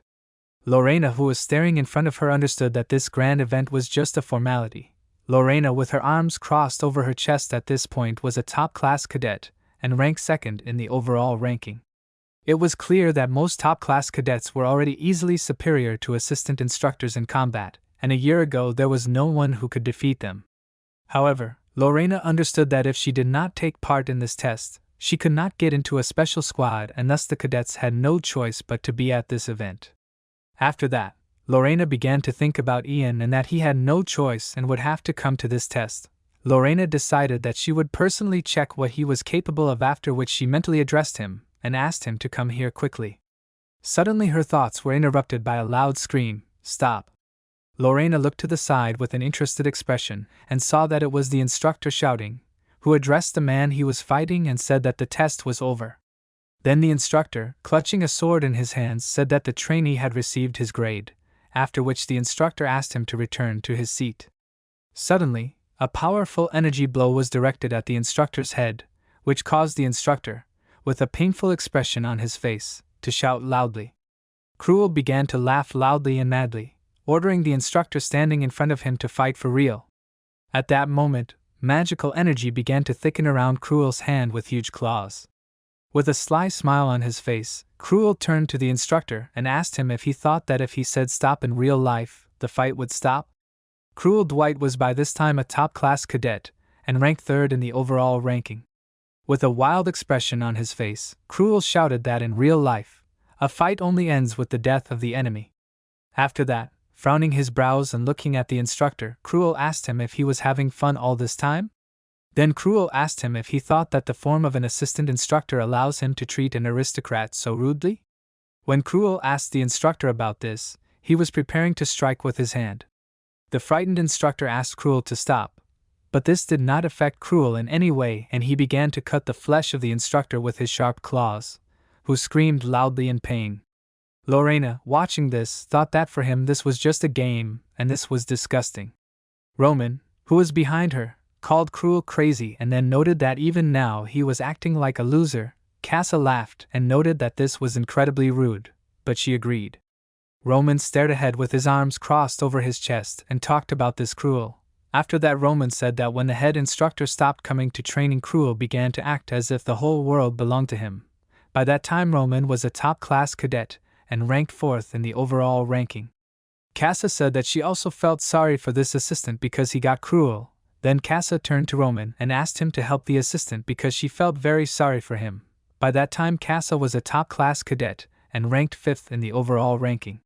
Roman asked her again, "Feel sorry?" Then he asked her how many low-level cadets the instructors killed. Then Roman said that everyone should fight for themselves. Casa turned sharply to Lorena and suggested that she thought Roman had chickened out. Roman asked her again in bewilderment, "Chicken out?" Lorena did not react to the conversation between Cass and Roman, thinking that these two were very similar to each other. After that, Lorena said that at first she did not think that Cruel was so crazy, although he had a bad character. But recently he killed the assistant instructor, and he finally went crazy 2 years ago. Roman asked why no one did anything about this rabid animal. Cass explained to him that this psycho was from an influential family, after which she addressed Roman by name, and noted that he also avoided him. Roman, furiously perplexed, asked her again, "What?" After that, he asked again, "Is he avoiding him?" Then Roman shouted that he just does not touch him because he does not want to dirty his hands on him. Cass noticed that this means that he avoids him. Lorena, watching this dialogue, thought again that as she had previously thought, these two were very similar to each other. Then Lorena, looking intently ahead, thought that the training would soon end anyway and no one wanted to cross the Dwight family's path. A moment later, the blade of the sword belonging to the instructor broke. The instructor fell to the ground with a painful hoarse cry, dropping the sword from his hand. Cruel, in a state of rage, jumped towards the instructor, preparing his sharp claws to rip his flesh, and at the same time screamed that he could not even fight back without a weapon. Then Cruel asked him, "And at the same time he calls himself an assistant instructor?" The instructor, looking fearfully at the approaching furious Cruel, shouted loudly, "No!" Lorena closed her eyes and used a freezing spell. Suddenly Cruel's gaze became distorted. Now he was looking ahead in confusion with his eyes wide open because there were sharp ice spikes right in front of him, which forced Cruel to step back abruptly. The defeated instructor looked ahead in confusion at the ice spikes and asked what was this. Cruel, who was on the opposite side of these ice spikes, asked if it was an ice pick. After that, Cruel said that in that case. At that moment, Lorena appeared behind Cruel, clutching a sword in her hands. Turning to Cruel, Lorena told him that she did not want to make a fuss, but she noticed that it was impossible to watch. Cruel, with a serious expression on his face, looked at Lorena and asked her if she was trying to joke with the Dwight family. At that moment, Lorena clutched the Wolf family talent called the Eye Sword in her hand. With a serious expression and frowning her brows, Lorena looked at Cruel and warned him not to dare attack her, then threateningly told him that he should not take any action against her. With a mad smile on his face, Cruel looked at her and began to laugh frighteningly, then shouted that he wanted to kill her before graduation and finally he was lucky and met the right moment. Lorena mentally called him a worthless person. The mad Cruel with a brightly glowing eye put his distorted hand with huge claws to his head and turning to Lorena told her that this was the last test in her life. Lorena, clutching an ice sword in her hand while the injured instructor colleagues were able to take away from the arena, turned to Cruel and told him that he always chooses only easy opponents for himself. Then she asked him if he could at least once fight someone stronger than himself. With a wide smile on his face, Cruel laughed non-stop, then clutching his face with his hand, he noticed that the lady always spoke with incredible nobility. Lorena, who was closely watching Cruel's actions, thought that his fighting spirit was becoming stronger. Cruel, turning to Lorena, told her that he wanted to see how the noble face would distort with shame, after which he again stated that this was the last test in her life. Sometime after this, a battle began where the energies of two powerful opponents began to collide with each other, forming powerful energy flashes. Lorena held the family Eye Sword in her hand, and Cruel extended his sharp claws in front of him. When they collided, bright flashes of light occurred. Soon after this, Lorena, with a tense expression on her face, turned to Cruel and told him that if he needed a sword, let him say so. With a crazy smile on his face, Cruel looked at Lorena and shouted that he could deal with such a worthless person like her in hand-to-hand combat. After that, there were many blows in the arena. When Cruel attacked Lauren, she defended herself by holding her sword in front of her. Roman and Casa watched the battle from the stands. Roman, looking at this, noticed that he thought it was already clear who the winner was. Casa asked him again, "Okay?" After which she suggested that, however, they are not inferior to each other. Roman noticed that Lauren was slightly ahead and after the 30th blow, Cruel would have a hard time keeping up with her. Casa, looking intently ahead, noticed that she was glad about this. However, after that, Casa said that Cruel periodically emitted strange energy. She said that the members of the Dwight family never used the secret dark technique of the special squad and if Cruel decided to use it. Then Casa noted that, in addition, Cruel, unlike Lauren, fights for real. Roman looked at Cass in surprise and asked her what she could know being in 5th place. After that, Roman put his hand on Cass's head and started running his palm through her hair. Cass asked him loudly in confusion, "What?" Roman explained to her that Cruel had been in 3rd place for the past couple of years. After that he asked her if she didn't know that the 3 leaders were called the Heavenly Three. Cass chuckled and told him that she was just focusing on more important things. Roman noticed that he knew this, after which he asked her what she was focusing on. Cass, with a serious expression, frowned and looked at Roman with displeasure. Roman explained that she had created a private squad of 80 people, which included commoners and children of aristocrats from the border regions. After that he asked her if that was true. Roman noticed that her private squad looked more like an idol fan club than a military squad and it seemed to him that she was busy recruiting aristocrats. Casa in response suggested that however he was also busy, then turning to Roman, Casa asked him, "Isn't that so?" From this question Roman's face distorted and he also frowned and looked at Casa, who began to speak out loud about how he also created a squad of slaves and cadets from other cities, and this squad consists of 56 people who are divided into 7 groups of 8 people. Casa began to reason that they could be carrying out some kind of task right now. Then Casa suggested that, for example, they could be carrying out such a task as organizing an escape. Roman brought his wary and serious face closer to Casa, addressed her by name, and noticed that she was too interested in other people. Casa, defiantly looking at Roman, answered him that he seemed to be too interested in her. Then she asked him, "Is that so?" A sudden loud painful hoarse scream made Roman and Casa stop their verbal squabble. It was Cruel's hoarse voice as the blade of Lauren's family Eye Sword was presented to his neck. Looking at this, Roman said that as he thought, it looked like the fight was over. Casa rejoiced at this news. Cruel, with a tense expression on his face, kneeling with the blade of the sword pressed to his neck, addressed Lauren by name. Lorena, looking down at Cruel, asked him, "Is it over?" After that, she suggested that perhaps he wanted to fight again. With a confident expression on her face, looking at the defeated Cruel, Lorena told him that if he continues to rely only on his own strength, then he should expect defeat. Lorena advised him to learn to be humble and noted that this is necessary so that he will not disgrace himself again. And then Lorena asked him if he understood this? With a tense expression on his face, Cruel looked at the blade pressed to his neck and made frightened sounds. Suddenly a dark figure appeared in Cruel's mind and turned to him, and asked if he would tolerate this again. When this dark figure appeared in Cruel's mind, his face distorted. The dark figure called Cruel poor and began to tell him that he always loses and that what belongs to him is always taken away from him. He is always at the bottom and constantly gives away his own, and nothing will change in the future. The dark figure was behind Cruel and affected his mind, saying that if he had fought and killed, then this would not have happened. After that, the dark figure ordered Cruel to remember, and stated that it was his.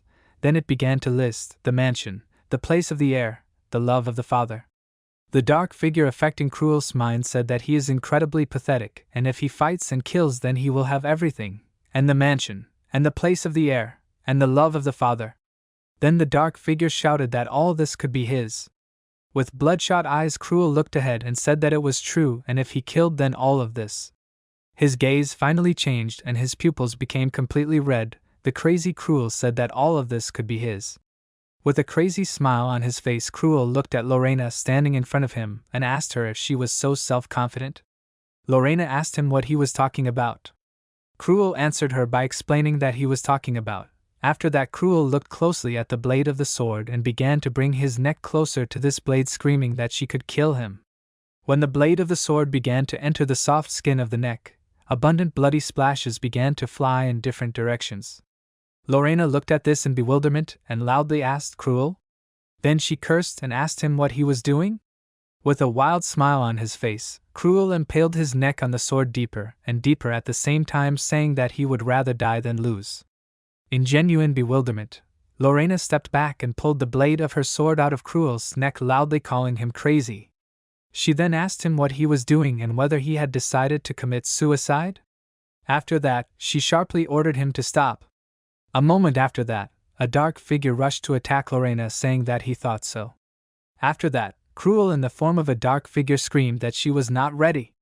Lorena was thrown several meters away by a powerful blow of sharp claws. Lorena, with a painful expression on her face, clenched her jaw in pain while blood flowed from her body.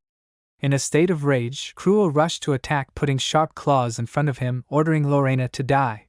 Suddenly, a dark magical substance appeared in the arena. Cruel looked at this substance in bewilderment with wide open eyes. From the place where this substance appeared, a bright light began to glow. Cruel, looking at it, asked, "Who is he who dared to interfere with him?" A massive magical wolf that glowed with bright red energy and stared at Cruel. Cruel, looking at it in surprise, asked, "A wolf?" Then Cruel began to ask in surprise, "Where did the wolf come from and what kind of nonsense is going on here?" An approaching voice said that he returned and he is a black wolf. Roman and Cassa's faces distorted in surprise. Roman shouted at this voice. Then he looked ahead with a surprised expression and asked, "Really?" A human figure appeared near the black wolf. It was Ian, who was holding the wounded Lauren with his hand.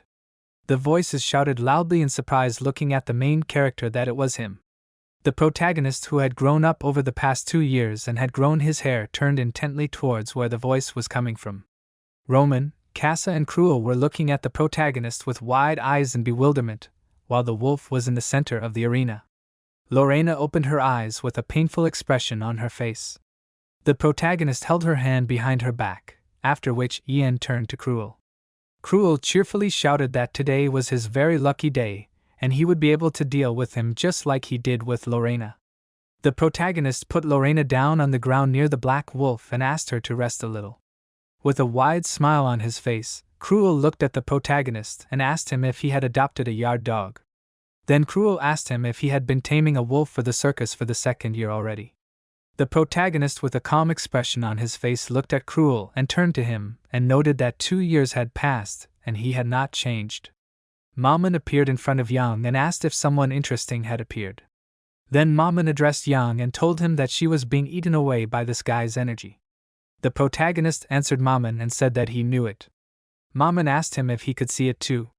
The protagonist looked at Maman and noticed that it looked like he had made good progress, and it was time to fix it, otherwise he would reach the point where he would become a demon incredibly quickly. Cruel laughed uncontrollably with a crazy expression and then rushed to attack, asking him what he was talking about with the owner of this body. The protagonist addressed Cruel, or the creature that had taken over his body, and asked if he was worried about his future. Then, frowning, the protagonist looked ahead confidently and noticed that he would regret it. A sudden loud voice interrupted the battle that had almost begun, ordering everyone to stop talking. This voice belonged to the person who entered the arena. It was Damien, who said that he had been gone for 2 years and they had managed to raise their self-esteem so much. The people in the arena looked at Damien in surprise and shouted at this energy. Damien, with a calm expression on his face, said that he wanted to make a final announcement, after which he ordered to stop taking their places. The surprised voices looking at Damien shouted that this was the head instructor. With a smile on his face, Damien ordered them to move faster, after which he asked them, they don't want to die here on their last day. After a while, Damien solemnly addressed the audience, and said that they had worked hard and out of 1,000 cadets, only 200 remained. At that moment Damien was above the hill in front of the people listening to him. Damien said that 200 people out of 1,000 is quite a good result, and the final score will consist of 50% strength and agility and 50% mana. Damien then said that since they are no longer cadets, instead of a number, they will be given another distinguishing mark. Then he shouted out, this mark will be the rank of an Imperial Knight. The guys who stood in front of Damien thought with trepidation about the rank of an Imperial Knight. When it comes to an Imperial Knight, these are not the guys who fight on horses, but those who use mana, and there are a total of 10 ranks that determine the strength of a knight. The 10th rank is a cadet knight who has comprehended mana, the 9th rank is a knight who has a dungeon, the 8th rank is a knight who can summon a named sword, the 7th rank is a knight who can project energy onto objects, the 6th rank is a knight who can cast a spell on his body or sword, the 5th rank is a knight who can improve swordsmanship with his internal energy, and the 4th rank is a knight who can create a sword from energy. With a tired expression, Damien said that it was time to finish the speech and the scores would be announced starting from first place, after which Damien announced that Ian had taken the leading place and was being assigned a rank. Some time after this event, in the dormitory building for the best cadets of the special squad. In a long, spacious corridor, the main character walked forward saying that he had not slept on a normal bed for 2 years. Maman, who was levitating next to him, asked what kind of qualifications are knights. Then Maman asked him what a rank is and what does it all mean. The protagonist turned to Maman and asked her if she had never heard of the qualifications of Imperial Knights. The protagonist then remarked that it seemed like there was no such thing 1,000 years ago.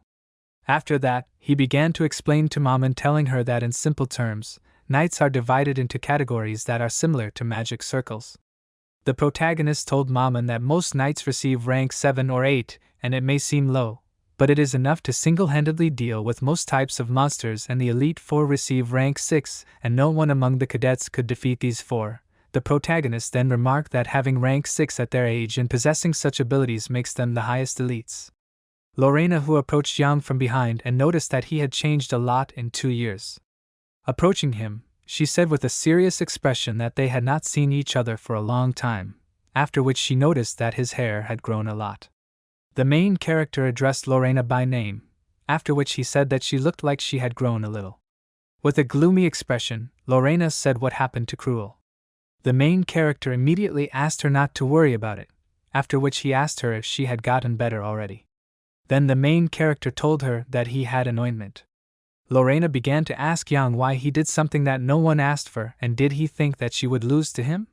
The main character looked at Lorena in sincere surprise and asked her again, after which the embittered Lorena, clenching her jaw and frowning her eyebrows, sharply ordered the main character not to think about the fact that he won simply because he had the 5th rank.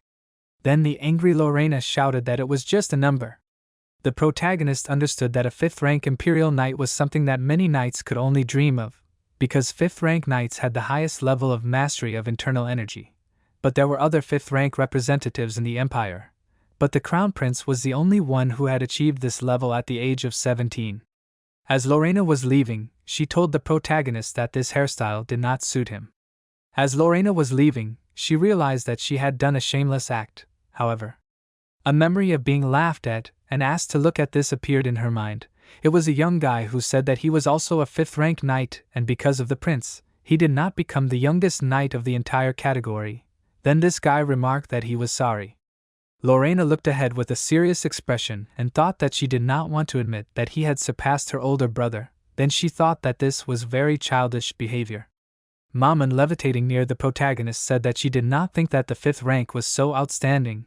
The protagonist at that moment was thoughtfully arguing that his hair was really very long. And then Maman turned to the protagonist and asked him why he was hiding his strength. She told him that he could rise even higher. The protagonist answered her by saying that it would be better if no one saw his power now. After that, a sly smile appeared on the protagonist's face. He explained to her that she needed to show exactly as much as could attract the attention of this moth. Sometime after these events, Damien walked forward on a high staircase laughing and saying that he heard that the protagonist intimidated other people. After that, Damien shouted out that he did not expect this. Damien shouted admiringly that that black wolf was special. Damien said out loud that he was not taught this and therefore it is very interesting.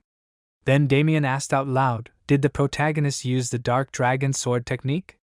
The man with the mask on his face walking behind Damien turned to him and apologized, then expressed his opinion, saying that he thought he had gotten too attached to this cadet.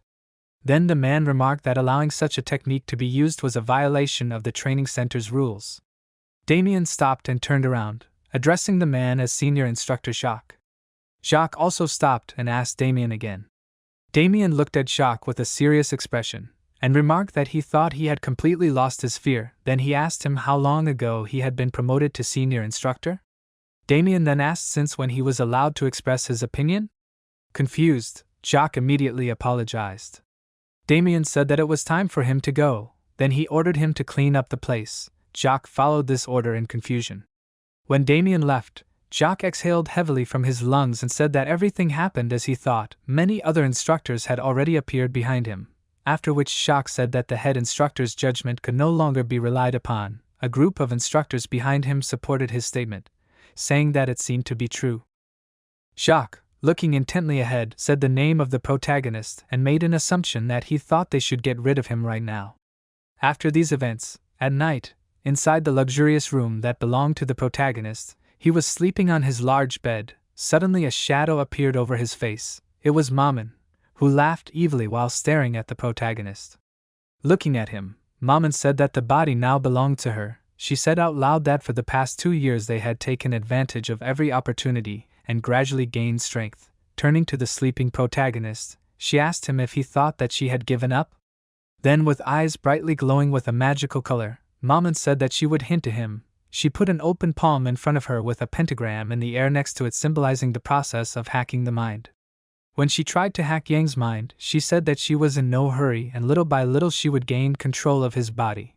Then she said that in the end she. Suddenly her face distorted and she looked ahead in surprise because the main character opened his eyes.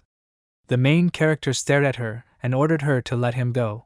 At that moment a black wolf with a wide open mouth pointed its sharp fangs at Maman's skull. Maman looked ahead in fear and asked the main character if he had woken up. Then she began to hastily make excuses, saying that she was just checking if everything was okay with his magical abilities. The main character noticed that it was funny, after which he reminded her that he had already warned that if he caught her doing this again, he would grind her into dust. Maman shouted that it was all because he was delaying giving his body to her. When the protagonist was about to attack Maman, a sudden voice came from behind the door and turned to Yang and asked him if he was going to the training grounds. The protagonist turned towards the door in surprise and went there, asking who came to him at such an hour. When the protagonist opened the door, he saw Jacques standing in front of him, saying that the chief instructor was looking for him and that he had come to accompany him. Soon after these events, they were walking along a free shopping alley of a special detachment. It was a long street that was located among many buildings. The protagonist asked why the chief instructor had called him. After that, the protagonist asked again, and why, moreover, did he need him at such an hour? The protagonist noticed that the exams had already ended, After that, the protagonist made an observation that this place was extremely strange, and to begin with, the protagonist asked the instructor accompanying him, was he sure that he had called him? The instructor, who was walking in front of Yen, suddenly pulled a dagger out of his sleeve and used a dark attack. The instructor turned around abruptly, and, aiming the blade of his sword at Yen, shouted that he was thinking quickly. However, when the instructor was about to pierce the body of the main character, he could not find him, which is why, in bewilderment, clutching a sword glowing with bloody magical energy in his hand, the instructor asked, "Disappeared?" The main character, who was standing opposite Jacques, said that he did not only know how to think quickly. Then a strong energy flash occurred due to the fact that the main character used the seventh form of the dark spirit in close combat, thereby throwing Jacques several meters to the side. The embittered Jacques landed on the ground and looked intently at the main character, then asked him how he noticed. Jacques, who was the senior instructor, frowned and looked angrily at the main character, clenching his jaw. The main character answered him with a question and asked how he could not notice after everything he had been through. Then the main character asked, shouldn't he be better trained to be stealthy enough? Jacques, confused, began to call Yang names, saying that he thinks too highly of himself. The protagonist stared ahead and thought that the energy that had just come out of his sword was a blood-red sword and that such swords were used. The protagonist asked Jacques, assuming that he was the senior instructor, then he asked him if that was true. After which the protagonist asked if the senior instructor knew about everything. The protagonist began to guess, asking if senior instructors were allowed to do this, and what would he do with the consequences later. Confused, Jacques with wide-open eyes insulted Yen, calling him a worthless person, then shouted that he thought too highly of himself because he had received the 5th rank, and this always happens because they are lucky in the exam, and then they become impudent. Enraged, Jacques asked him how much longer his impudence would last. At that moment, the protagonist raised his gaze upward and saw 3 more instructors falling on him from above, clutching swords in their hands. With a smile on his face looking at this, Yang chuckled, saying that he did not think that he could cope with so many opponents. Some time after this, the main character with a confused expression on his face sat on the ground in the center of the street tied with a rope and thought about the fact that he was defeated. Maman, who was levitating near him, asked what he was doing. The main character abruptly asked Maman to shut up. The main character confusedly turned to the senior instructor and asked him why he was doing this. The main character asked him to tell him the reason. One of the instructors addressed Jacques as a captain and suggested that he quickly deal with him and leave. Jacques turned to Yang and asked him if he needed to know the reason. The main character answered him affirmatively and explained that he needed to know the reason in order to understand where he made a mistake. Jacques looked at him intently and then asked if he remembered what happened 2 years ago. The main character asked him again, 2 years? Jacques explained that on the day he escaped with the other cadets, many instructors were sent to chase them and they all died at his hands, after which Jacques told Yang that his younger sister was among them. The protagonist stared ahead and listened to what Jacques was telling him. Jacques shouted that he couldn't even remember her. After that, Jacques shouted that his younger sister was the leader of the 3rd pursuit group. Furious, Jacques screamed that he hadn't forgotten it because her life was sacrificed for a cockroach like him. Jacques repeatedly shouted that she was writhing in pain and there was incredible torment on her face.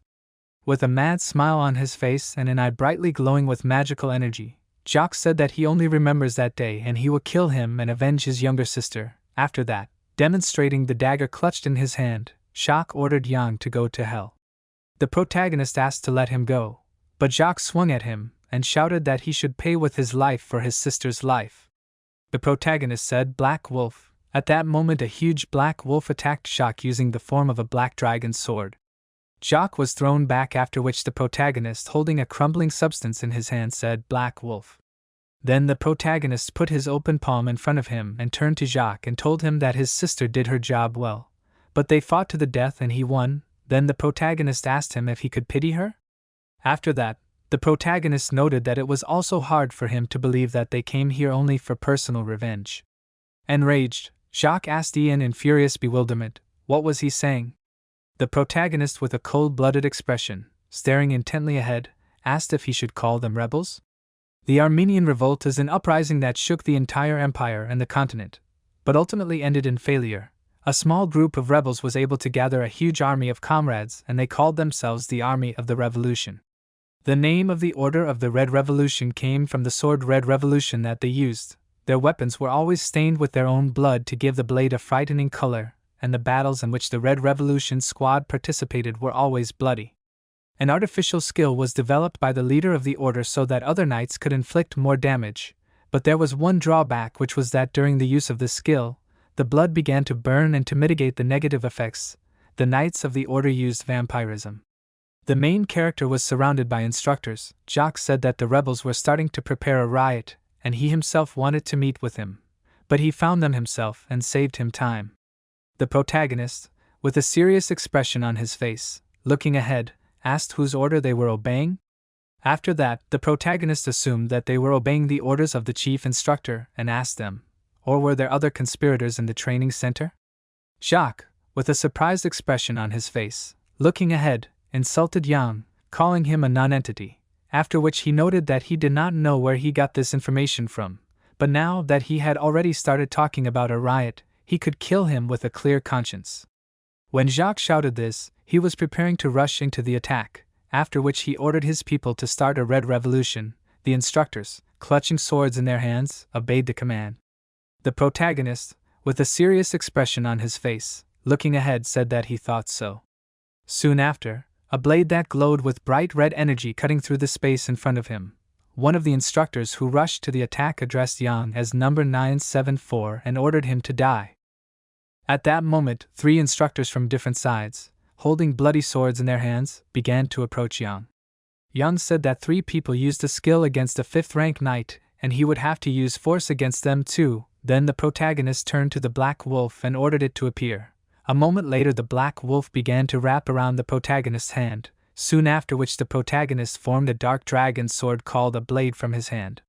Jacques, with his eyes wide open in surprise, looked at this and shouted that this couldn't be. After that, a memory of Damien holding a similar sword in his hand appeared in Jacques' mind. Jacques shouted that this was the chief instructor's attack. Then the surprised Jacques loudly asked, "Is he so strong at such a young age?" The protagonist, with a gloomy expression on his face, held the dark dragon sword in front of him, then raised it up and made one powerful cut. The sweeping movement with which Yang dealt damage affected a large amount of space at once, cutting through everything that surrounded him. A powerful dark magic stream was of enormous height. Jacques, sitting near a stone wall in shabby clothes, looked ahead in surprise and asked what was that. Jacques looked at the tortured bodies of his comrades, where body parts were more separated from each other. Watching this bloody picture, Jacques said that he struck the sword once, after which he cried out in bewilderment, "How is this possible?" Jacques loudly asked how he could defeat them all. Frightened Jacques, looking at Ian standing in front of him, over whose head was the head of a dark wolf, Jacques cried out that he was a monster. Then, swearing in fear, Jacques asked him who he really was. He assumed that he was a spy from the Empire. After that, Jacques, with an angry expression on his face, straining his jaw, asked in confusion, how did he know who they were? Then Jacques suggested that perhaps the chief instructor had turned them in. The protagonist, stepping on the stump of Jacques' leg with his foot, pressed it with force into the ground, which made Jacques scream in pain and told him that he was asking questions here. Then the protagonist put his hand under his jacket and asked Jacques not to worry. He promised him that if he answered well he would not touch him. Then the protagonist showed him the object that he took from the inside pocket of his coat and ordered him to look closely. When Jacques raised his face up, the protagonist asked him if he had seen the drawing depicted on this medallion before. Jacques' face distorted in surprise and his eyes widened. Looking at the symbol that was in the protagonist's hand, Jacques shouted, "This symbol." Then in bewilderment Jacques asked, however, "Why is this here?" The protagonist abruptly grabbed Jacques by his robe and raised him to the level of his face, shouting that he had finally found it. The protagonist, with a tense expression on his face, looking intently into Jacques' eyes, began to ask him what this symbol meant. Then the protagonist began to suggest that perhaps this was a family crest or perhaps a guild crest. Then the protagonist asked another question and began to demand an answer from Jacques, asking him how the chief instructor was connected with this symbol and whether other people had such a symbol. Jacques looked at the protagonist in surprise and asked him why he was asking him about this. At that moment, massive blisters began to appear on Jacques' face, and his complexion began to change rapidly. The protagonist asked him with a furious expression what was wrong with his face.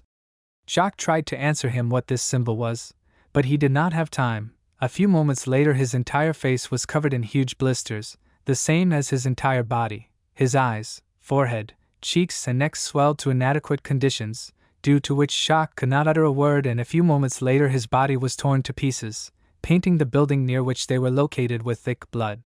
The protagonist, looking at his torn head, asked Jacques, did he commit suicide? Maman, who was behind the main character, answered him negatively and crossing her arms over her chest said that a magical taboo had been imposed on him, after which she suggested that he himself did not know it.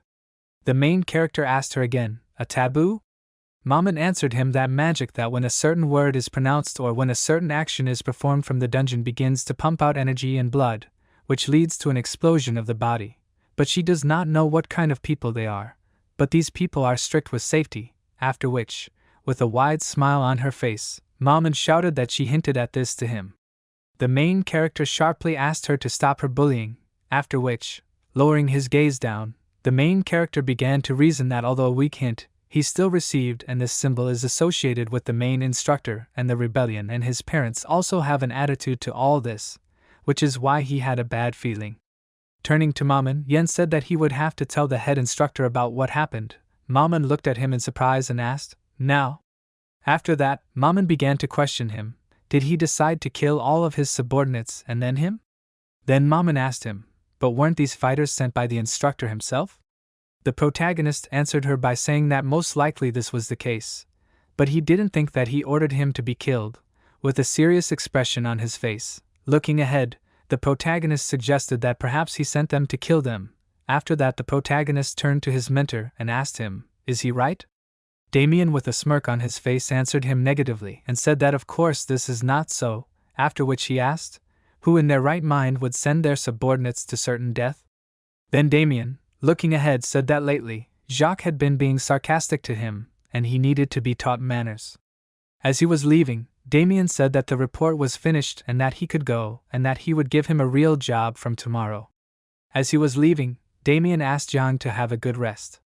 Without looking back at the protagonist, Damien also said that with his current skill level, the job would seem difficult. Some time after these events, a large train was traveling at high speed. It was a transcontinental train in the northern domains of the wolf family, moving along the rails and heading forward. There was luggage inside this train, and the man who was working as a conductor for this train was passing by the passengers and informing them that they were currently checking tickets. Approaching Yang, the male conductor put his open palm in front of him and apologized to Yang and asked him to show him the ticket. The protagonist answered him affirmatively and put his hand in his pocket and asked him to wait a second. By this time, Yan was a 5th-rank Special Squad Knight. When the conductor returned Yen his ticket, he said that everything was fine, after which he wished him a pleasant trip. The main character looked around and said that the exams were over and now they were quietly and calmly traveling by train, after which the main character frowned and noted that of course this was not so. The main character understood that he was going north to complete a mission, and after the end of the exam, all the surviving cadets officially became Knights of the Special Squad, after which they were sent on their first missions without any delay. The protagonist understood that the fighters were sent in 4 directions, that is, to the east, west, north and south of the Empire across the continent, and each path had its own tasks such as the undead, the east of death, adjacent to the lands of the dead, and there was sent Casa and 80 soldiers under her leadership. The protagonist began to reason that the strange west with unusual natural phenomena that is overflowing with monsters went to Roman with a detachment of 50 people, and in the south of the storm where storms raged and pirates were sent 60 high-ranking soldiers. Then the protagonist with a serious expression began to think that in the frosty north that borders the icy lands and the territory of the barbarians went to him, that is, the first in the ranking and 3 more soldiers, and only a few people expressed a desire to go to the north. The protagonist thought that perhaps the reason was that even dragons froze there. Then the main character lowered his face down and began to reason that he thought that it was even good because without extra people he would be calmer. But then turning his gaze to the side, Ian thought that the squad was dubious. On the seats next to him was Cruel, who was a knight of the 6th rank, Lorena, who was a knight of the 6th rank, and Cheryl, who was a knight of the 8th rank. Looking around, the main character realized that the 3 most problematic people for him had gathered in one place. With wide open eyes and an irritated expression on his face, Cruel, looking in front of him, addressed Lorena as a princess and asked her if she was following him. After that, Cruel assumed that she decided to take revenge on him like this. Lorena did not answer his questions in any way and looked out the window with a cold-blooded expression on her face. Cruel, reacting to this, began to insult her, after which he furiously asked if she was ignoring him. Cheryl confusedly asked Cruel not to swear, after which she assumed that Lorena wanted to say the same thing. In furious bewilderment, Cruel asked her again, then asked who she was. Cruel began to assume that she held the position of a servant, but Cheryl told him that she was not a servant. After that, Cheryl, with a sad expression on her face, said that her name is Cheryl and they have been friends with Lorena since the test in the Blade Ridge, after which Cheryl began to talk about how she decided this for herself on the day when Lorena saved her, and wherever she goes now, she follows her because during all this time no one has ever stood up for her. After that, Cheryl turned to Cruel and asked him to shut his dirty mouth. Cheryl explained her words by the fact that Lorena probably thinks so now. An irritated Cruel shouted that in that case, let her tell him so. Then a loud irritated voice asked if she was tired of life. The protagonist lowered his face and asked why they couldn't ride in silence. Cruel suddenly calmed down and looked at Yang with a serious expression and thought that, to be honest, he didn't care about Lorena, and he decided to go north for only one reason, which was Yang, and it was all because of him, because he was going to kill him. Cruel thought that he didn't like him from the very first meeting, after which Cruel began to think why he always got on his nerves. Staring intently in front of him, Cruel thought that now that they were no longer in the training center, at any moment when Cruel thought about this, he began to take out a knife from behind his back. Suddenly Yang turned to Cruel and asked him how many times to hit him. Cruel looked in front of him in surprise, after which the protagonist ordered him to quickly answer the question, coldly and threateningly looking into Cruel's eyes. The protagonist asked him again how many times to hit him. Confused, Cruel looked ahead in bewilderment, and then asked uncertainly, alone? The protagonist answered him negatively, and then delivered a sharp blow to Cruel's jaw. At this time the train continued to move forward. Lorena looked out the window with a serious expression, realizing that she did not think that she would return home so soon. In her mind, screams appeared informing that the owner of this voice did not want to hear it. After that, this man turned to Lorena and told her that if she once again called this name in front of him, she would be expelled from the territory. Lorena thought that this was the homeland from which she left without thinking, and since leaving she was never able to find out anything about her brother. Lorena understood that she could not return like this. The protagonist, watching Lorena, asked himself, why is she so quiet today? Then the protagonist, clutching Cruel's hair in his hand, thought that she was not very happy about returning to her homeland. A grin appeared on Yang's face. He understood that soon she would hear news that would open her eyes. After that, mentally turning to Lorena, he asked her, she would also be surprised, right? The voice of people in the carriage was heard behind the main character. One of the people said that they would soon arrive in Avalon. Another voice repeated, they would soon arrive in Avalon. The main character turned his head towards the voices, soon after which he heard a man hesitantly ask, would he really do this? The old man sitting on the seat listened to the man, who noticed that Avalon was not far away. After that, the man, turning to the old man, asked him, would he really not stop there? Then the man suggested that maybe something was bothering him.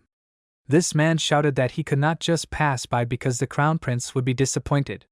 The old man said that he would never do this because the prince's training was over, and he had nothing more to say to him, after which he asked, so why was he asking him to come? Ian realized that this was the reason why he chose the north, because at first glance it may seem that this is a harmful old man with a bad character, but this is the elder Uyghur, who is the teacher of the emperor and the crown prince, and is considered the main sage of the empire, and he came here to meet him. The protagonist understood that although he came from commoners and had no knowledge of magic and did not master martial arts, he became an outstanding person and received incredible respect for his knowledge and philosophical teachings, for which the emperor awarded him, a commoner, the title of count, and in his past life he also lived solemnly as befits a person with his title. In the memories of the protagonist, the voice of Uyghur appeared, which screamed uncontrollably, addressing the emperor, and asked him how their world differs from hell if the ruler cannot comprehend the suffering of the people. After that, Uyghur asked the emperor to open his eyes and said that the rebels can be called an army of revolution, after which he asked him, Does not he understand that he abandoned his people? Then Uyghur loudly asked where the intelligent emperor of the past days had gone. Uyghur loudly shouted that he had been blinded by insignificant power, and had completely forgotten about the real bright power of the monarch. The main character knew that the old man had been crying bloody tears for 3 days and 3 nights begging the emperor, and for his loyalty the emperor had rewarded him with death. But this would happen much later, and he still had time. The man, turning to Uyghur, asked him for forgiveness for the inconvenience caused, after which, stretching out his hand in front of him, he said that they had kicked out everyone who was bothering him and that they had also prepared a separate compartment. The man asked Uyghur if he would like to go there. Uyghur agreed to this proposal and then thanked the man. The main character stared intently at how the man was leading Uyghur away. At that moment the man accompanying Uyghur held his palm behind his back and then made a hand gesture. The protagonist, looking closely at this, thought that this is sign language and this is a message for another person. After that the protagonist began to reason that the train is moving further into the tunnel, while the old man, in the mind of Yin, an idea of murder appeared, after which he said with a smile on his face that he was waiting for this. The protagonist, looking after the departing soldiers, thought that the one who is loyal to the empire and not the emperor, that is, a person who is ready to sacrifice his life for the country and the people of this country. The protagonist understood that the sage was too annoying and the soldiers of the revolutionary army tried to kidnap him, and this special sign language was used only between the soldiers of the empire. A notice was announced on the train informing that for technical reasons the train would stop in the tunnel, after which the driver, addressing the passengers, asked them to remain in their seats. The protagonist thought about the revolutionary army, realizing that soon a scuffle would begin in the tunnel, and he was waiting for this moment because here he would have to save the sage and establish contact with him. The protagonist turned to the knights near him, who looked at him questioningly. The protagonist mentally addressed them and said that now he would talk to them through a mental connection, after which he asked them to listen calmly. The protagonist began to tell them that their enemy had seized control of the train, and an hour after the accomplices entered the tunnel they would try to kidnap an important person who was on this train, after which the protagonist said that the enemy was disguised as a conductor and quite possibly as passengers too, which meant that from now on. With a cheeky smile on his face, Cruel turned to Yang and noticed that they had not even received the task yet, after which Cruel asked him why he would listen to him. Suddenly Cruel's face distorted from the damage inflicted on him, after which the protagonist asked if anyone else had any questions. Lorena turned to Yang and asked him to wait, after which she noticed that it was difficult for her to understand what exactly was happening now. Then she asked him how he knew about this. The protagonist answered her by saying that this was a secret mission from the chief instructor, and that was why he chose the north. Lorena noticed that she now understood. After that she asked him if he knew anything else besides this. Lorena asked who their enemy was. The protagonist answered her by saying that he did not know the exact number of enemies, but he knew who he was. After that he said that it was the army of the revolution. When Lorena heard this she looked at him with a surprised expression on her face, her eyes wide open, while the protagonist continued to explain that they were the ones involved in the kidnapping of this important person. It was snowing heavily outside while the train was actively moving forward. Several soldiers disguised as conductors were in the carriage. One of them asked if they had put all the other passengers to sleep. One of the soldiers answered him affirmatively, saying that he had sprayed sleeping gas. After that one of the soldiers said that they would transfer them to the freight car. But then this soldier noticed that there were members of a special squad among the passengers. A sudden voice addressed the soldier holding a sword and asked him why the guides needed weapons. The soldier turned around with a surprised expression and saw that at that moment Lorena was standing in front of him and was about to attack. The soldier looked at her in bewilderment and asked who she was. After that, Lorena struck with her sword, thereby cutting the soldier's sword into 2 pieces. The soldiers looked at this in bewilderment with surprised expressions, after which the guy Lorena was attacking shouted that she had wounded him with ice. The soldiers looked at the sword that Lorena was holding in her hands and shouted that it was an ice sword, which meant that she was from the wolf family. At that moment, Lorena looked ahead with a confident expression, clutching an ice sword in her hand. While snow was falling heavily outside the train, Lorena addressed the soldiers and said that it seemed that Ian was right. One soldier who stood in front of the others said, "Wow." After that he began to say that he knew that there were members of a special squad on the train, but he had no idea that a lion cub from the wolf clan would also be here.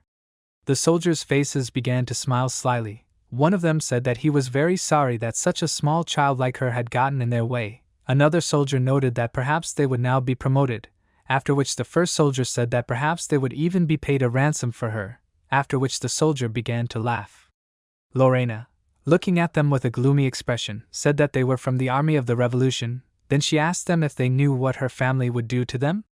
Lorena began to tell that she left her home and joined a special squad to find them, that is, the reason for the disappearance of her brother, and therefore she is very grateful to them. At that moment she was surrounded by ice shards provoked by magic and looked gloomily in front of herself, saying that she was grateful to them for the fact that they themselves fell into her hands. The soldier holding a bloody blade in his hands remarked through laughter that it was funny, after which he asked if this meant that she knew what her family had done. Then the guy began to shout in a state of rage that while they were content with luxury, their families were forced to survive by eating only rot. And then the evil soldier asked her who she thought was the cause of all this. Lorena, clutching an ice sword in her hand, noticed that Wolf was on the path of protecting the Empire and the North, and she would not let them win, after which, preparing to strike, she explained this by shouting that she was doing this because they were threatening the Empire and the North, and they were the product of evil. At that moment, the furious Lorena rushed to attack. From the power of this attack, the glass was knocked out of the windows of the carriage. A soldier who was in another carriage ran forward loudly asking what was happening in the neighboring carriage, and why did they suddenly stop communicating. Suddenly, the guy stopped with a surprised expression on his face, looking ahead, and said he. Opposite him and another soldier was Cruel, who laughed loudly, saying that all this time he was looking for someone to vent his anger on, and they were perfect. Some time after these events, the train continued to move forward. The floor of the carriage was painted with thick blood while soldiers were lying on the floor. Cruel, holding a sword with many teeth in his hands, said that this was a sword from the Imperial Treasury. After that he asked, "Isn't it wonderful?" With a wide smile on his face, exhaling air from his lungs, Cruel said that he really missed the sight of blood. Then Cruel raised his head up and, looking ahead, turned to Yang and advised him to get ready since he would be next. Maman turned to Yang and told him that she felt magic in the first car. Then, crossing her arms over her chest, Maman asked Yang to stop calling her for every little thing. The protagonist responded by noting that she still needed to earn her keep. Then, standing on the roof of one of the moving cars, he asked her if they were going. The protagonist explained that they needed to save the sage. Then the protagonist began to tell his plan, which was that Lorena would take the front cars and Cruel the cars at the end of the train, and he would enter the front of the train through the roof. Maman responded by saying that he was cunning, after which she noticed that Lorena was more talented than she thought. The protagonist asked her if it was good that she didn't kill her then. Then he noticed that she was like a time bomb, however. Maman turned to the protagonist and asked him if they really needed that old man that much. She asked him if he was part of his plan. The protagonist explained to her that in the future they would encounter the revolutionary army even more often, and there was no one more useful than this sage, because if he was on their side it would be much easier. After that the protagonist ran forward, offering Maman to join him. Maman answered him by saying that wherever she looked there were very calculating people. A female voice addressing Uyghur said that she still could not believe it. Then she laughed and offered to look at it. Uyghur was on the floor of a small carriage tied with a thick rope. The girl turned to him and said that she would ask him again. After that she, in a relaxed pose sitting on a chair, asked him a question: "Is he really the Emperor's teacher?" This girl was the commander of the 7th Corps of the Revolutionary Army, and the 3rd student of the Holy Sword Erectus named Hella. And then Hella noticed that if he was so smart, he should know ancient languages and dialects. Uyghur answered her by saying that he knew something. Then Hella asked him, "So he can bark like a dog?" Then she noticed that dogs also have their own language. Sharply turning to Uyghur, she ordered him to start barking. Then she asked him in surprise, why doesn't he do it? For some time, being at a loss, soon the sage began to bark diligently, after which he explained that this means that she is very beautiful. Hella laughed at this. Maman, levitating near the main character who was standing on the roof of the carriage, said that judging by the outgoing energy in the compartment there are 2 people. But then she noticed that this is in the compartment, and the rest. And inside the carriage at that moment Uyghur's scream was heard, informing that now he will demonstrate the cat's language, immediately after which he began to meow diligently. Maman, looking at Yen, asked him, "Will this person really help them?" The protagonist answered her affirmatively, after which he explained that he has always been such a person. Then the protagonist thought about the fact that this is what scares him most about him, since Uyghur is ready to throw away his pride without looking back if it will benefit the empire, and he is a great utilitarian. Hella, who was watching the performance, screamed that it was very funny, after which she turned to Uyghur and shouted that he was the best. She told him that she had killed all the scientists of the empire because they had too high an opinion of themselves. Uyghur reacted with confusion, saying that he was very glad that she liked it. However, then Hella said that there was no escape from work. She took the sword in her hand and turning to Uyghur told him that it was fun with him. Uyghur looked at her with confusion and questioning and turned to her. But she, squeezing the sword in her hand and straining the instantly growing muscles on her arms, shouted that now it was time to catch these rats. Immediately after that, she made a powerful blow with her hand. The main character, who was watching what was happening, provoked a powerful flash of bright energy that broke through the ceiling of the carriage. After that, Hella laughed loudly, shouting that it was really cold. With a smile on her face, she said that perhaps there were so many rats because the train was old. Suddenly, behind Hell, a sound similar to the squeak of a rat was heard. Hella turned back questioningly, holding her sword in front of her. Opposite her, there was Ian a few meters away from her. The main character turned to Uyghur and asked him if he was okay. Then the main character said that he came to save him. Uyghur asked him if he got inside while the enemy was distracted. Then, without waiting for an answer, Uyghur said that this was good and he was great. The main character looked at Uyghur with confusion and answered him affirmatively. Hella turned to Ian, clutching a sword in her hand, and asked him what animal language he could speak. At that moment, Hella had a crazy expression on her face. With wide open eyes, she suggested that perhaps he spoke the language of pigs. Then Hella threateningly shouted that she would make him squeal like a pig. The main character in turn asked her if she knew the language of pigs. Hella asked her again in confusion, after which the protagonist apologized and suggested that, as he thought, she was just squealing like a pig. Enraged, Hella began to insult him, calling him a non-entity. Maman, turning to Yang, told him that she found out what rank this girl had, and this rank was no less than the 5th, but her sword had special energy. The protagonist, looking intently ahead, noticed that he thought so. The protagonist knew that this was a sword of whiteness, and this was the color of the lightsaber of Erectus, who became famous due to his students, and this was probably one of his students. The protagonist held a dagger in front of him and offered to deal with her faster, but a sharp cry from behind him ordered Yang not to move. It was another student of the lightsaber of Erectus, number 4, named Varys. Varys held the blade of the sword near Uyghur's neck and ordered Yang to lower the sword, otherwise the old man would part with his head. The protagonist turned to Maman and asked her, were there only 2 people here? Maman answered him that she definitely said that there were 2. The protagonist angrily asked her, does this mean that she confused the enemy with the sage? Maman began to answer him with a question, asking him, what does she have to do with it if there was no energy coming from this old man? Yen thrust his sword into the floor. Hella, approaching him, laughed, noticing how scared he was. The protagonist, raising his hands up, asked, did they want to hear pigs squeal? Hella shouted that it was too late, and now instead of pig squeals she would rather hear his head crack. When she shouted about this, her muscles quickly increased in size. With her huge hands, Hella, wildly looking ahead, rushed to attack. At this time, in the room where Lorena was, the soldiers ran forward, holding out bloody blades in front of them. Lorena, clutching an ice sword in her hand, used the wolf vision skill with a furious expression on her face, looking ahead. Glass shattered in different directions, and the strong street frost froze the space inside the carriage in a matter of seconds. Soon the soldiers turned into huge pieces. Lorena looked ahead, holding a sword in her hands, while large magical wings appeared behind her. This was the ability of the winter skill. Suddenly, blood began to drip from Lorena's nose. She grabbed her face with a glove and thought that it was blood, after which she began to reason that she had overdone it too much, and it caused frost, and her body was not ready for it. She understood that she would not be able to use the snow call for a long time. Suddenly, a male voice addressed her from behind and noticed that she had made a lot of noise. It was a muscular guy who approached her and noticed that it was too rude and loud for the secretive wolf. After that, this guy assumed that everything was different from what that nonentity said. Lorena looked at this guy and asked herself, who is this? She understood that he neutralizes the frost with dark energy, and if he came out of the car where Cruel was, then it means that he is. At that moment, The guy turned to Lorena and asked her, is she really a representative of the wolf family? Lorena looked at him with a tense expression and then began to insult him, asking how did he know this. She tried to strike him using her sword.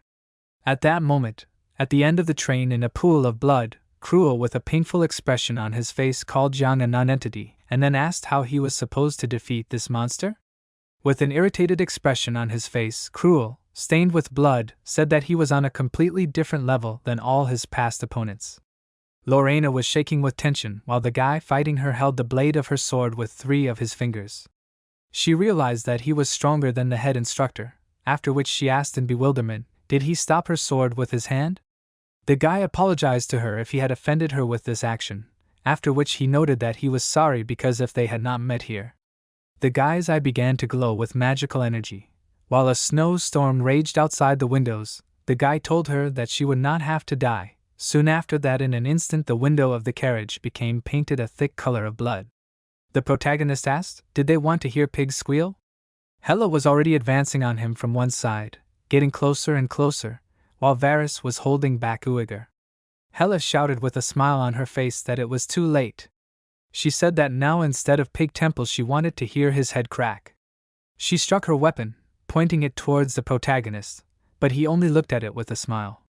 At this time, Cheryl was sitting in one of the luggage compartments. She said that she also knows how to fight, but she was simply asked to hide. She said that, although she was only an 8th rank, she passed the exam well and became an Imperial Knight.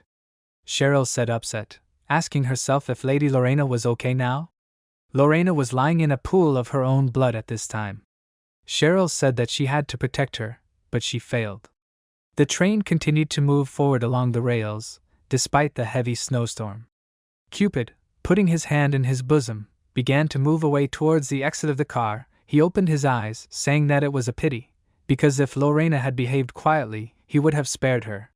Lorena rose to her feet, holding her injured hand. Her face was covered in blood in some places. She dismissively addressed her opponent, and he asked her if she decided to rush into trouble. He asked her, was she really so stupid that she did not even understand that she could not defeat him? He turned to face her, folding his arms on his chest. Cupid asked her what she could do to him at all. Lorena sighed heavily, saying that it was true, because she was not like the other members of the wolf family. Lorena said that she was not good with a sword, and was also guided by emotions, and could not even use her vision properly. But even so, she was not going to give up. Her shattered sword she completed with ice, shouting that she could at least die as one of the wolf clan. Her gaze became serious, and Lorena said that she could not defeat him, but she would fight him until her last breath. Cupid closed his eyes, listening to her, and then opened them again, saying that any battle was not for life, but for death. He held his hand out to the side, telling her that she had made a big mistake. Cupid clenched his fist, saying that he was a black tiger named Cupid. He swung his fist, using the attack of a mountain tiger. He said that he was going to show her what he was capable of. The carriage that the protagonist was in was now completely destroyed. Varys, who was fighting him, said that this simply could not be. He said that they simply could not lose. After all, they outnumbered their opponents. Varys sat on the floor of the train car, saying that they had disarmed the enemy, even taken a hostage, so why did this happen? Right in front of him, Yahello was sitting on the floor with a sword stuck in her body, and her comrade was loudly trying to call her name, but she was no longer able to answer. Varys asked why this was happening. Ian began to head towards the last remaining enemy, saying that it was understandable why this was happening. Ian said that it happened because they were all weaklings. He turned his gaze to the side, using the form of the black wolf blade. Uighur asked him carefully, was this the end? Ian answered him in the affirmative, telling him that he could relax, but it was better for him not to leave there yet. Varys shouted loudly, asking how the protagonist was able to repel their attacks. Ian smiled and asked himself the question that the enemy asked him. He thought that it was because he remembered how in his past life he defeated his teacher, the lightsaber Erectus. Ian remembered that this sword had already been broken once.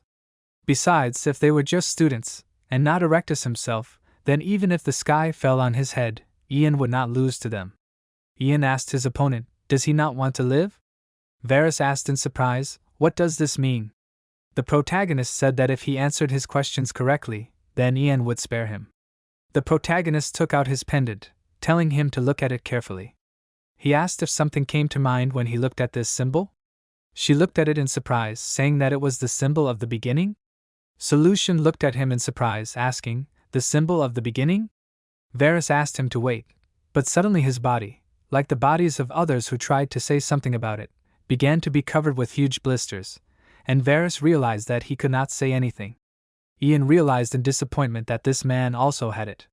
He asked himself, did this mean that even the disciples of Erectus were forbidden to talk about it? Ian realized that it was really very important. After that, his opponent also exploded. They were able to answer him the questions that were interesting to him, which tormented him.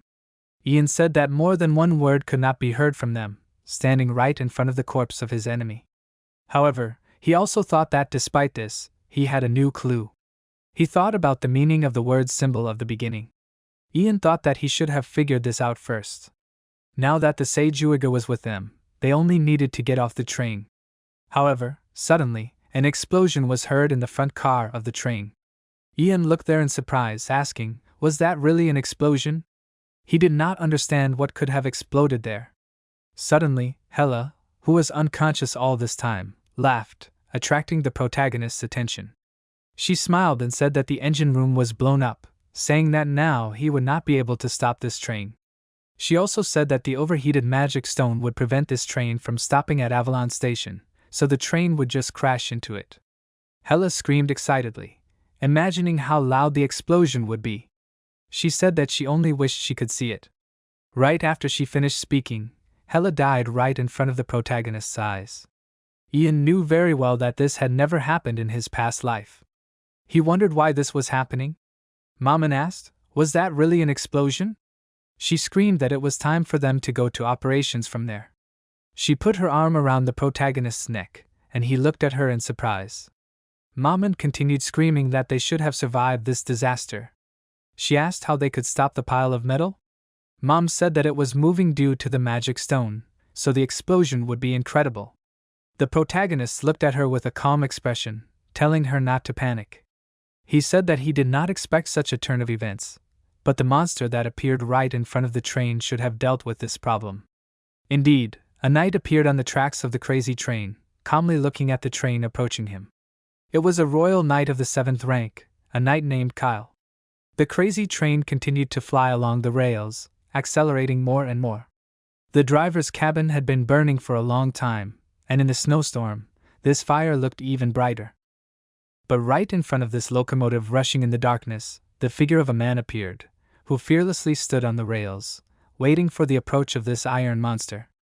The man said barely audibly that the emperor ordered him to save the sage, but he understood that he could not ignore this uncontrollable train. The train was approaching closer and closer. This man was an imperial knight of the 7th rank, whose name was Kyle. Kyle stood wrapped in a white cloak, looking at the train from under his brows. They say that it will not be easy for him. The Imperial Knight is part of the greatest knightly order of the Empire, protecting the Emperor and the capital. It is said that the order consists only of transcendents of the 3rd rank and above. Kyle's gaze narrowed. He pulled out his sword, preparing to attack.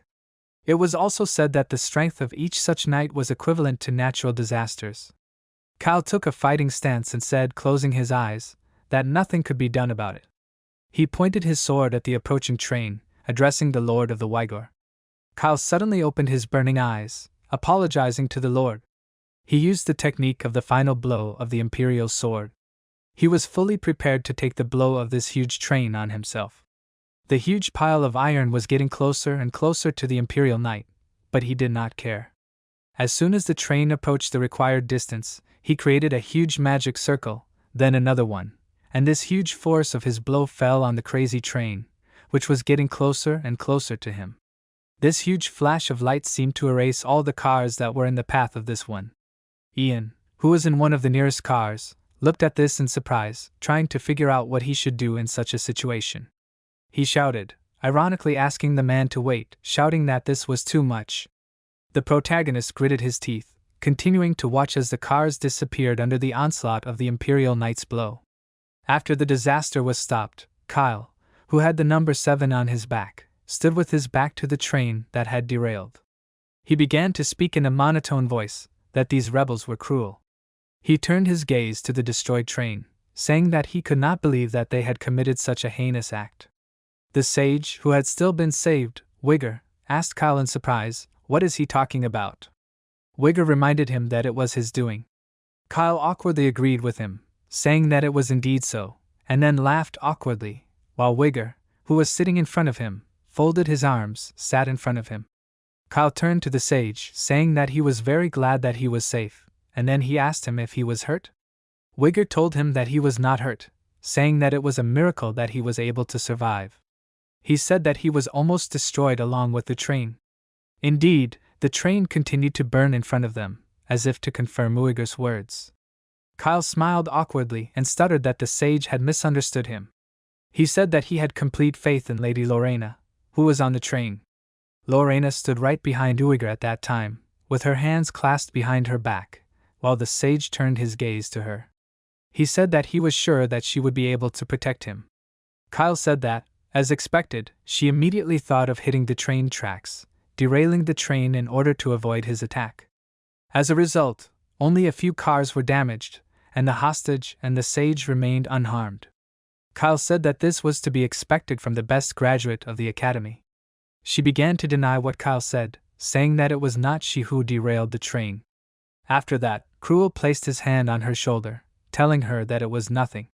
He said that for a member of the Special Forces, it was basic situational awareness.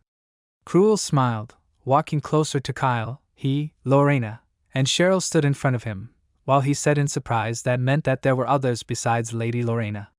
Cruel laughed, saying that, honestly, he was really close to the rank of number 1. Then, Cheryl looked at him with an uncertain gaze, wanting to object, but Cruel asked her with an evil look, what did she want to say? Lorena then turned to Kyle, saying that among those who attacked the sage, there was him, the Black Tiger Cupid. Kyle's gaze immediately took on a tinge of surprise. His eyes widened as soon as he heard this. Special Class Assassin Black Tiger Cupid was the one who received this nickname, because his unique black energy resembles a tiger. Kyle wondered in surprise, was he hired by the rebels?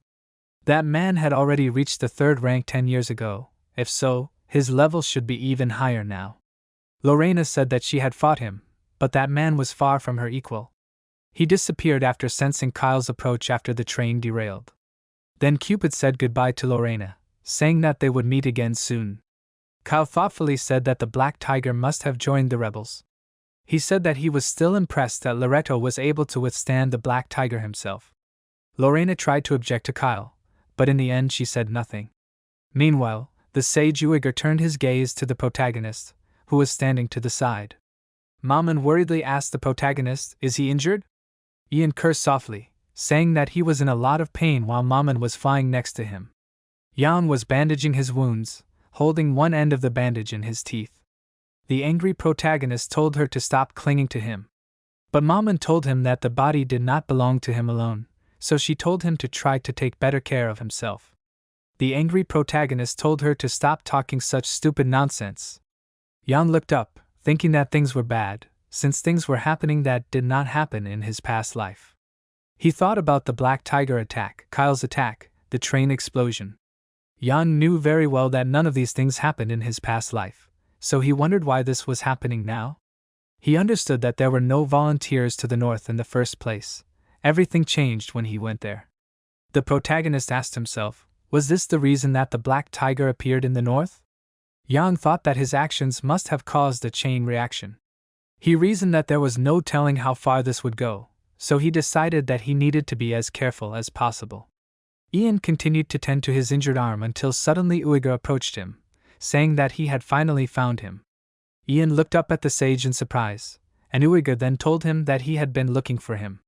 He offered to talk to the protagonist for a while. After that, they began to walk along the overturned train together, while Uiger told the protagonist that he should have stayed in the capital. He said that it was hard for him to think that so many people had gotten hurt because of him. Uiger then turned his gaze to the protagonist's arm, asking him, did he really get hurt when he derailed the train? Uiger said that it was also because of him. Ian honestly told him that it was, saying that it was because of the sage that he had a hard time. The sage spoke with embarrassment, asking, "How can you say such things so bluntly?" After that, Uyghur closed his eyes, saying thoughtfully that he was indebted to the protagonist. Then he held out a strange object that had writing on it. Uyghur told Ian to take it. Ian turned his gaze to the object, examining it, and then Uyghur said that it was a tablet with his name on it. The sage said that it would be a symbol of Ian being his representative. He suggested that it might be useful to the protagonist. Ian smiled when he saw it, and then he asked the sage, did he really want him to take it and forget about Uyghur barking like a dog? Uyghur again said sheepishly that Ian was speaking too bluntly again. After that, Uyghur said that in any case, he should go now. Finally, he said that if they were destined to meet, then they would meet again. After Uyghur left, the main character sighed with relief that he was very lucky, although he had to work hard for it. Ian put the nameplate in his jacket, smiling, while Maman, who was sitting on his shoulder, asked in surprise, was the nameplate really that useful? Ian said that it depended on how the person would use it. Ian lowered his thoughtful gaze downwards. The snow continued to fall, burying the aftermath of the recent disaster. Ian said that they should now head to the next destination. It was the land of black frost. Ahead, the walls of the tower were already visible, which they would have to overcome. The sun was gradually appearing behind the horizon, and it was getting lighter between the houses of the city. Ian stuck his sword into the table in the forge where they repair weapons, and the owner of the forge with a grin and a menacing expression said loudly that the main character definitely needed this sword. He put his hands together, and said that if Ian paid 500 gil and the repair fee, he could have it. Ian said that the price was too high. The blacksmith asked in surprise, "What do you mean expensive?" He asked the protagonist how he managed to damage the ink iron weapon like that. The protagonist put his weapon back, saying that he was rather rough with it. The black sword made of ink iron that the head instructor gave him must have made the head instructor think that he wouldn't be able to use a normal blade with the dark dragon sword technique, but even the ink iron couldn't withstand it. The blacksmith asked the protagonist if he needed anything else. Ian then replied that he didn't need anything. The blacksmith, with a happy expression, told Ian to come back next time, because he would serve him properly. The blacksmith said that he was the epitome of politeness. The protagonist then thought that his face was the complete opposite of politeness. The city that was located near the territory of the wolf family was called Villain.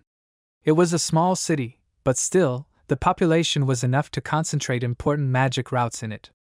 Due to the bad weather that was outside, it was decided to go through the Villain Gate. It was still snowing outside at times, so visibility in the area was poor. The inspector on the street, looking at his watch, said that, judging by how long it took to recharge the mana in the magic circle, the gate would be closed until noon tomorrow. Still, Villain was a small city, so it did not take much time to recharge the mana. Locals were walking around everywhere, hurrying about their business, and the team that arrived with the protagonist decided that they themselves also needed time to rest. Yam walked down the street, and said that this was the first time he had been in a place where there were so many commoners since he had reincarnated. After all, the moment he opened his eyes, he found himself in the abyss of the training center.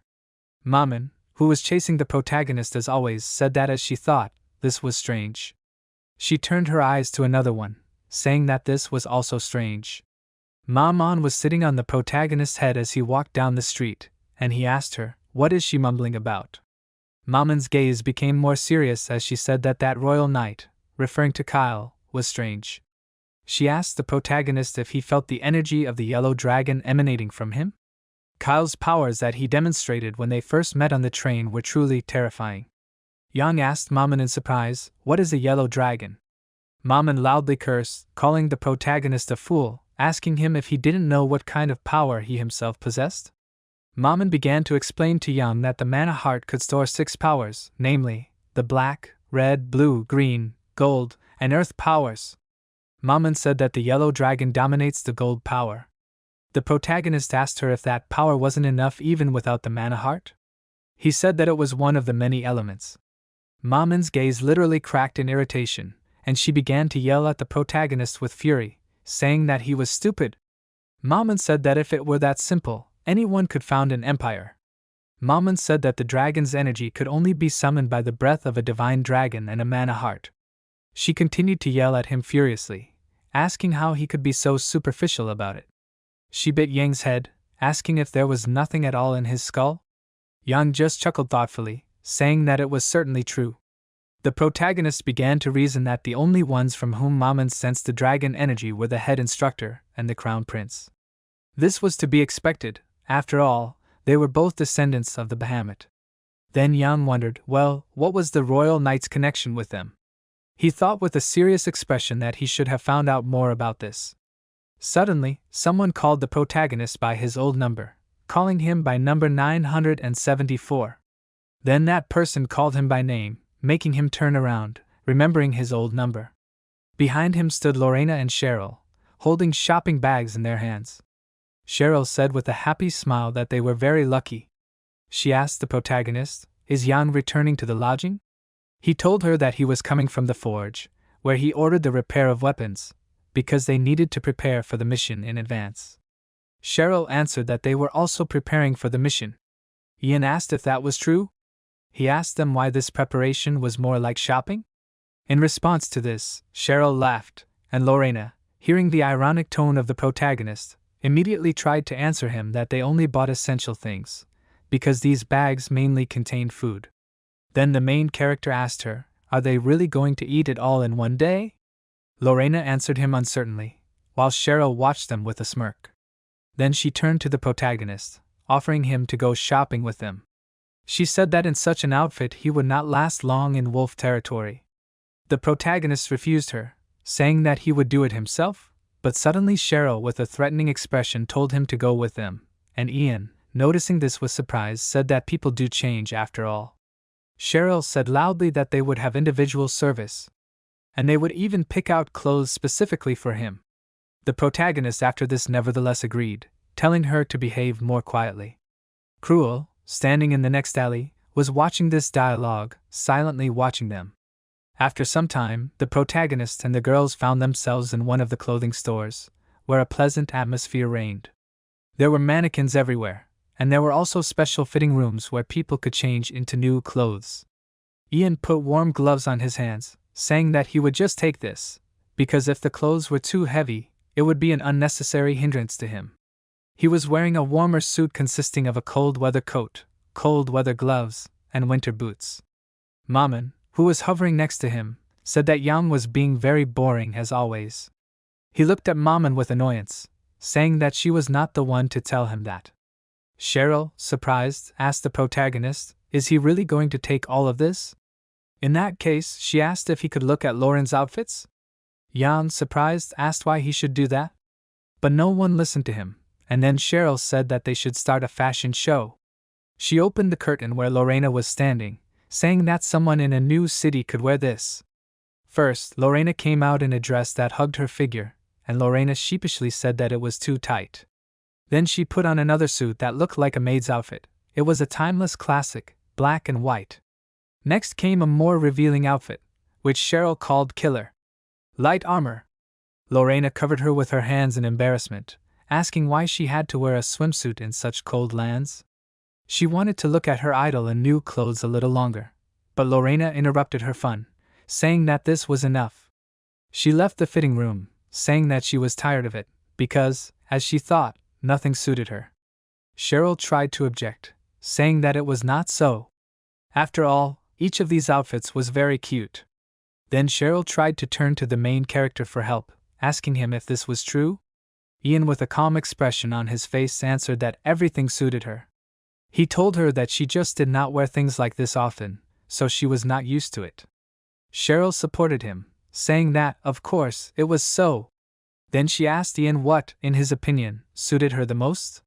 He said that he thought that what she was wearing at the moment suited her the best. It was her usual uniform. Ian explained his answer by saying that all the outfits suited her, but her swordsmanship and her strength were best emphasized by this outfit. Lorena looked down at him, surprised, asking what he meant. But she stopped herself mid-sentence and fell silent, then turned around, saying that she would go to their lodgings for the night. Cheryl extended her hand, trying to stop Lorena by calling her name. Cheryl then turned around and angrily asked the protagonist, calling his name and former number, "What did he just say?" Ian only tried to justify himself, but Cheryl quickly shouted that she would go with Lorena. After that, the two girls left the clothing store. Maman, who was watching this, said in surprise that she didn't understand what just happened, but she thought it was like a madhouse. Young said in confusion, "Is it like a madhouse? And was it really him who did this?" Cheryl caught up with Lauren, apologizing to her, saying that it was all because of her. Lorena told her that it wasn't like that, thanking her and saying that Cheryl helped her pick out her clothes today. Cheryl told her not to pay attention to what those clueless men said. She asked how he would know anything at all.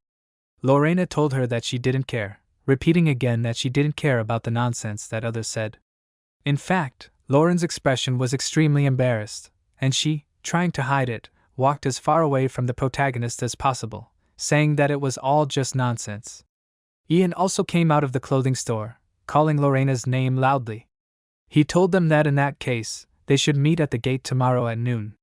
He also asked them not to be late as well, shouting again that they would meet tomorrow. Lorena spoke in an embarrassed voice, asking, "Could it be that they would meet tomorrow?" She asked, why was he saying things that could be misunderstood so loudly? Ian said in surprise that she left without even answering him. He asked his mother, did she perhaps not hear him? To which Maman replied ironically that even she would not pretend that she did not hear him, since that would make it even more awkward. Ian said that they bought the clothes, so they should move on to other things now, and then asked in surprise, where did she go? The waitress thanked the customer for his order. It was the Shining Moon pub, which was located next to the villain transportation department. Both the regular townspeople and the mercenaries came here, because the food there was cheap and tasty. Even now, the pub was full of people who came there to eat or just chat. Cruel was there too, and he cursed loudly, putting his mug of drink on the table. He asked himself in an angry tone, what should he do to defeat Yang? He gritted his teeth in hatred, saying that he couldn't be approached even when he was sleeping. Togo said that the protagonist was like a monster, and he secretly felt it. He remembered the incident that happened not long ago on the battlefield. Cruel knew very well that Ian had not yet shown his true skills. Cruel then wondered why the protagonist was trying to hide his strength. Cruel said this out loud, bringing the cup of his drink closer to his lips and taking a sip from it. At this time, one of the customers laughed loudly, shouting that he would pay next time. Then the second customer told him not to lie, because he had said that 10 times before, but he still bought the drinks. The first customer then shouted in offense, asking him if he really thought he was lying. He asked him if he was asking for trouble. Then the second customer told him to hit him in that case. Cruel closed his eyes in irritation, muttering something indignantly under his breath. Then, in order to stop them, Cruel shouted loudly that they were all being very noisy. He called them ill-mannered fools. After his words, the patrons of the pub immediately turned their attention to Cruel. Then he continued shouting, asking them, can't they see that Cruel, Adwait, was just having dinner there? He shouted loudly that commoners are not taught manners at all. Cruel shouted that while he was eating, they were not even allowed to breathe loudly. Everyone present turned their displeasure to Cruel, while he continued shouting indignantly that if they continued to make noise like this, he would show them the difference between commoners and aristocrats. After Cruel finished his fiery speech, someone from behind approached him, asking what he wanted to show. Did he want to emphasize the difference in their status? Cruel turned his gaze to the one who approached him, with a grin on his face, asking how dare he say such a thing? And only then did Cruel notice that it was the protagonist, who with a completely calm expression told him to show him how noble aristocrats dine. Cruel even choked in horror when he saw Ian, asking him since when had he been there? Cruel tried to justify himself, saying that those fools did not even know the basic rules of conduct, and were very noisy there. Ian asked him in a calm voice, wouldn't it be better if Cruel did not interfere in this? Cruel looked at the protagonist in surprise, not understanding what he was talking about. Then Ian explained to him that Cruel himself suffered from this, because he was there precisely because of the difference in positions. Ian began to drink his drink, telling him that if he did not depend on the position, he could become much stronger. Cruel asked him in surprise, what do you mean he can get stronger? He didn't understand what Ian was telling him. After he asked this, suddenly a huge hand landed on Cruel's shoulder. The man who did it called Cruel Bony, asking him if he must not be from around here. It was Billy, who was the leader of the Thunderhorn mercenaries. Billy said that he heard what they were talking about, asking if Cruel wanted to get stronger. He asked him if he should tell him the secret. Cruel dismissively told him to take his hands off him. Then Billy continued to say, fixing his cold gaze on Cruel, that a man gets stronger by lifting weights 3 times for 8 hours. He said that if Cruel joined them, they would provide him with protein supplements. Cruel shouted in annoyance, telling Billy to do whatever he wanted. Then he suddenly kicked him right in the jaw of Billy, telling him to eat it himself. Billy was unable to resist his enemy from surprise. He threw his head back, and when Billy fell to the floor, Cruel, getting up from his chair, chuckled, saying that it seemed that he did not have muscles, but just inflatable balloons. The visitors immediately began to talk among themselves, surprised that Cruel was able to lay down their leader with just one blow. Those who were Billy's subordinates immediately came to him, asking how he dared to humiliate their leader like that. They hung over Cruel like huge rocks, and Cruel ironically asked what kind of mountain of muscles this was. He also added that they smelled very strongly of sweat.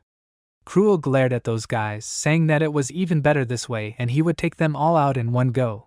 But suddenly those who were his enemies started calling him a great bony friend. They started praising his innate strength, saying that he was someone who was born to control muscles. They immediately started asking Cruel to teach them how to fight like that. The hair of those guys' bodies, listening to them laughing enthusiastically and talking about how he was the first one to take out their leader with one blow. They also talked about how Cruel was an aristocrat, so it was immediately obvious that he was on another level. Someone even mentioned that Cruel was a real handsome guy. At this time, he, who was caught in the middle of all this, didn't know how to react. He looked around the crowd in confusion, saying that he didn't know why they were doing this, and then smiled cheekily, shouting that he liked it. After a while, Cruel became friends with absolutely everyone in the pub. Someone said that this aristocrat really knew how to drink. They asked him to bring them all the booze that was there. People shouted that this time they would all drink together. These muscular guys asked Cruel if he was good at arm wrestling too, to which Cruel proudly replied that of course he was. After all, he was from a noble family. Then one of them made a toast, praising the aristocrat and saying that everyone should drink to the bottom. As soon as someone saw that Cruel's glass was empty, they immediately shouted to quickly bring the alcohol. After all, it was impossible to leave it like this. Cruel was already sitting with his arm around one of the customers, Dad, flushed from drinking, now shouting in a kinder manner that they, rude people, had no manners at all. Cruel also added that today everything was at his expense, because he would show them what a high position was. The guys in the women's room immediately shouted that it was a wonderful day. They immediately proposed another toast to Cruel, and so Cruel spent a few moments of happy life until it was time to leave there. Cruel struggled and screamed for Jan to let him go, and the main character only answered him with displeasure that he should finally come to his senses. Jan asked him only not to vomit on him, saying that if he did, he would kill him. Cruel tried to object to him, muttering that he was sober. However, all the words in his sentence were mixed up. Cruel asked the main character, where was his brother Billy? Ian said ironically that Cruel had just recently considered him unworthy of himself, and now they had become friends. Cruel told him that Billy was very hardworking and kind. He then chuckled, calling everyone fools, saying that they all praised him for the fact that Cruel was able to knock out Billy. He said that it was strange that they all treated him so well, even though they had only met today. Ian glanced at Cruel, while Cruel continued to say that it was indeed strange. Cruel even started to cry, saying that they were all so kind to him, even though they had only met today. He began to ask the protagonist, why had his family members, people of the same blood as him, never been kind to him? Ian silently listened to his teammate, while Cruel said that they should have told him encouraging words, that they believed in him, or at least something like that. Maman, who was flying next to the protagonist, asked him what he put in his drink. Yang asked him in surprise, what did she mean? Maman told him that she saw Yang put something in his drink at the pub. Yang said in surprise that she must have noticed it after all. He said that he put a powder that cleansed Cruel's demonic energy, and, judging by Cruel's condition, it had an effect. Maman asked in surprise, did he really put such an expensive powder in it? She asked him, did the protagonist really have nowhere to spend his money? She asked him, did Yang really become attached to him, or why did he suddenly decide to take care of him? The protagonist looked away, asking, does he care? He said that he was just reminiscing about the old days. Ian went into his memories, saying that when he saw people doing evil under someone else's influence, it upset him very much, so he did this. Anyway, they had to hurry. The movement felt that Cruel was about to come. Mom, he said that it didn't matter to her, because it wouldn't happen to her anyway. Hearing this, Ian cursed at her with displeasure.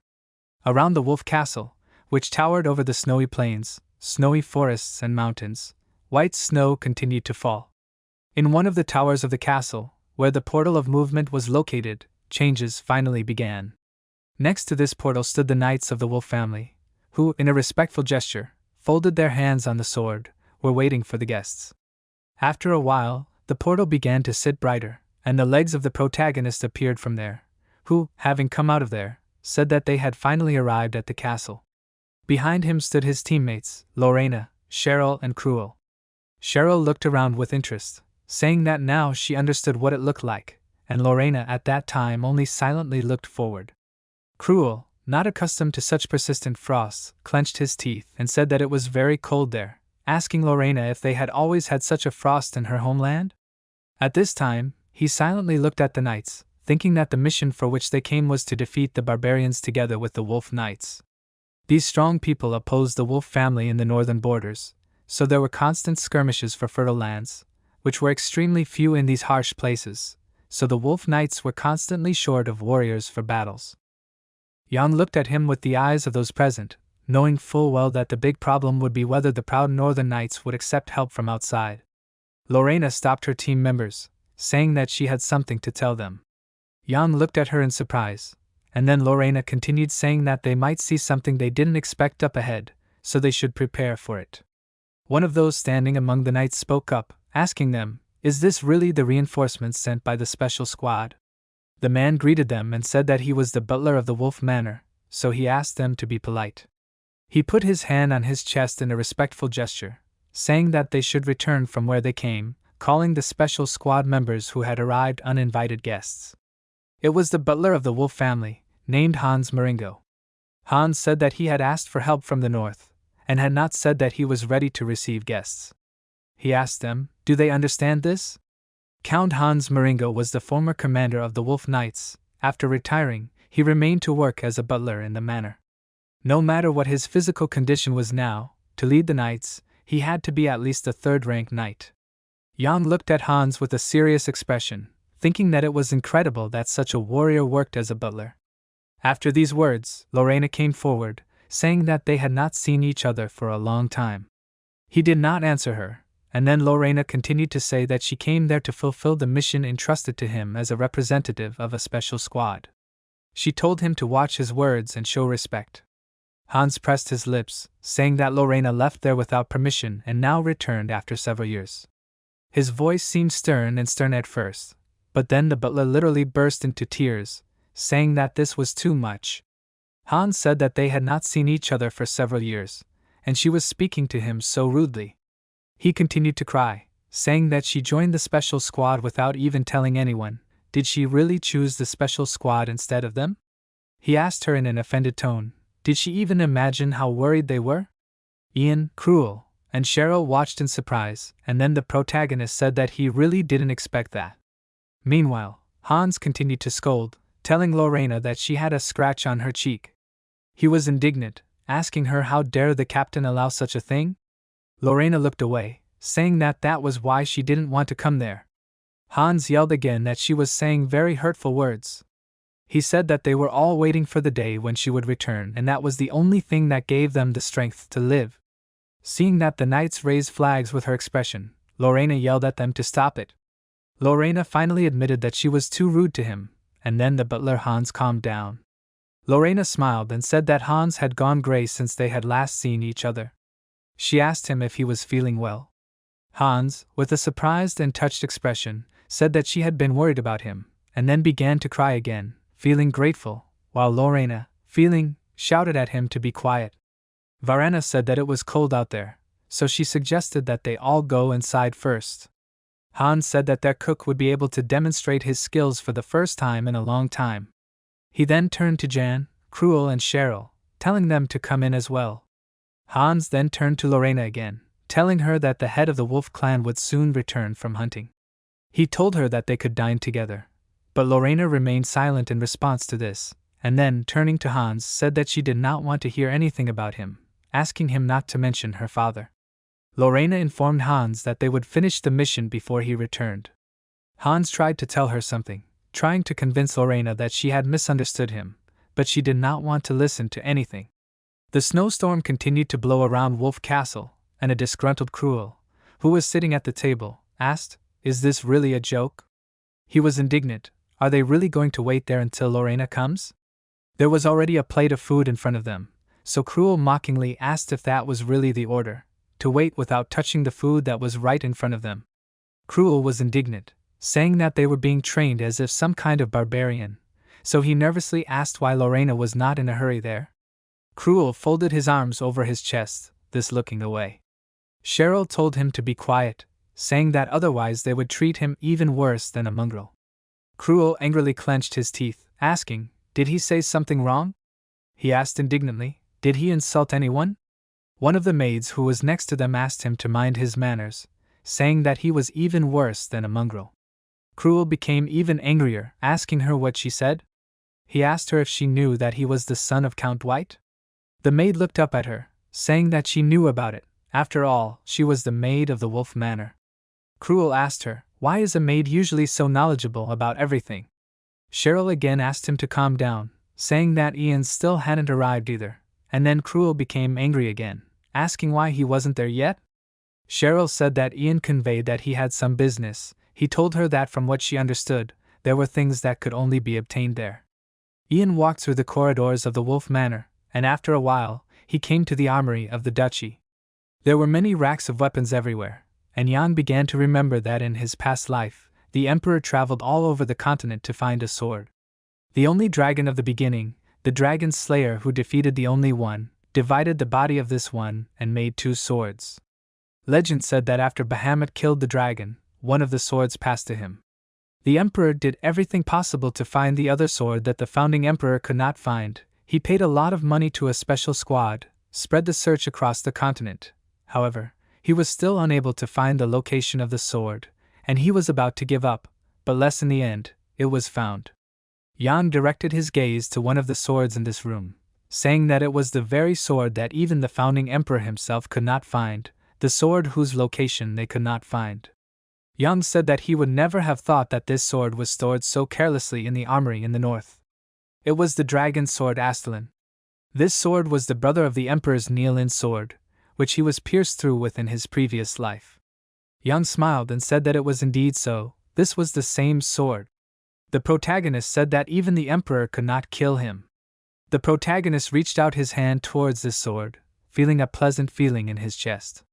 No one needs to have, which stands in the corner of the armory. Who would have thought that one of the 2 blades left by the dragon slayer, the dragon sword Astalin, this is the elder brother of the Nielin sword that belonged to the Emperor. The protagonist was sure of this. Yang said that even the Emperor could not kill him. And reaching out for the sword, he suddenly heard a strange voice. This voice called him, and Yang looked at the sword in surprise, saying that it was the voice of the sword. Yang grabbed the hilt, and then the sword began to glow. The protagonist clenched his teeth, feeling a strong flow of energy, and then the voice of the sword said in a confident tone, "The protagonist has no right." After that, Jan had to let go of the hilt of the sword. This flow of energy was so strong that the glove on his hand was badly damaged. Jan called the sword by name, asking, "Did the sword reject him?" The protagonist cursed the sword, calling it junk, thinking about how he was sure that he heard a voice when he picked up the sword. The sword told him that he has no right. At this time, Maman came out from behind the protagonist, saying that it was very interesting. Jan turned his gaze to her, asking her if she knew anything about this. Maman told him that she did not think that the sword could have such an ego. She folded her arms across her chest, approaching that sword, saying that it looked like the weapon was choosing its owner. Jan asked in surprise, "What does that mean?" Then Maman explained to him that sometimes a weapon has its own divinity.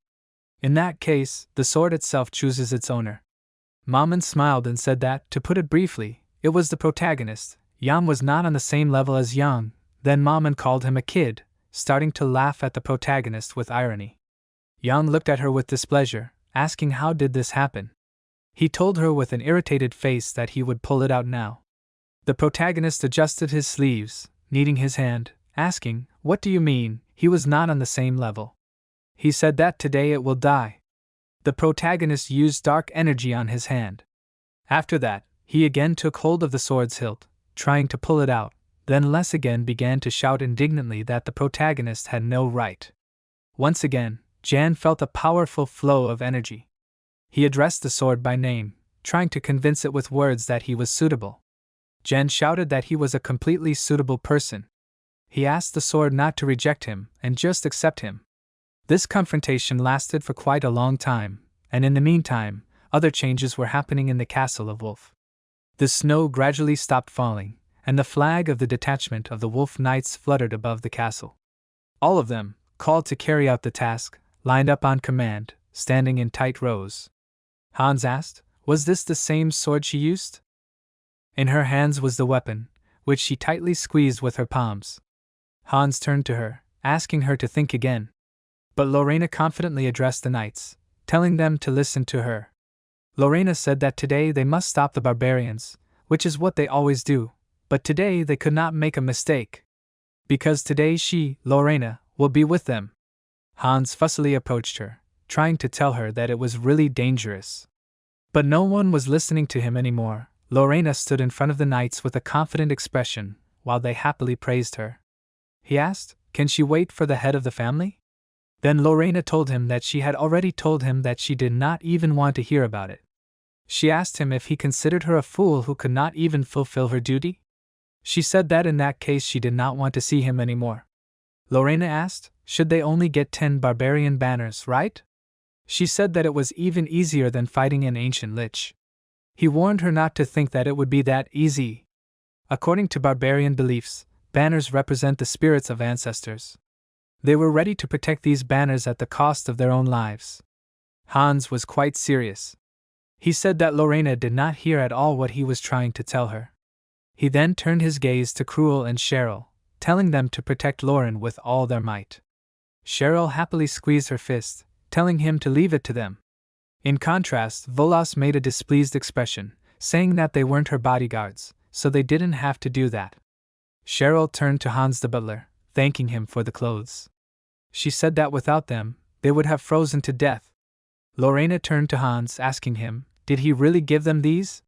She said that Hans was still very considerate. In response, Hans sheepishly said that Lorena did praise him. He then asked her, did she really put on her uniform? Lorena told him that it was her first mission as a member of the Special Forces. She then turned around, trying to find the protagonist with her eyes, who apologized, saying that he was late. He said with an angry expression, saying that one problem took longer than he expected. His arm was clearly damaged, as was his entire suit, and he was emitting dark energy, as he was clearly dissatisfied. Lorena worriedly said that Ian hadn't even come to dinner, and then asked in horror what was wrong with his appearance. Upon seeing the protagonist, Cruel immediately laughed, asking what was wrong with his face. He asked where he got so badly battered. Well, after that, as always, he was left with a broken face, which he deserved. Maman, who was flying next to the protagonist, grinned ironically and asked, is he really saying that he is a good person? She told him to look at himself, how dirty and impudent he was. Ian shouted in displeasure at her to shut up. Mom, he asked him why he didn't give up this sword. She said that such annoying people are not popular. Ian gritted his teeth and told her that he had enough time for that. Ian knew very well that the Astalin sword was the brother of the Neolin sword. The sword did not accept him, so he could not pick it up, but he did not think that this was the end.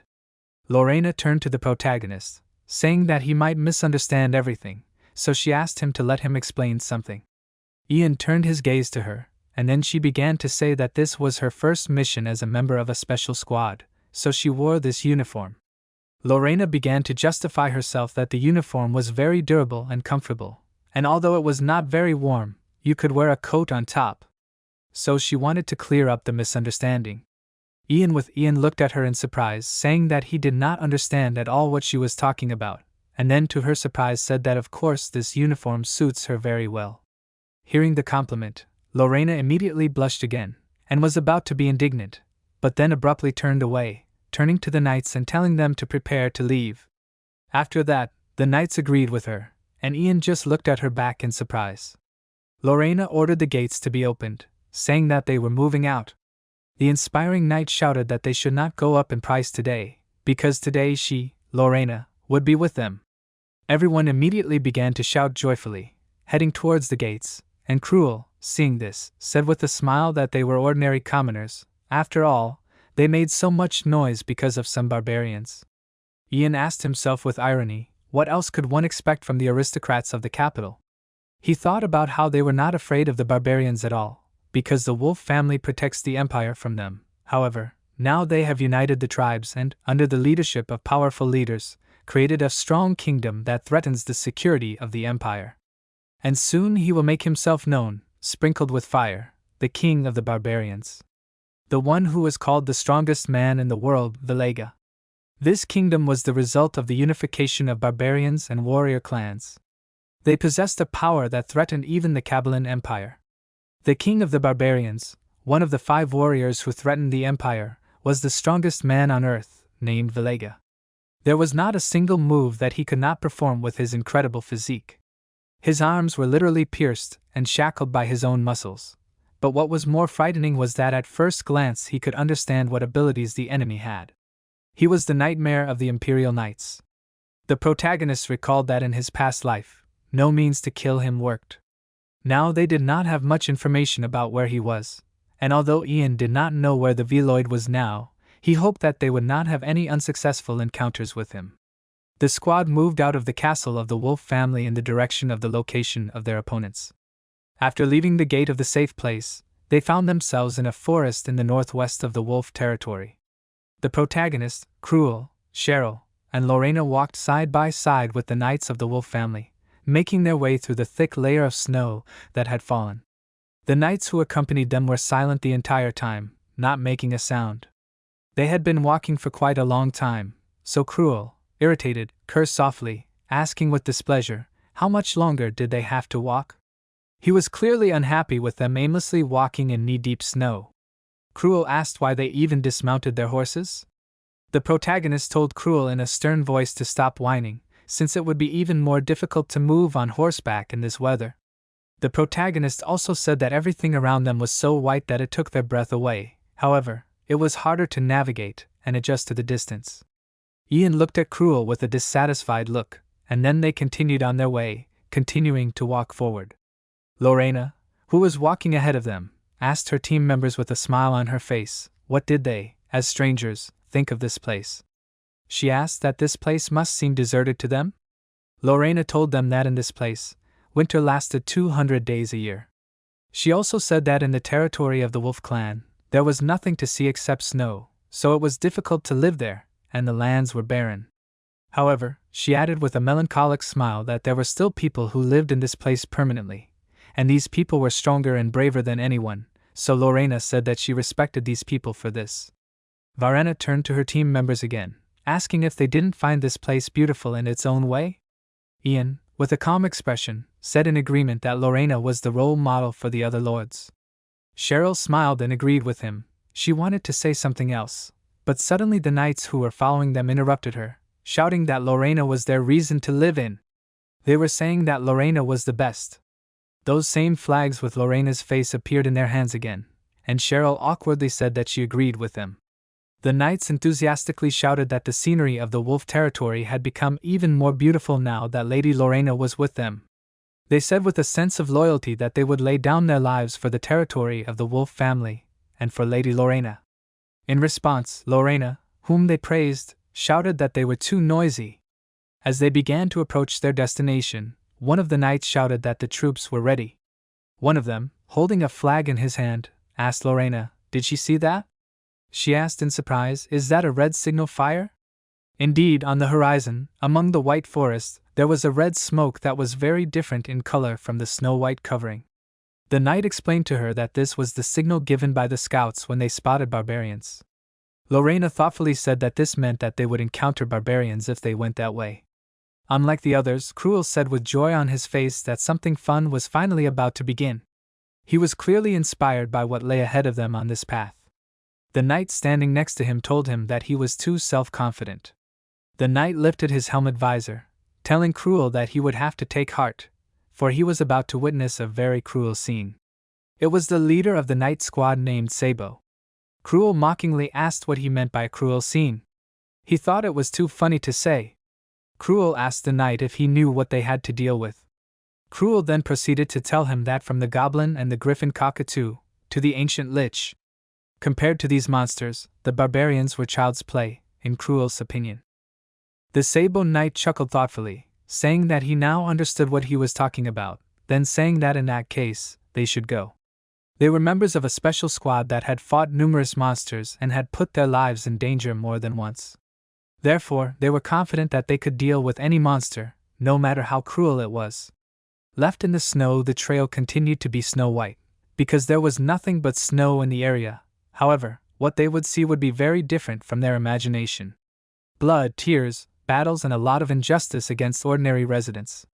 All their imaginations were on a completely different level. A small village, which is shameful to even call a military base. The settlement was fenced off with an extra fence that could save them. There was a real massacre there. The barbarians faced trained knights, so they could not oppose them. Their bodies were quickly pierced by powerful spears. This was not a battle, but a simple massacre. Screams of children and mothers were heard everywhere. One of them begged to save and spare her child. Cruel, Cheryl, and Lorena stood to the side, watching this. Cheryl with a shocked face asked, "What is this?" Her eyes were empty, but at the same time full of misunderstanding. And she started talking about how the knights were supposed to protect the weak, so she asked if they hadn't sworn to dedicate their sword to their master. Cheryl said that their silhouette was like that of a demon. It was still unknown which of them were barbarians. Cruel cursed and told her not to look, covering Cheryl's eyes with his hand so that she would no longer see the horror that was happening right in front of their faces.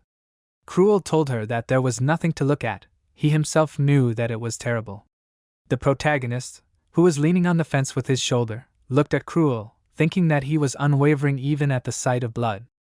Ian thought that this was good, because it meant that he had now learned to control the demonic energy inside him.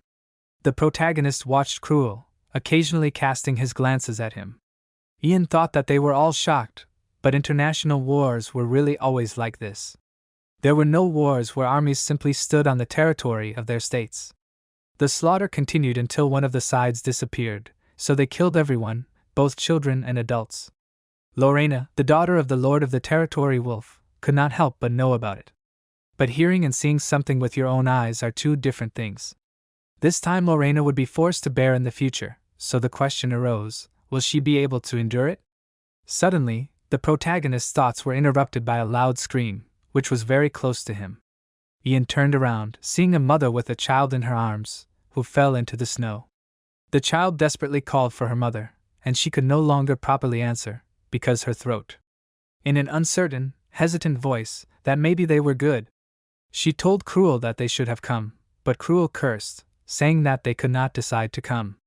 The woman's child continued to lie next to her, crying hysterically, trying to call out for her dead mother, but suddenly a knight approached the baby, saying that this child was lucky. Suddenly the knight raised a large halberd, pointing the blade of the weapon straight at the little baby. The knight said that he would die there, and not live on, like a vicious barbarian. Cheryl tried to stop the knight, shouting for him to wait. Well, the halberd continued to fall. Cheryl stretched her hand forward, trying to stop the knight, but it was too late. Cheryl and Cruel froze in place, as did the protagonist. Suddenly, the halberd, which was rushing at great speed towards the baby, was stopped. This was done by Lorena, putting her sword under it. She looked at the knight with a heavy look, who called her name in surprise, noticing her. Lorena said in a serious and harsh voice that this was enough.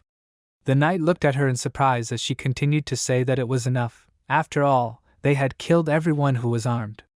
Lorena said that they should replenish their supplies and move on. Then she also gave the order that this child could not be killed. After all, it was her decision. Ian looked at Lorena with a hard look, thinking that it really was her decision. However, the knights who heard what was said suddenly began to laugh. One of them asked the other, "Did she just tell them not to kill the barbarian?" The second knight answered with a laugh, "That was what Lady Lorena told them." Then their gazes turned back to their mistress, asking her, "This was a joke, wasn't it?" They began to feel a great desire to kill. Lorena was determined. In Wolf's territory, she had been trained in swordsmanship since she was a child. She knows what it means to fight the barbarians, and she was ready to bear this burden on herself. However, when a person sees it live, then the feeling appears completely different, in contrast to what people imagine when they just talk about it. In front of her lay an innocent murdered woman and her child, who was crying heartbreakingly, and caused the life of an orphan. Lorena pressed her lips, looking at this child with sympathy. Although this barbarian was dressed too lightly to withstand the northern frosts, but the child was wrapped in magnificent furs. She was a real mother who could not let her child freeze, although she was freezing herself. Just from the sight of this sight, Lorena could not resist, putting the hilt of her sword. Something changed in Lorena. She resisted her own knight, not letting him touch the child. Then the knight asked her, turning to Lady Lorena, "Why is she doing this?" And Lorena told him not to kill the child, because she was going to take responsibility for it. The knights were indignant, because their lady of the clan sided with the barbarians, which was even more savage than being a barbarian herself. One of the knights, stepping forward, asked her, "What is she doing?" The child continued to sob, tearing herself apart, and not being able to calm down. The knight continued to say that even one surviving barbarian could seriously harm their state, and the inhabitants of this one. What were the beliefs of the knights of the Wolf clan? The knight also said that even if she was the daughter of a lord, she did not have the authority to do such a thing. Fareda put her hand to the side, blocking Cheryl, who held the child in her arms, saying that this was too much. Lorena said that even if this child was a barbarian, it was still a baby who had not yet committed any crimes. Cruel also looked at the knights with an unkind gaze, but said nothing. Lauren asked the knights in front of her if they, as the knights who serve her, doubted her decisions. The knights told her all in the same firm tone, so that she would send the guests away, asking her, "Is she really disturbing the Wolf Knights on their own territory now?" Cheryl chuckled with displeasure, saying that these knights were not very good. Cheryl translated her distrustful look full of disappointment, saying that she did not know that their duty was to kill the owners. She asked them, were they not ashamed? Cruel said that if he allowed this baby to be killed, then his reputation. He asked how he would sleep at night after that. The knight lifted the visor of his helmet, looking at Lauren with eyes full of incomprehension. He told her to be careful with her jokes, saying that right in front of their noses she was protecting barbarians. His gaze became serious, and he asked, "Does she understand what this means?" Ian still remained aside, crossing his arms. He thought that, as he thought, there was a conflict between them. The knights who were protecting the wolf territory would never change their minds. Emotions are not controlled by logic and morality. Too much blood has been spilled for the knights to overcome hatred, who could so easily talk about forgiveness right in front of them. Suddenly, the protagonist abruptly turned his gaze to the other side, asking what kind of energy was this? A loud scream rang out in the air, which attracted the attention of those in the barbarian settlement. The knights and Lorena stopped arguing for a moment. Each of them thought with horror that this must be their main enemy. A dark figure appeared in the sky, which quickly continued to approach the knight squad. When the knights raised their heads up, it was already too late. Everyone shouted in unison that it was the chief. Screams began to be heard everywhere that the chief had come, so they should prepare for the attack.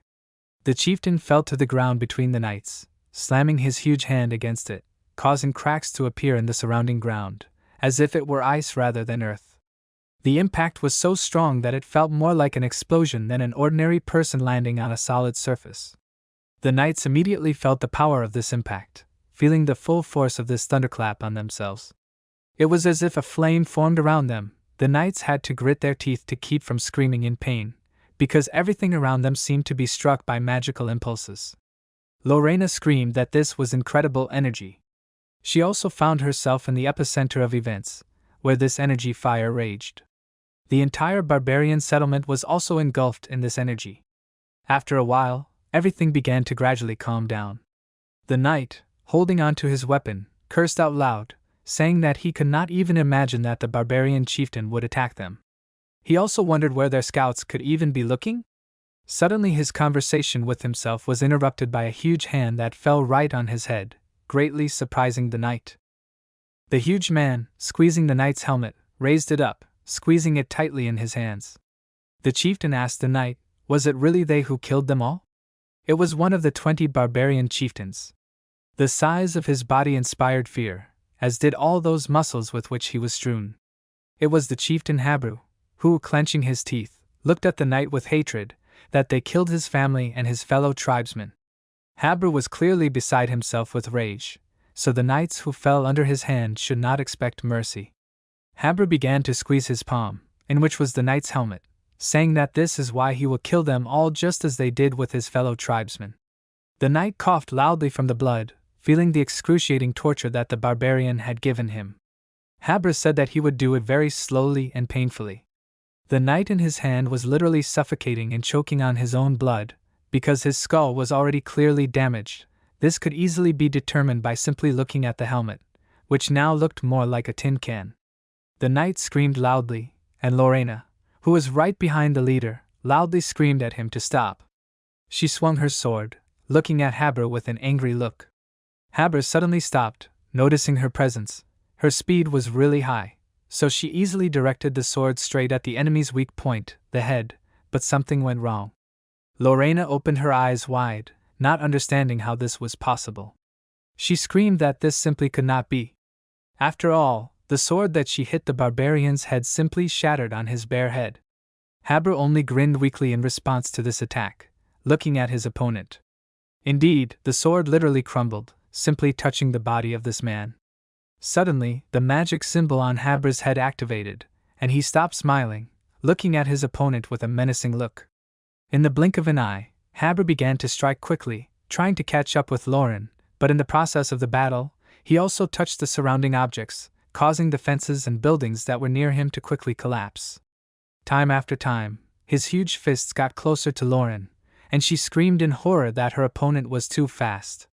Lauren stepped back again, when suddenly her opponent's huge hand appeared right above her head, like the shadow of a huge tree. But her knights did not allow Lauren to attack. They immediately put their spears straight forward, trying to hold back the huge barbarian, who was advancing with great force. The knights shouted at her to retreat. Baz called the knight. In response to this, he only turned around and asked for her forgiveness. The spears they had aimed at the barbarian chieftain's body literally shattered on it, so Baz said that it seemed like they couldn't do anything more. Everyone around understood this. Baz apologized to Lorena Zato for raising his voice at her earlier. He told her to protect herself, while Lorena looked at him with incomprehension, as if she didn't fully understand the reality of what was happening around her. Before she could call his name again, her eyes widened in horror, which she was experiencing right at that moment, being in the epicenter of events.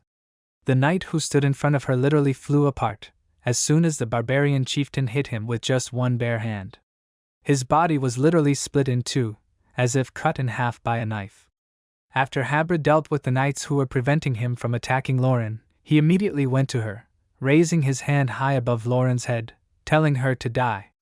She froze for a moment, not knowing what to do. However, someone in the silence that fell around the battlefield shouted, calling a black wolf. The creature of darkness immediately appeared in this world, and the barbarian noticed in surprise that his blood began to flow right from his hand. Habru looked at his hand in surprise, asking, "Is it really too early?" He did not understand how this could happen on his strong body. The main character slowly approached closer, thinking that it was bad, because it was just a scratch. He approached the new enemy closer, while Habru watched him in surprise. Ian said that he would soon cut him in half. One of his hands had already acquired the outline of a dark sword. Ian prepared for battle.